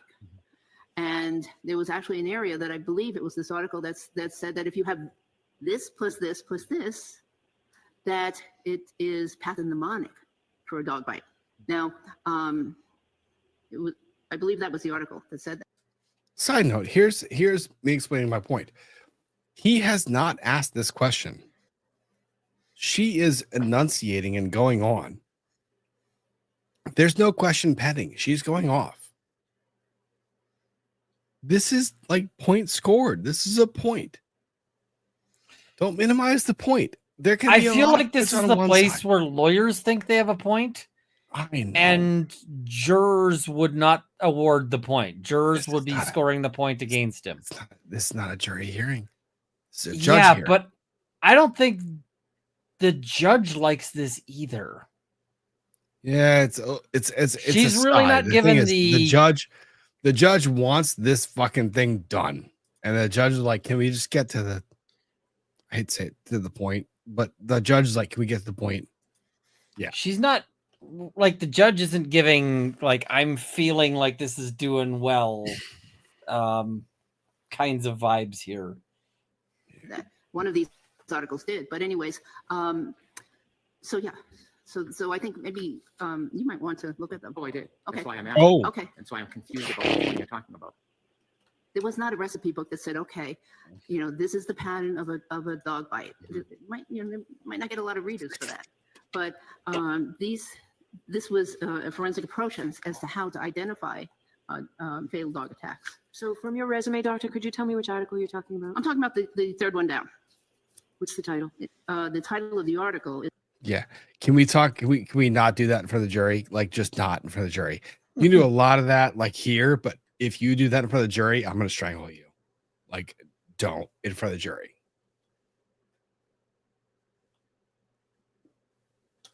Not Is forensic approach of fatal dog attacks, a case report and literature review. Okay. Fatal dog attacks oftentimes involve vulnerable areas like the neck, Absolutely. abdomen. Yeah. Neck, face, head, yes. That's Sometimes the abdomen, yes. Okay. No cases cited in there that deal with wounds on an arm. Because it's That's the fucking dumbest question I've ever heard in my life. Are you fucking kidding me? Nobody's armed to death. Are you stupid? That is so fucking stupid. That is the dumbest. Every fatality is against the neck or the body or the head or the arm, right? Yeah, that's the fatality. How do you prevent the fatality?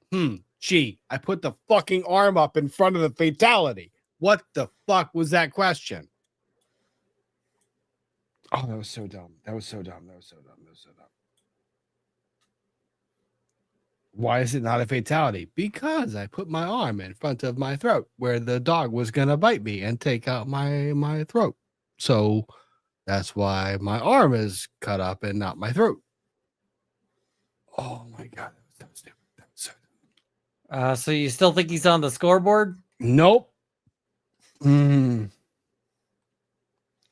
like scoring this game. This is a bad, I mean, if he is on the scoreboard, it says something like, you know, wait for it. It's like half a point for like, I tried. That was such a stupid question. the scoreboard just says you tried. That was so bad. That question was so stupid. That question alone. And why you would open the door to that. That's the thing. Like, if I was her, I would take that chance to go off on this long monologue about how that doesn't make fucking sense, because of course there wouldn't be any lacerations on the throat or the arm or the yeah, I get it, because the thing is the arms protect those things, which is why when someone bites on the arm, it's not a fucking fatality, because they bit the arm and not the throat that the arm was protecting. That's so stupid. That's dumb. It's a fatal, right. But that doesn't mean that there weren't wounds on the arm. It's that the fatal wounds, like in the case I autopsied, the fatal wounds generally were in the areas that had organs that could be damaged. Yeah, they have defensive injuries to their arms, and they have lethal injuries to their neck. There could be a lot of other wounds. For instance, in my case, there was probably about 60 wounds. Okay, but some, you're not going to talk about every single one of them because they're not worthy of describing. Yeah, but he has her flustered. He has her flustered. He has her frustrated with him being stupid. He does. And I get that, but I think that, like, if he pulls this in front of a jury, the jury's going to be she thinks he's super dumb, and we're inclined to agree with her. No, he's not going to. It's going to be a different person for the jury. You know that better than I do. Come on. But you earlier agreed that this was a trial run for the jury. It's a trial run for him to see how far he can get. How far can I poke before she starts reacting? And she started reacting right here. Good example. Yeah, right but here. her reactions are, you are a dumb tit. No. And I'm going to embarrass you. Stop. Right here, her reactions, her responses they could be very, very, very succinct, where an individual says, of course, there's nothing on the throat or on the chest. And of course, there's nothing there because the arm assumed the wounds, right? But he has her frazzled. He has her breaking out the puppets, and she's doing the, like, let me explain it to you with the hand puppets and the crayons. Exactly. All it makes her look is that she is smarter than he is. He's making her annoyed, but he's making her look better all the time. She's not looking dumb here. She's not looking incompetent. She's looking frustrated with a moron. Now, let's say this is a dry run. Now, give him this experience, observation of what he saw, and now let him tailor his question to the jury. And what he learns is don't do this. I get it, but this is why we don't like to have our witnesses questioned in this fashion. This is why we'd like to have them questioned in one shot in front of the jury. You don't want them to have to go through this multiple times. You don't. Because I think she's going to be better next time. I don't know. Because the thing I think she's going to learn more about his style than he's learning about hers. Well, she demonstrated that with Lolly. She ate Lolly for lunch. Mm-hmm. And I think she's eating this guy for lunch too. I think she's just, it's a big old lunch special over here. I'm waiting till trial. I am viewing this for what it is. It's a pre-trial. I'm just saying right now, it's a pre-trial. I know, but right now, if I got to make my predictions based on this, like we're calling our boxing odds based on the, based on their little, sparring match, I'm going, yeah, she's going to straight up kill him in the ring. I'm finding where I can piss her off. That's what I'm doing. I'm finding where I can piss her off. I think you're giving him too much credit here. Maybe I'm just being me, but I'm just finding where I can piss her off. And I mean, you're being very, very kind, very generous to him. I don't see him. I think he came in, and if he's going to learn something, what I think he should learn from this is that he came in with the wrong approach, and that really this like aggressive style where he's trying to go at her. is the wrong approach. I would have in this motions hearing, thinking about this again, in this motions hearing, I would have spent probably 80% of my time attacking her credibility to see where I could have gotten her mad. Because I want her mad. I want her mad on the stand. Why do you want her mad? I don't think she's good mad. If I'm the prosecution, I want her mad and I want her appearing motivated. I mean, the thing is that if you make her appear mad and They're justifiably, like No. if you make her look mad because you're being an I know. asshole to her, I'm trying to find out where that is. I want to find that point. I want the to push. problem is that if she's mad at this point, the jury's going to be mad with her. Like the jury's going to be going, yes, she deserves to be mad because he's an asshole. And where he needs is there's no jury in the room. So right. where But if can I he's play with that? practicing, the problem is what he's learned is he can make her mad by being an asshole to her, but he can't be an asshole to her in front of the jury. So what's he learned? He's learned some stupid pet tricks. Like he's gonna matter. And if he wants to play these games in front of a jury, he better hope that there's not a single woman on that jury, because they're going to be pissed. You know, what'd be really fun is the funny thing is that like chat, like we talk about like strategy and how we strategize like trials like a lot. You and I both do, and we have different approaches. You and I have very different approaches. We do, but it would be very funny to see like chat reacting to like us prepping our own trials and trying our own trials like against each other. Like, you know what I mean? Like if you saw like the back end of like how we're preparing to go against each other. I mean, a lot of my prep just would be super boring. It's me sitting there looking at a piece of paper going, What would Rob do? What would Rob do? Oh, come on. It's fun. And I think we'd have fun with it. That'd be great. Like, there's more than one way to skin a cat. And yeah, you got to figure out who's the cat in any particular interaction. And I think he's the cat here. One, very true. I don't know. I'm curious. I think this is I like the back and forth, and I like when we disagree. Honestly, I like when we disagree about this. Oh, absolutely. I learn more from disagreeing with people than I ever have from agreeing with them.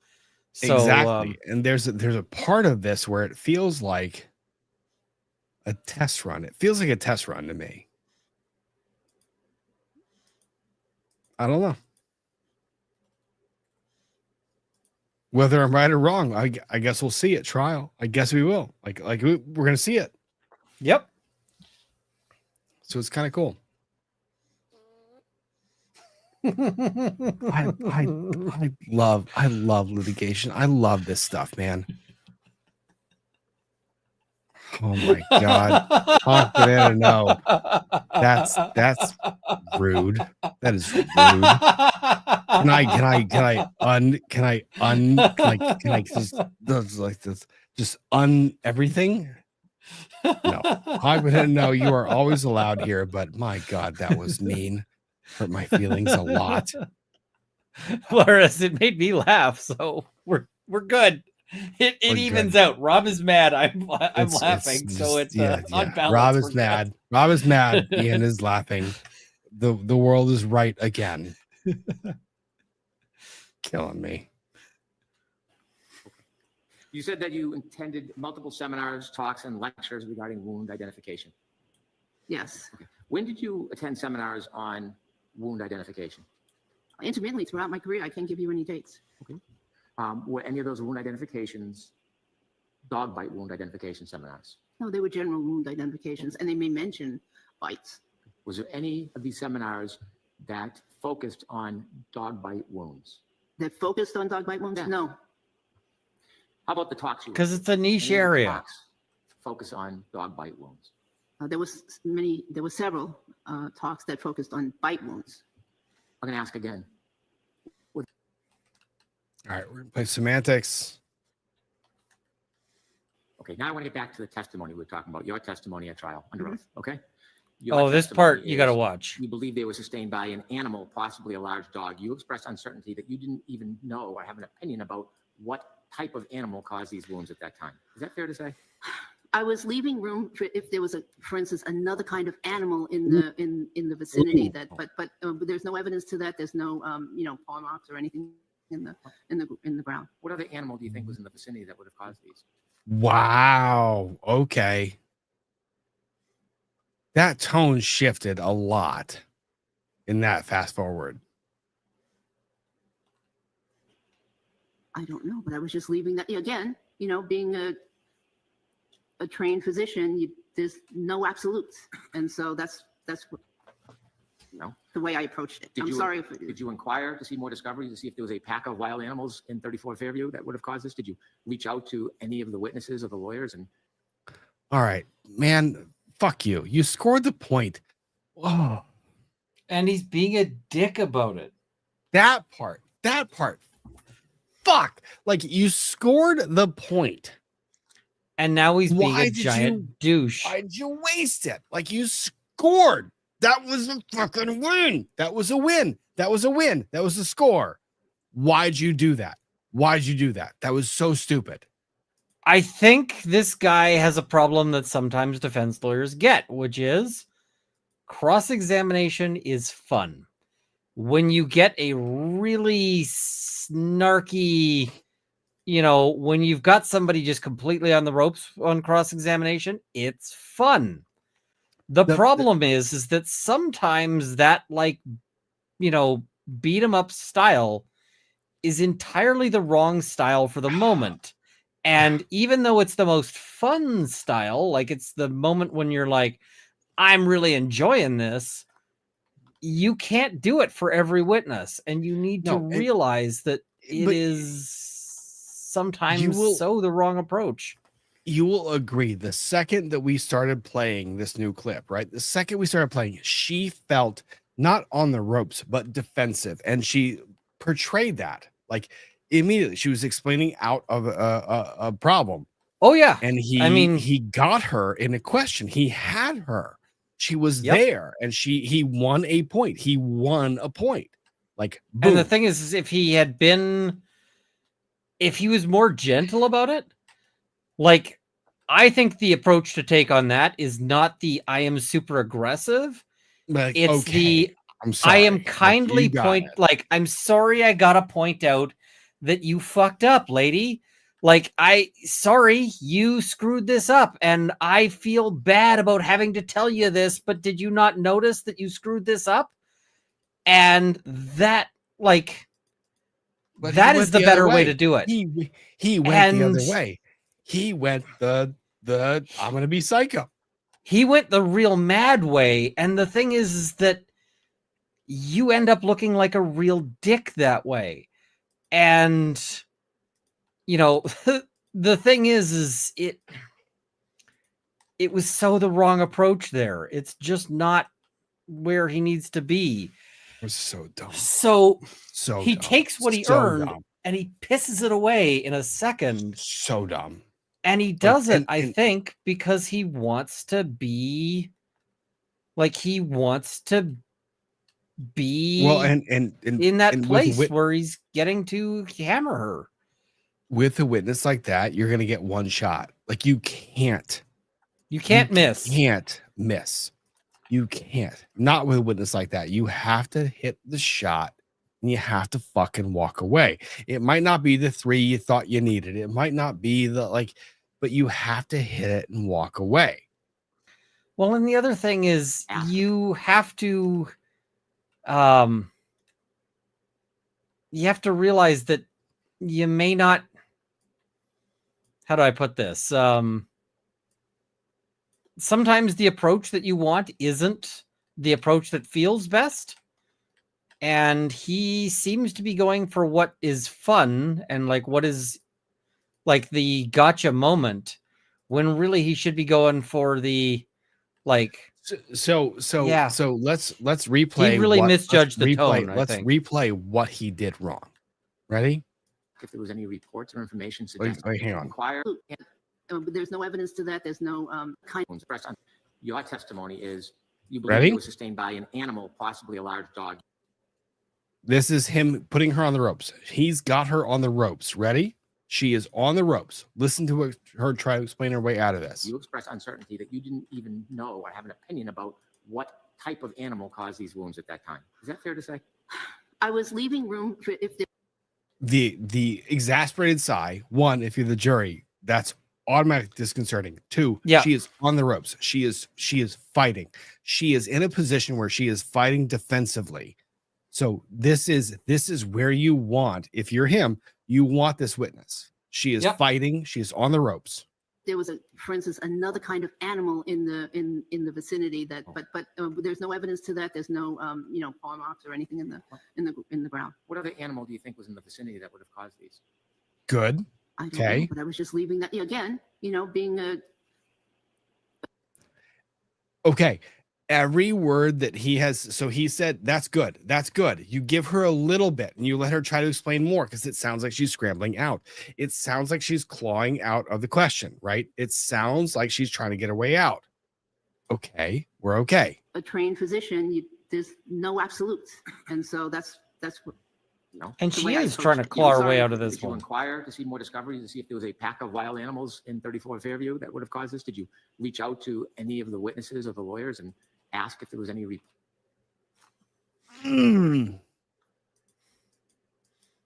You one made bite your too point. much. You're overselling it.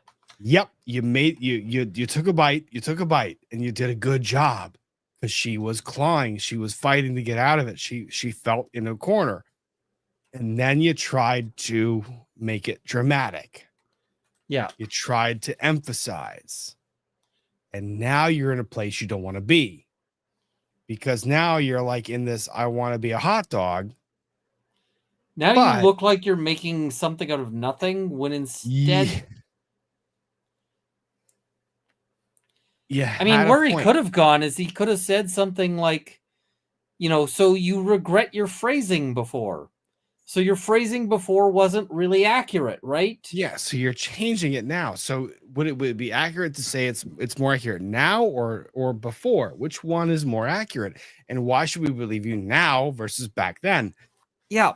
You And you go can do that there. in a really gentle way where you can get the witness going and biting on to what you're offering them. Like you're offering them a rope to get out of it, and you're actually like you're not telling them that the other end of the rope is attached to an anchor, but they will grab onto that rope because you're being friendly. And here he's just being he's And being he a goes douche. further.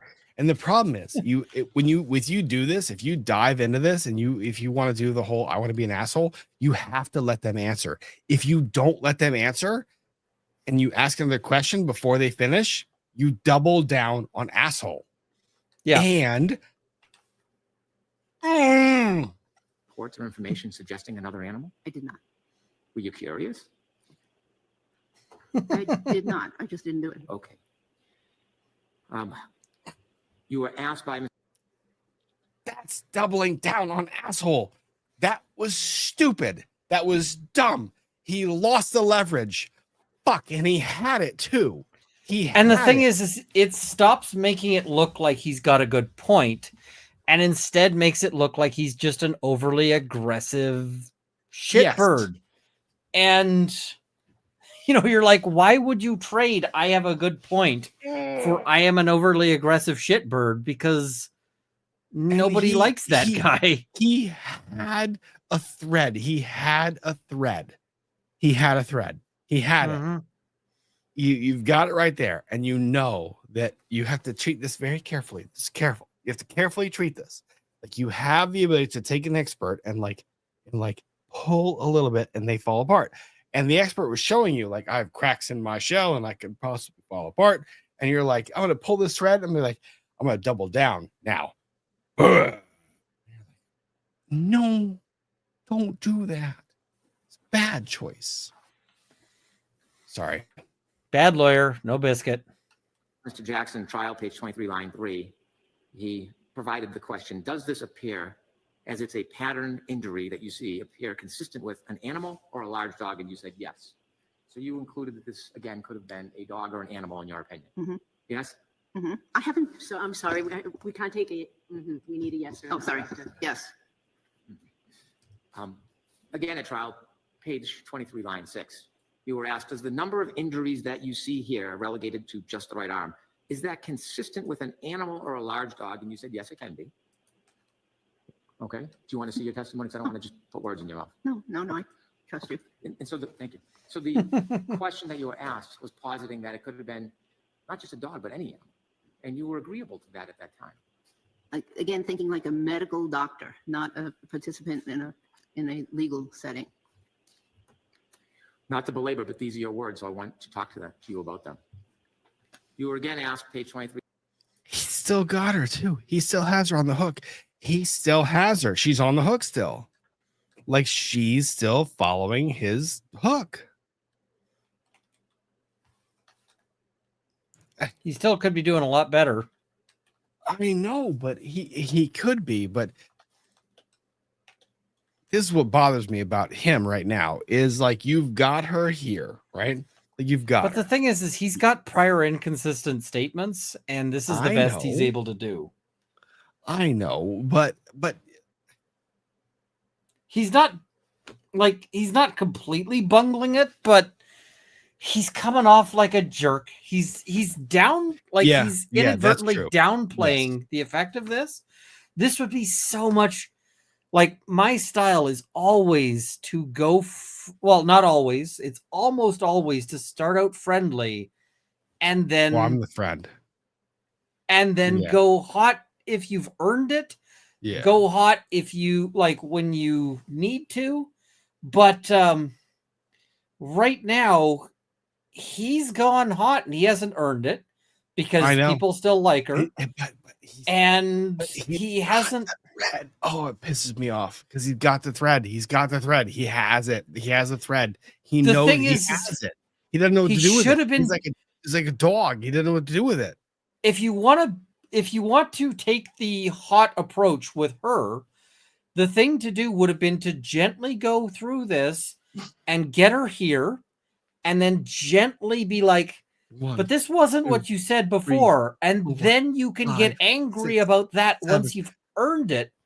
And once you've got like the judge or the jury going, I don't like her weaseling on this. And why is she weaseling when you're being so nice? Then you can be like, listen, I've asked you this question several times. Why did you change your testimony? You can this is a good question. And this question goes with why I haven't done this. Play the rest of the answer. I haven't played the rest of the answer because there's not a question pending. In the thread, here's the thread. You have her combative and questioning the question that you're asking. The second that I have a witness that's coming at the question, and the second they start combating the question, when they start challenging my question, I have them. I own them. Because now they're challenging my question, which is what I wanted them to do the whole time. Challenge my question and let me reframe it. And let me walk you down this road. Here, come after me. Come with me, and we'll be in a world of massive confusion. But you walk them down a road where a world of pure headache, where they're fighting you because they want to fight you. When they start challenging the premise of your question, they're no longer listening to the question. They're fighting you. Now you have them. When I say you have the thread, you have their attention, and you need to be able to pick up on that and be able to make them fight you. I'm not walking away from this feeling good. Like, if I'm the like, I'm just not at all walking away from this feeling like I'm not doing great here. But here's the thing, Dr. Russell, I talked about it before. Like, Dr. Russell is like the person that, in my opinion, is going, you have every fucking credential you could ever have. I'm never going to feel good with you on the stand, ever. But if I can score a point and if I can learn where I might score a point, if I can piss you off, if I can make you mad, so I saw the head nod. I saw your head nod. If I can piss you off. Yeah, it also has to be in a way that's going to actually help. I don't think he's there at all. I think he's in a place where, like, if he makes her mad like this, all it's going to do is it's going to make the jury like her better. And so being like, all right, I've successfully managed to make the jury even more upset that I was mean to the witness they like. Because that's really what this is going to come down to. Like, you also have to realize juries, and I know you realize this, I'm just sort of talking to the chat and talking to you at the same time. Juries don't always make decisions on the things lawyers would like them to make decisions on. And one of the things the jury will be looking at is they're going to look at her and they're going to be like, this is a kindly old woman who I imagine like handing, me a Werther's original, and they're not going to be sitting there. They're not going to like it when you go after her. You apologize to Dr. Russell right now for saying that she carries Werther's originals in her pocket. You apologize. That was not nice. Okay, I'm sure she carries better candy and like a flask of scotch, but the jury is going to like her. They're going to find her likable. I agree. And so you have to be real careful with how you take shots at her. And I don't think he's got anything that I don't think so either. But if I'm in this and I'm like, I can piss her off. Oh, the problem is you piss her off. All she's going to do is she's going to come at you better and harder than you planned for. And, this is the first female cop in the area. Shit she went through? I know. This guy is barely a stain on her shoes. I know. And she's going to just eat him alive. He's got a plan for it because... But if that's all you got, Ian, if that's all you have to go after her, what do you do? Cry. and I mean, you take your best shot, but exactly. Yes, exactly. You take your best shot. And you do your best to try and piss her off, to make her aggressive, to try and get her combative. You try your best. You do the job. It sucks. I'm not going to say he's doing a good job because he's not. No, I'm not saying he's doing a good job, but I'm saying I'm watching her respond. I'm going, I think there's a crack there. Like, I would go after that. I'm not convinced that the crack isn't just, like crack, like actual crack, like, or like just above his shorts.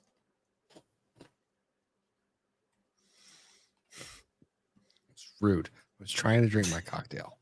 Not nice. Line 18 by Mr. Jackson. Based on everything that we've discussed today, doctor, is it your opinion, based on a reasonable degree of medical certainty, that these injuries were from an animal attack, possibly a large dog? And you said yes. Correct? Yes. Okay. And so your opinions today that this was exclusively an animal attack caused by a large dog, that is much different in kind than the uncertainty and possibility that you admitted under oath during trial, in this case, the first time, actually the second time you testified about it. What the fuck is that question? That's like 9 miles long. You get to the end of the question, you don't remember the beginning of the question. You're like, that was a long question. Now I'm going to suggest we should go to 1 speed at this point, because that question was the longest question I ever heard. Wouldn't that be Fuck fair was to that? say? Hang on. It sounds like it, yes. It's like that question had too many syllables. Apologize. Next. After J. were from. Mr. McDermott, was the date you? Uncertainty and possibility. That is This one. discussed. Not to in a legal setting. belabor, but these are your words, so I want to talk to you about them. You were again asked, page 23, line 18, by Mr. Jackson, based on everything that we've discussed today, doctor, is it your opinion, based on a reasonable degree of medical certainty, that these injuries were from an animal attack, possibly a large dog? And you said yes. Correct? Yes. Okay. And so your opinions today that this was exclusively an animal attack caused by a large dog, that is... You're going to hear him use those tones a lot. And the uncertainty and possibility that you admitted under oath during trial, in this case, the first time, or actually Let me count you the ways this question is objectionable. Oh my God. Misleading. It is calling for an opinion, an assessment, characterization, past testimony. Wow. That's a question. Not to mention, it took him a solid half minute to ask it. the second time you testified about it. Wouldn't that be fair to say? It sounds like it, yes. Okay. Why was there not an objection? I think this is a good point to stop because we need to get another date. You're not going to finish. I'm sorry. I'm sorry. Judge Bev is just, she is a fucking mood. She is always a whole ass mood. Always. Like, I'm sorry. We have to stop. We have to get another date because I'm tired. I need to go to bed because, yeah, we're just getting another date. Y'all are real get long. another date.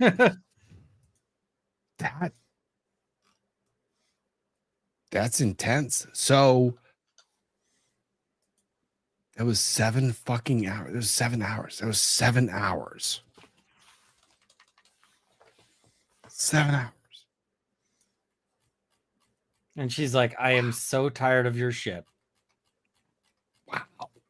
That's amazing. Solid fanny pack. Yes, I am a nutcase. Absolutely. I am. Absolutely. Well, that's that feels a little bit rude. No, it doesn't. It feels actually natural and kind of logical and like it makes sense. So, Mama Betts, you know you're doing it right. That so many feel safe to share. Happy holidays. Thank you, Mama Betts. Peggy Reardon. I left right after the hospital. 84. I helped write a new law in Illinois stating that wives no longer property. Wow. And could be arrested. Had a wonderful life. That's awesome. Peggy, that is badass. That's pretty fucking cool. That's a life story, man. That's an awesome life story. Congrats. That's you know what? That's a CV right there, like in one message. So congrats. And thank you for what you did. Dr. Russell is an expert at becoming an expert. Yeah, kind of.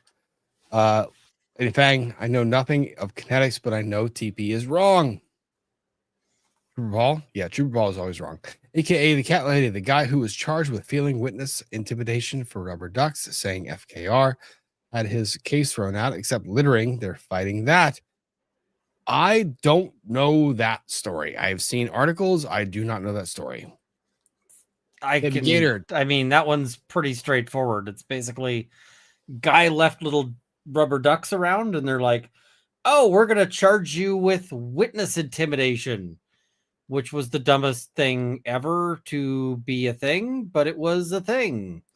And so after that, they dropped the witness intimidation charge, which, you know, thank God.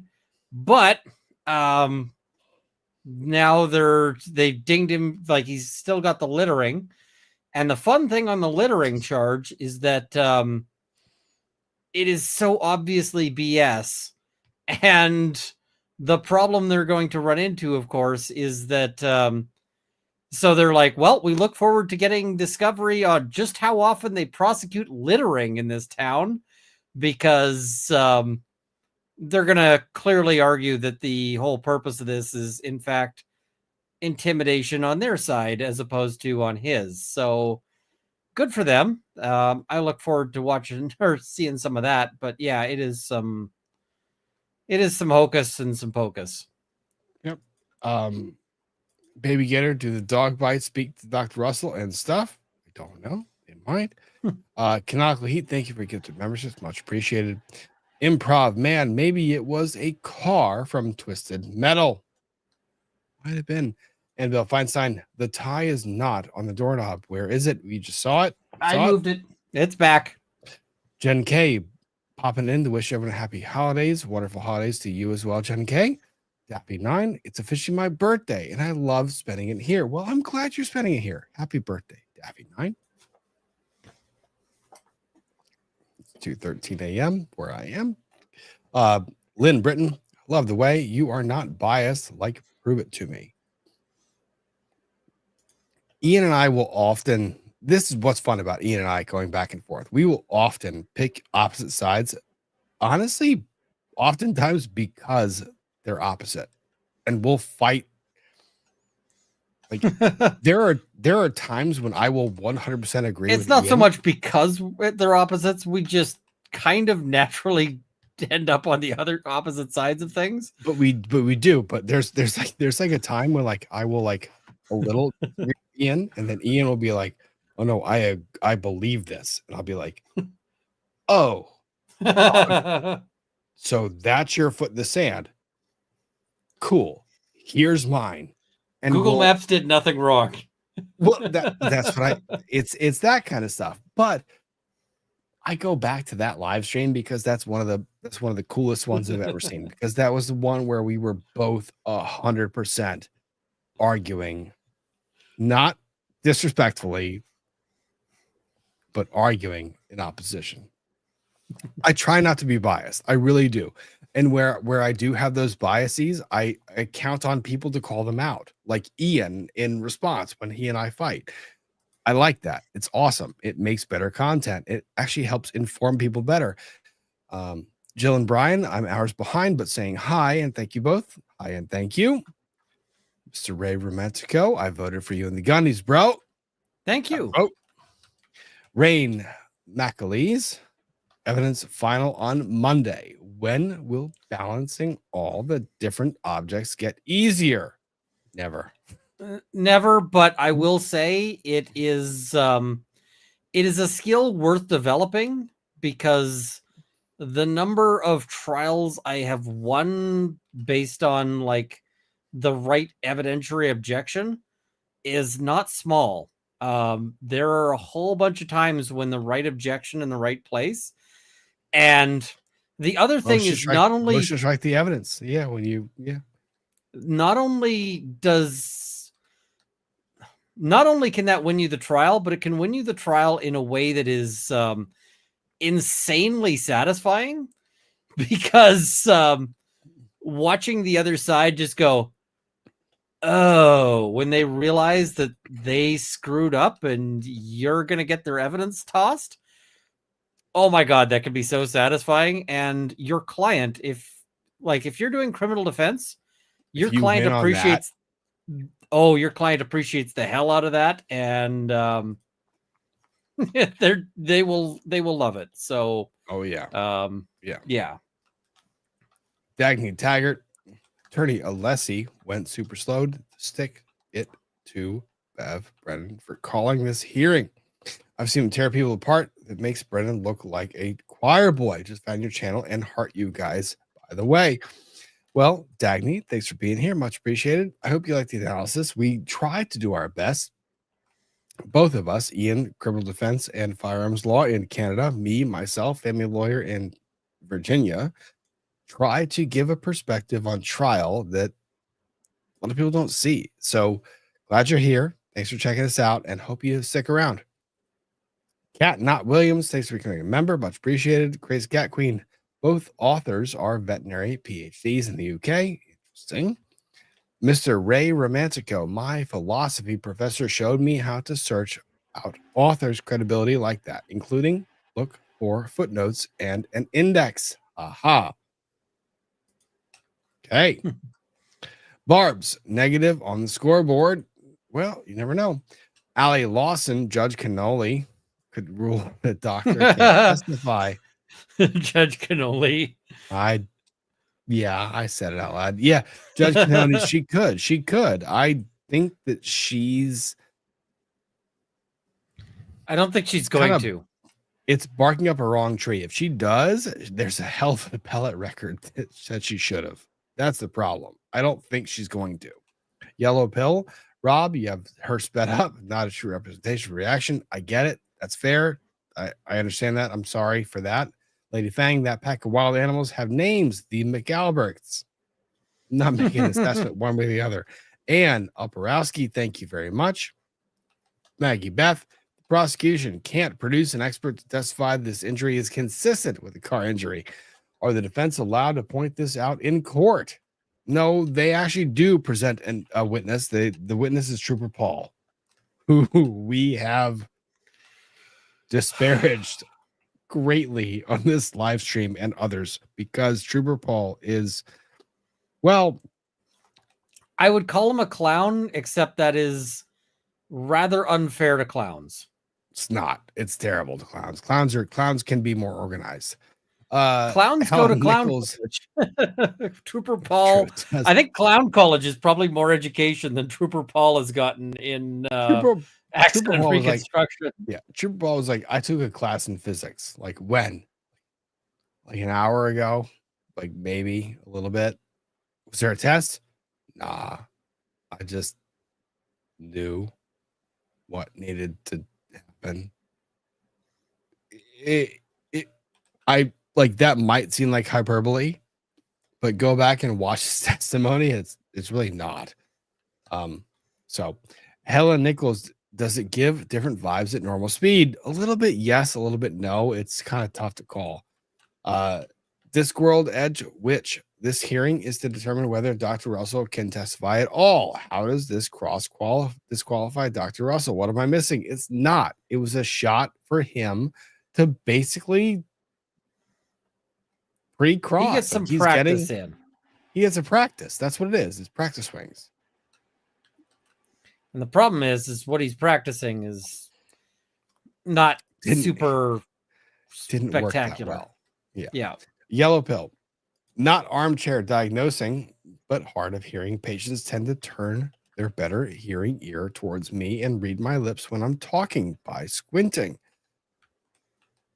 Oh, that was this, Dr. Russell. Yeah, that's fair. And I mean, Megan, she, aka Meg. Go ahead. she doesn't come off, old.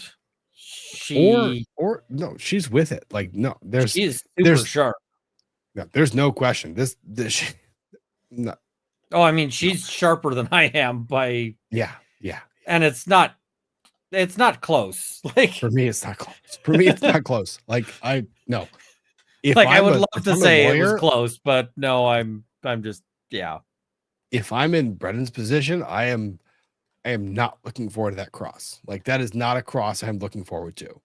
Every other cross in this case, like, sure, like I'm gonna go in at it, but this one, danger. Yeah. Megan, aka Meg, is autistic. Love the way you guys analyze and deep dive into the legal mindset behind what we see. That's why I follow you both. Great stream. Without the discussion, it's a watch party, and they're not that great. It was something. Discord Edge, which you missed the gasp. I'm sorry. We haven't gotten to the gasp yet. Why did we skip the gasp? Wait, what was the gasp? Where's the gasp?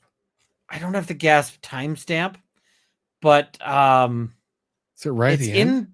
it's around this part. Yeah, it is towards the end when I should have saved it, but he asks her basically if you were being honest in your trial testimony. No. Yes, and she straight up gasps, and we No. all gasp with her because it, like, when we're talking about Is he it at the- overplays it.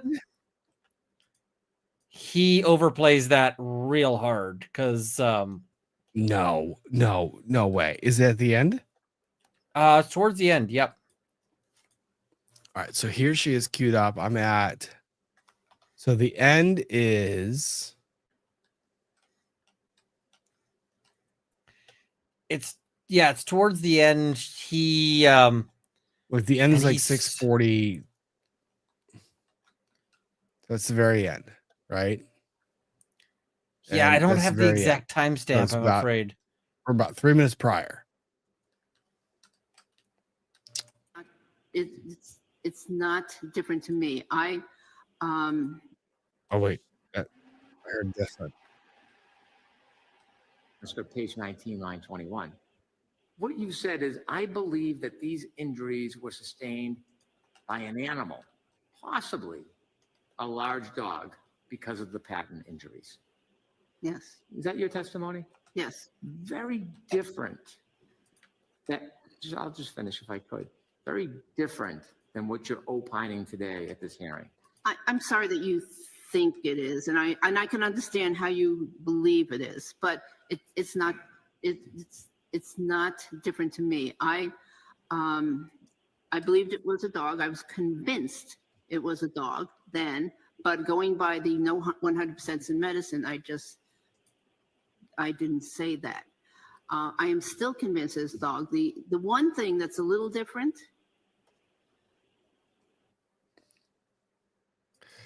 Side note: this like lead up is not good for Dr. Russell. Yeah, I mean, he's got something to run with here. He just manages to parlay, like, I have a whole prior inconsistent statements to, like, my witness has done better than I have in this particular exchange. So, yeah, like the confidence he's showing right here, the confidence right now. I'm giving that case same. If I've witnessed giving me this answer, I'm giving that same confidence. But does he butcher it? I don't know. Is that it's an attack. I after counting the series of wounds and whatever, I am convinced not only was it a dog, striking once or twice, but it was actually multiple strikes by that dog. Okay, now I want to get back to the testimony we were talking about. Multiple, a dog. Why do people hate this? Why do people hate this? Why are people? There's nothing There's a wrong moment. with his reaction. there's a moment. Striking once or twice, but it was actually multiple strikes by that dog. Okay, now I want to get back to the testimony we were talking about, your testimony at trial under oath, okay? Your testimony is you believe they were sustained by an animal, possibly a large dog. You expressed uncertainty that you didn't even know or have an opinion about what type of animal caused these wounds at that time. Is that fair to say? I was leaving room for if there was for instance, another kind of animal in the vicinity that, but there's no evidence to that. There's no paw marks or anything in the ground. What other animal do you think was in the vicinity that would have caused these? I don't know, but I was just leaving that. Again, being a trained physician, there's no absolutes, and so that's what. No. The way I approached it. Did I'm you- sorry if Did you inquire to see more discoveries, to see if there was a pack of wild animals in 34 Fairview that would have caused this? Did you? Do y'all think she's winning this? I think he's being This a bit of a part? dick, and he's over. He is, but he's winning this part. Mm, He's winning this part in front of a judge. He's winning this part. maybe. She's Ian. Come on. She is explaining herself out of it. Like he is winning this part. 633 is what people are saying. Okay, 633.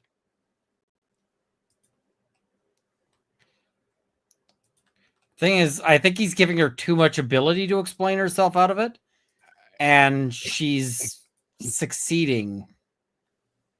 Not to Judge Cannoni. Not to Judge Cannoni. Nope. Not to this judge. No fucking way. Not this judge.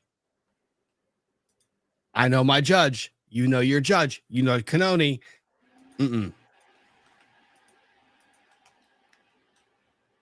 Jury, maybe. This judge, no. That's why I stated my opinion the way I did. But anyways, as I went through material again, I was convinced back then, and I am still convinced right now that these are caused by dog bites. And not only that, but dog attack. If you were testifying honestly and earnestly before using doctor. Did you hear? Yeah. Go back, play it again. If you not through material again, I was convinced back then, and I am still convinced right now that these are caused by dog bites. And not only that, but dog attack. If you were testifying honestly and earnestly before using doctor speak, why would you? He's like, you son of a, or she's like, you son of a bitch. Doctor speak. He said doctor speak. Did you hear the doctor speak part? Holy shit. Wow. I think he overplayed with the. Where's the lawyer? Where's the lawyer? Why is he not objecting? That should have been objection. That was a bad move. This is a bench trial. This is a bench hearing. This is not a jury. Like, you object. You rein him in. Like, you don't let him go farther than that. Like, that's. Change it for today, this report. Why not just continue to offer a natural, honest, thorough opinion? Wow. Oh. Go. I came up with this. I became clearer and clearer every single time. Hang on. This one right here. So is he still winning? Maybe. He might be. He might be. I don't think he gets a lot out of this hearing. I don't think he does. But cast aside your I guess affinity for Dr. Russell, right? So try to cast that aside. And I don't know.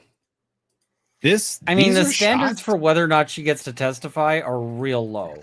Every point he's like, he's scoring. It's not that. He's trying to figure out what pisses her off. And at the end of the day, if he gets up and says she should not be qualified, it's going to be like, well, she's getting qualified. All of your issues with her are matters for the jury. And, she's going to go in knowing he's a dick, and she's going to go in being prepared for him to be a dick. Yeah. And but he's now a dick. Now I know what pisses her off. It's his job.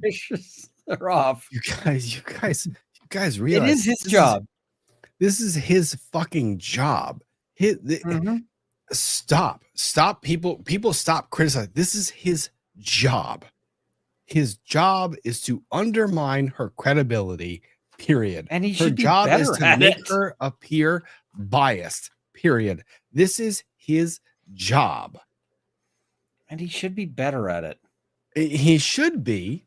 He missed a lot of points that he should and could do, but it's his job. You know what? It's not his job. It's not his job to accuse her of lying. Ian, would you like to correct the point here? Yeah, it very much can be his job to accuse her of lying. Yeah, that's his job. And I wouldn't have a problem with him accusing her of lying if I thought he'd earned it, and if I thought he was landing that punch, I would be 100% like, good for him, well done. But I don't think he's there. And people are really, really mad at me right now. They're really mad at me right now because I'm just making a point. that this is this lawyer's job. Oh, 100% it's his job. And again, if I thought he was making her look stupid, I'd be like, he's doing a great job right now. But I don't think he is. I think he is ultimately just kind of making himself look like a jerk. And at the end of the day, one of the things we do know about this judge is that she doesn't like fighty lawyers. And she doesn't like lawyers that she thinks are, Dramatic mean or overly dramatic. And I think this could backfire on him in the sense that I think at the end of this, Judge Cannone might be going like, well, I don't like Jackson and I don't like, don't like Yannetti, but I definitely don't like this guy. That's true. Because Cannone liked, what's his name? Lolly? Yeah, Cannone sided with him a lot because he was not. She likes DA nap time. That's his wrestling name, by the way. I'd like the easy. Or his, I'd like the that's easy his way out. DJ name.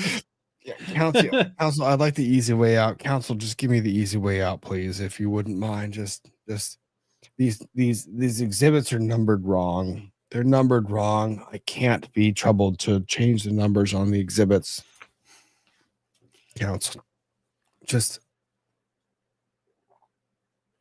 I don't know. Y'all might hate me, but I might have a pretty decent read on this prosecutor. I don't know. We will see who they show up at trial. Show up as at trial, because I will tell you this. I have seen lawyers show up in motions. Oh, and that's the thing. He might take a very different style at trial. Yeah, where I go to trial and that person is like, I look at them and I'm like, oh, fuck you, because you came to play. Like, and the thing is I think that if he's smart, he's going to adopt a different approach at his at the actual trial than he's taking today, at least on this witness. Yeah. And if that's the case, that's my read. If he takes today as a learning experience, this could be very bad because I don't know. So let me do one last swoop because we got one more thing and it's going to be like 2 seconds to cover. It's not hard. I promise. That's what she said. I hope she didn't say that. That's terrible. That's rude. Why would you say that? Infowars. So I made the prediction. The Onion's purchase of Alex Jones' Infowars was stopped by the judge. Oh my God. People were saying, how could this possibly happen? My God, this can't possibly happen. No way this is fair. And I was like, nope, it kind of felt pretty fucking shady to me. So a U.S. bankruptcy judge on Tuesday stopped the parody news site The Onion from buying conspiracy theorist Jones' Infowars website, ruling that a bankruptcy auction did not result in the best possible bids because the judge was like, yo, you did it in secret. You did like best and last final offer, and you did it the first shot out. You can't do that. It's not fair. And you also can't do this ghost bid where you allow people to say, I will bid an amount and the amount is offset by what I agree as a creditor to discharge in my receiving back from the estate. Like, you can't do that. It's not fair. So the judge rejected the claim that the auction was plagued by a collusion at the end of a 2-day hearing, but he said that the court's appointed bankruptcy trustee who ran the auction made a good faith error, by quickly asking for final offers. Exactly. You don't do the give me best and final. You let people outbid each other because the goal is maximum money for the creditors. You can't do that by just saying, give me one shot at your bid. No, everyone knows that's not fair. So we have a new bid. We have a new auction going on. It's going to be opened back up. People get to go back and forth, and now And they we got to have pony up cash. cash. Exactly. No more of this back and forth of arbitrary weighing of what's right and wrong. It is money for creditors, and that's what we're going to do because that's what's right. Come on, people. Why are we doing this game in the first place? Anyways, that brings us to the conclusion of this evening. My God, I'm so tired. Joshua, thanks again for the great FNF, and have a wonderful weekend, everyone. Thank you, Joshua. Very much appreciated. Lynn, Britton, Ian was totally right as always. LOL. P.S. Hubs is still doing well for now, just wiped out from the chemo. My hat is off. My hat is off. Chemo is. I've been there in a family. In a family, it's cheers to you and your family, and I pray for a swift recovery. I really do, and successful treatment. Maggie Beth, courts can equate Trooper Paul with Dr. Russell. Yeah, that's the thing, is if they keep Dr. Russell out, how do you possibly justify letting Trooper Paul in? You can't, which is that's the appellate record. That's why I like what Jackson and Yannetti do. Jackson and Yannetti make Bev make the hard choices. It's not, it sucks. Yellow pill. I have veterans hard of hearing in their 30s and 40s. Not sure what kind of hearing protection police had back in their 70s and 80s. Very little. Almost nothing. Actually, probably nothing. Pesky pirouette. Ian, I love Canada, especially because BC and Alberta. Can you run for prime minister and fix it? The thing is that I don't want to go into politics. No. Because if you go into politics, you have to spend all of your time with politicians, and that sounds like a special little bit of hell to me. Yeah. Because I don't know if you've met politicians, but they suck. Yeah. The only time I want to spend time with politicians is when I'm buried 6 feet beneath the ground with them, like where we're sharing like common earth. That's it. Why would you want to share a coffin with a politician? No, just common earth, like ground. Like we are both at a level. I'm hoping that I end up in a different place than the politicians if there's an afterlife, because I know where all the politicians are going. And so if I get there and I look around and there's a bunch of politicians, it's like, oh shit, I fucked up. What did I do? What did I do? Damn it. My bad.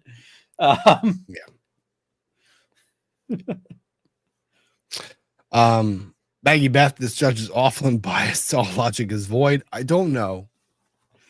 I've seen some pretty asinine rulings, but we'll see. Holly Bo Bali. Excuse me. Woo. I was sad to miss Friday Night Frenzy because I had a long week and couldn't stay awake. Just woke up. Insomnia issues. Girl or boy, you and me the same. And you guys are still live. Awesome. Love FNF. I do too. And thank you for being here. We all can struggle with sleep sometimes. Or all the time. Or all the time. But we do what we can.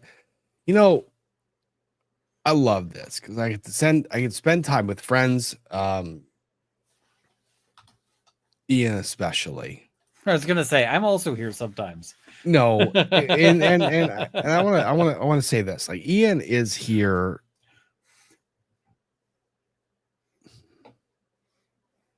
You know what's funny is if I told Ian not to be here, he'd still be here.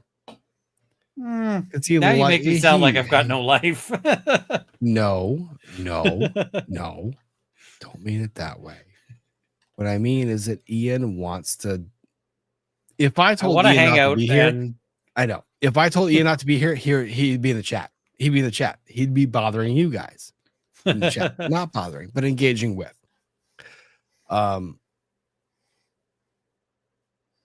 Probably the best friend I've had. Honestly. Likewise, it's and sincerely. It's really cool, and I love the relationship we have. It's really fucking awesome. It's really cool. And the people that are here, the brotherhood of the traveling ties, the all of it. Every one of y'all are awesome. Now, I say that because I say that for a very, very, very specific reason.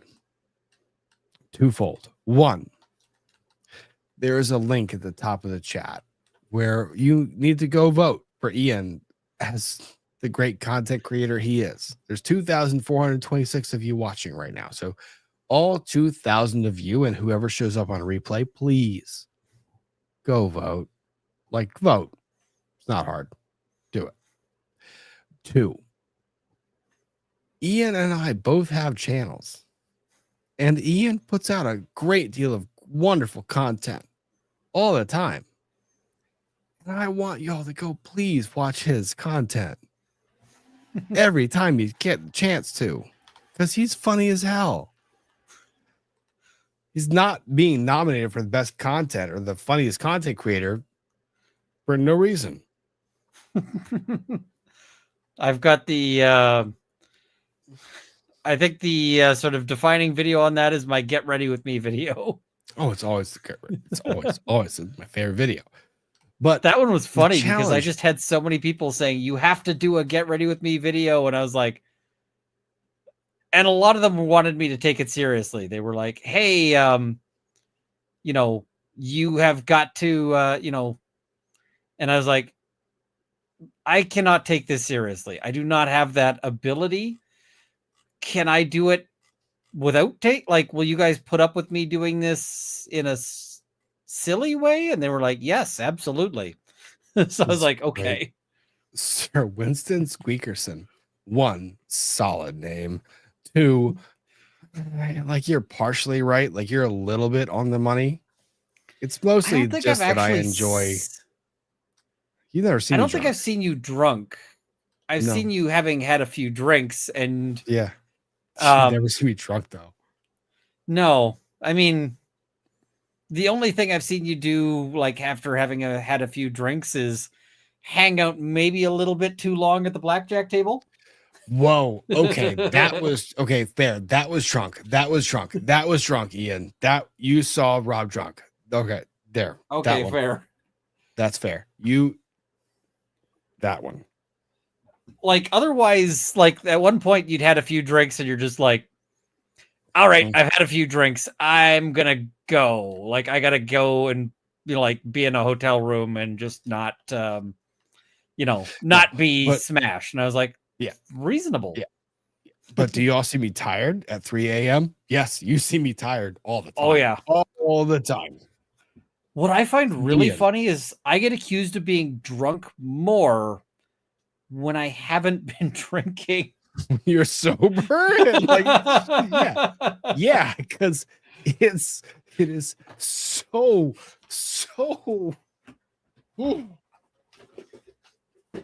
I'm sitting there and I'm like 0 drinks in, and I have like multiple people in the chat going, is Runkle drunk? And I'm like, no, this is just me at a full or done anything. Exactly. It's exhausting.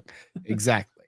So, but this is also why I tell people about your own health, your own mental health, your own ability to get out and go do stuff. I mean, honestly, like this weekend, for example. I hate this weekend. It's a bad example. Oh, I have to move so many things, but the CNC is getting hooked back up. Yeah. Oh, that's awesome.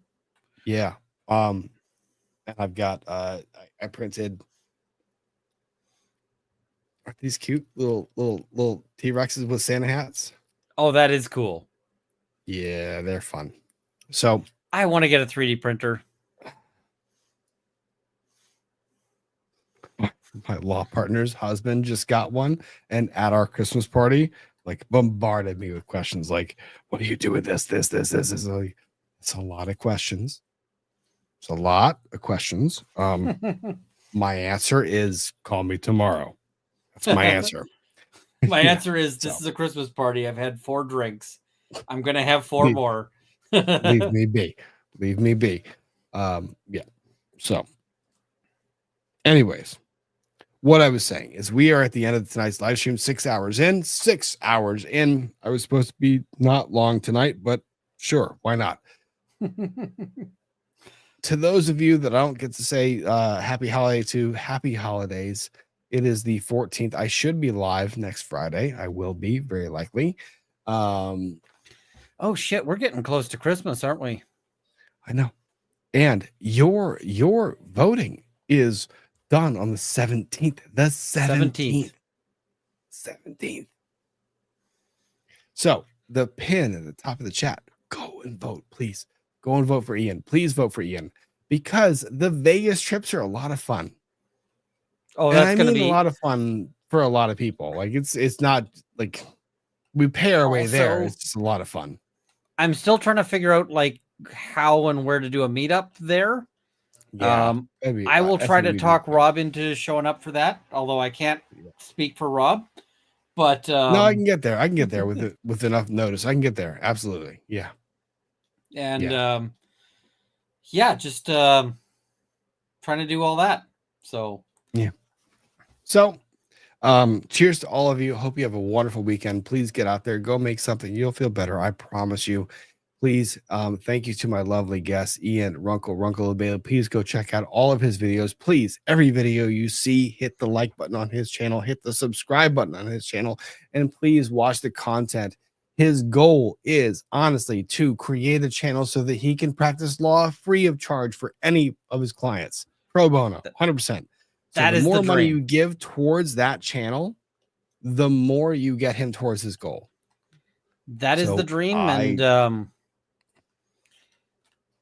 fingers crossed. The big thing is I got to get, like, YouTube is up and down, and sometimes it's unpredictable. So it's like, I got to see what I can do. So, but I'm trying to get there, and the dream is do this all for free.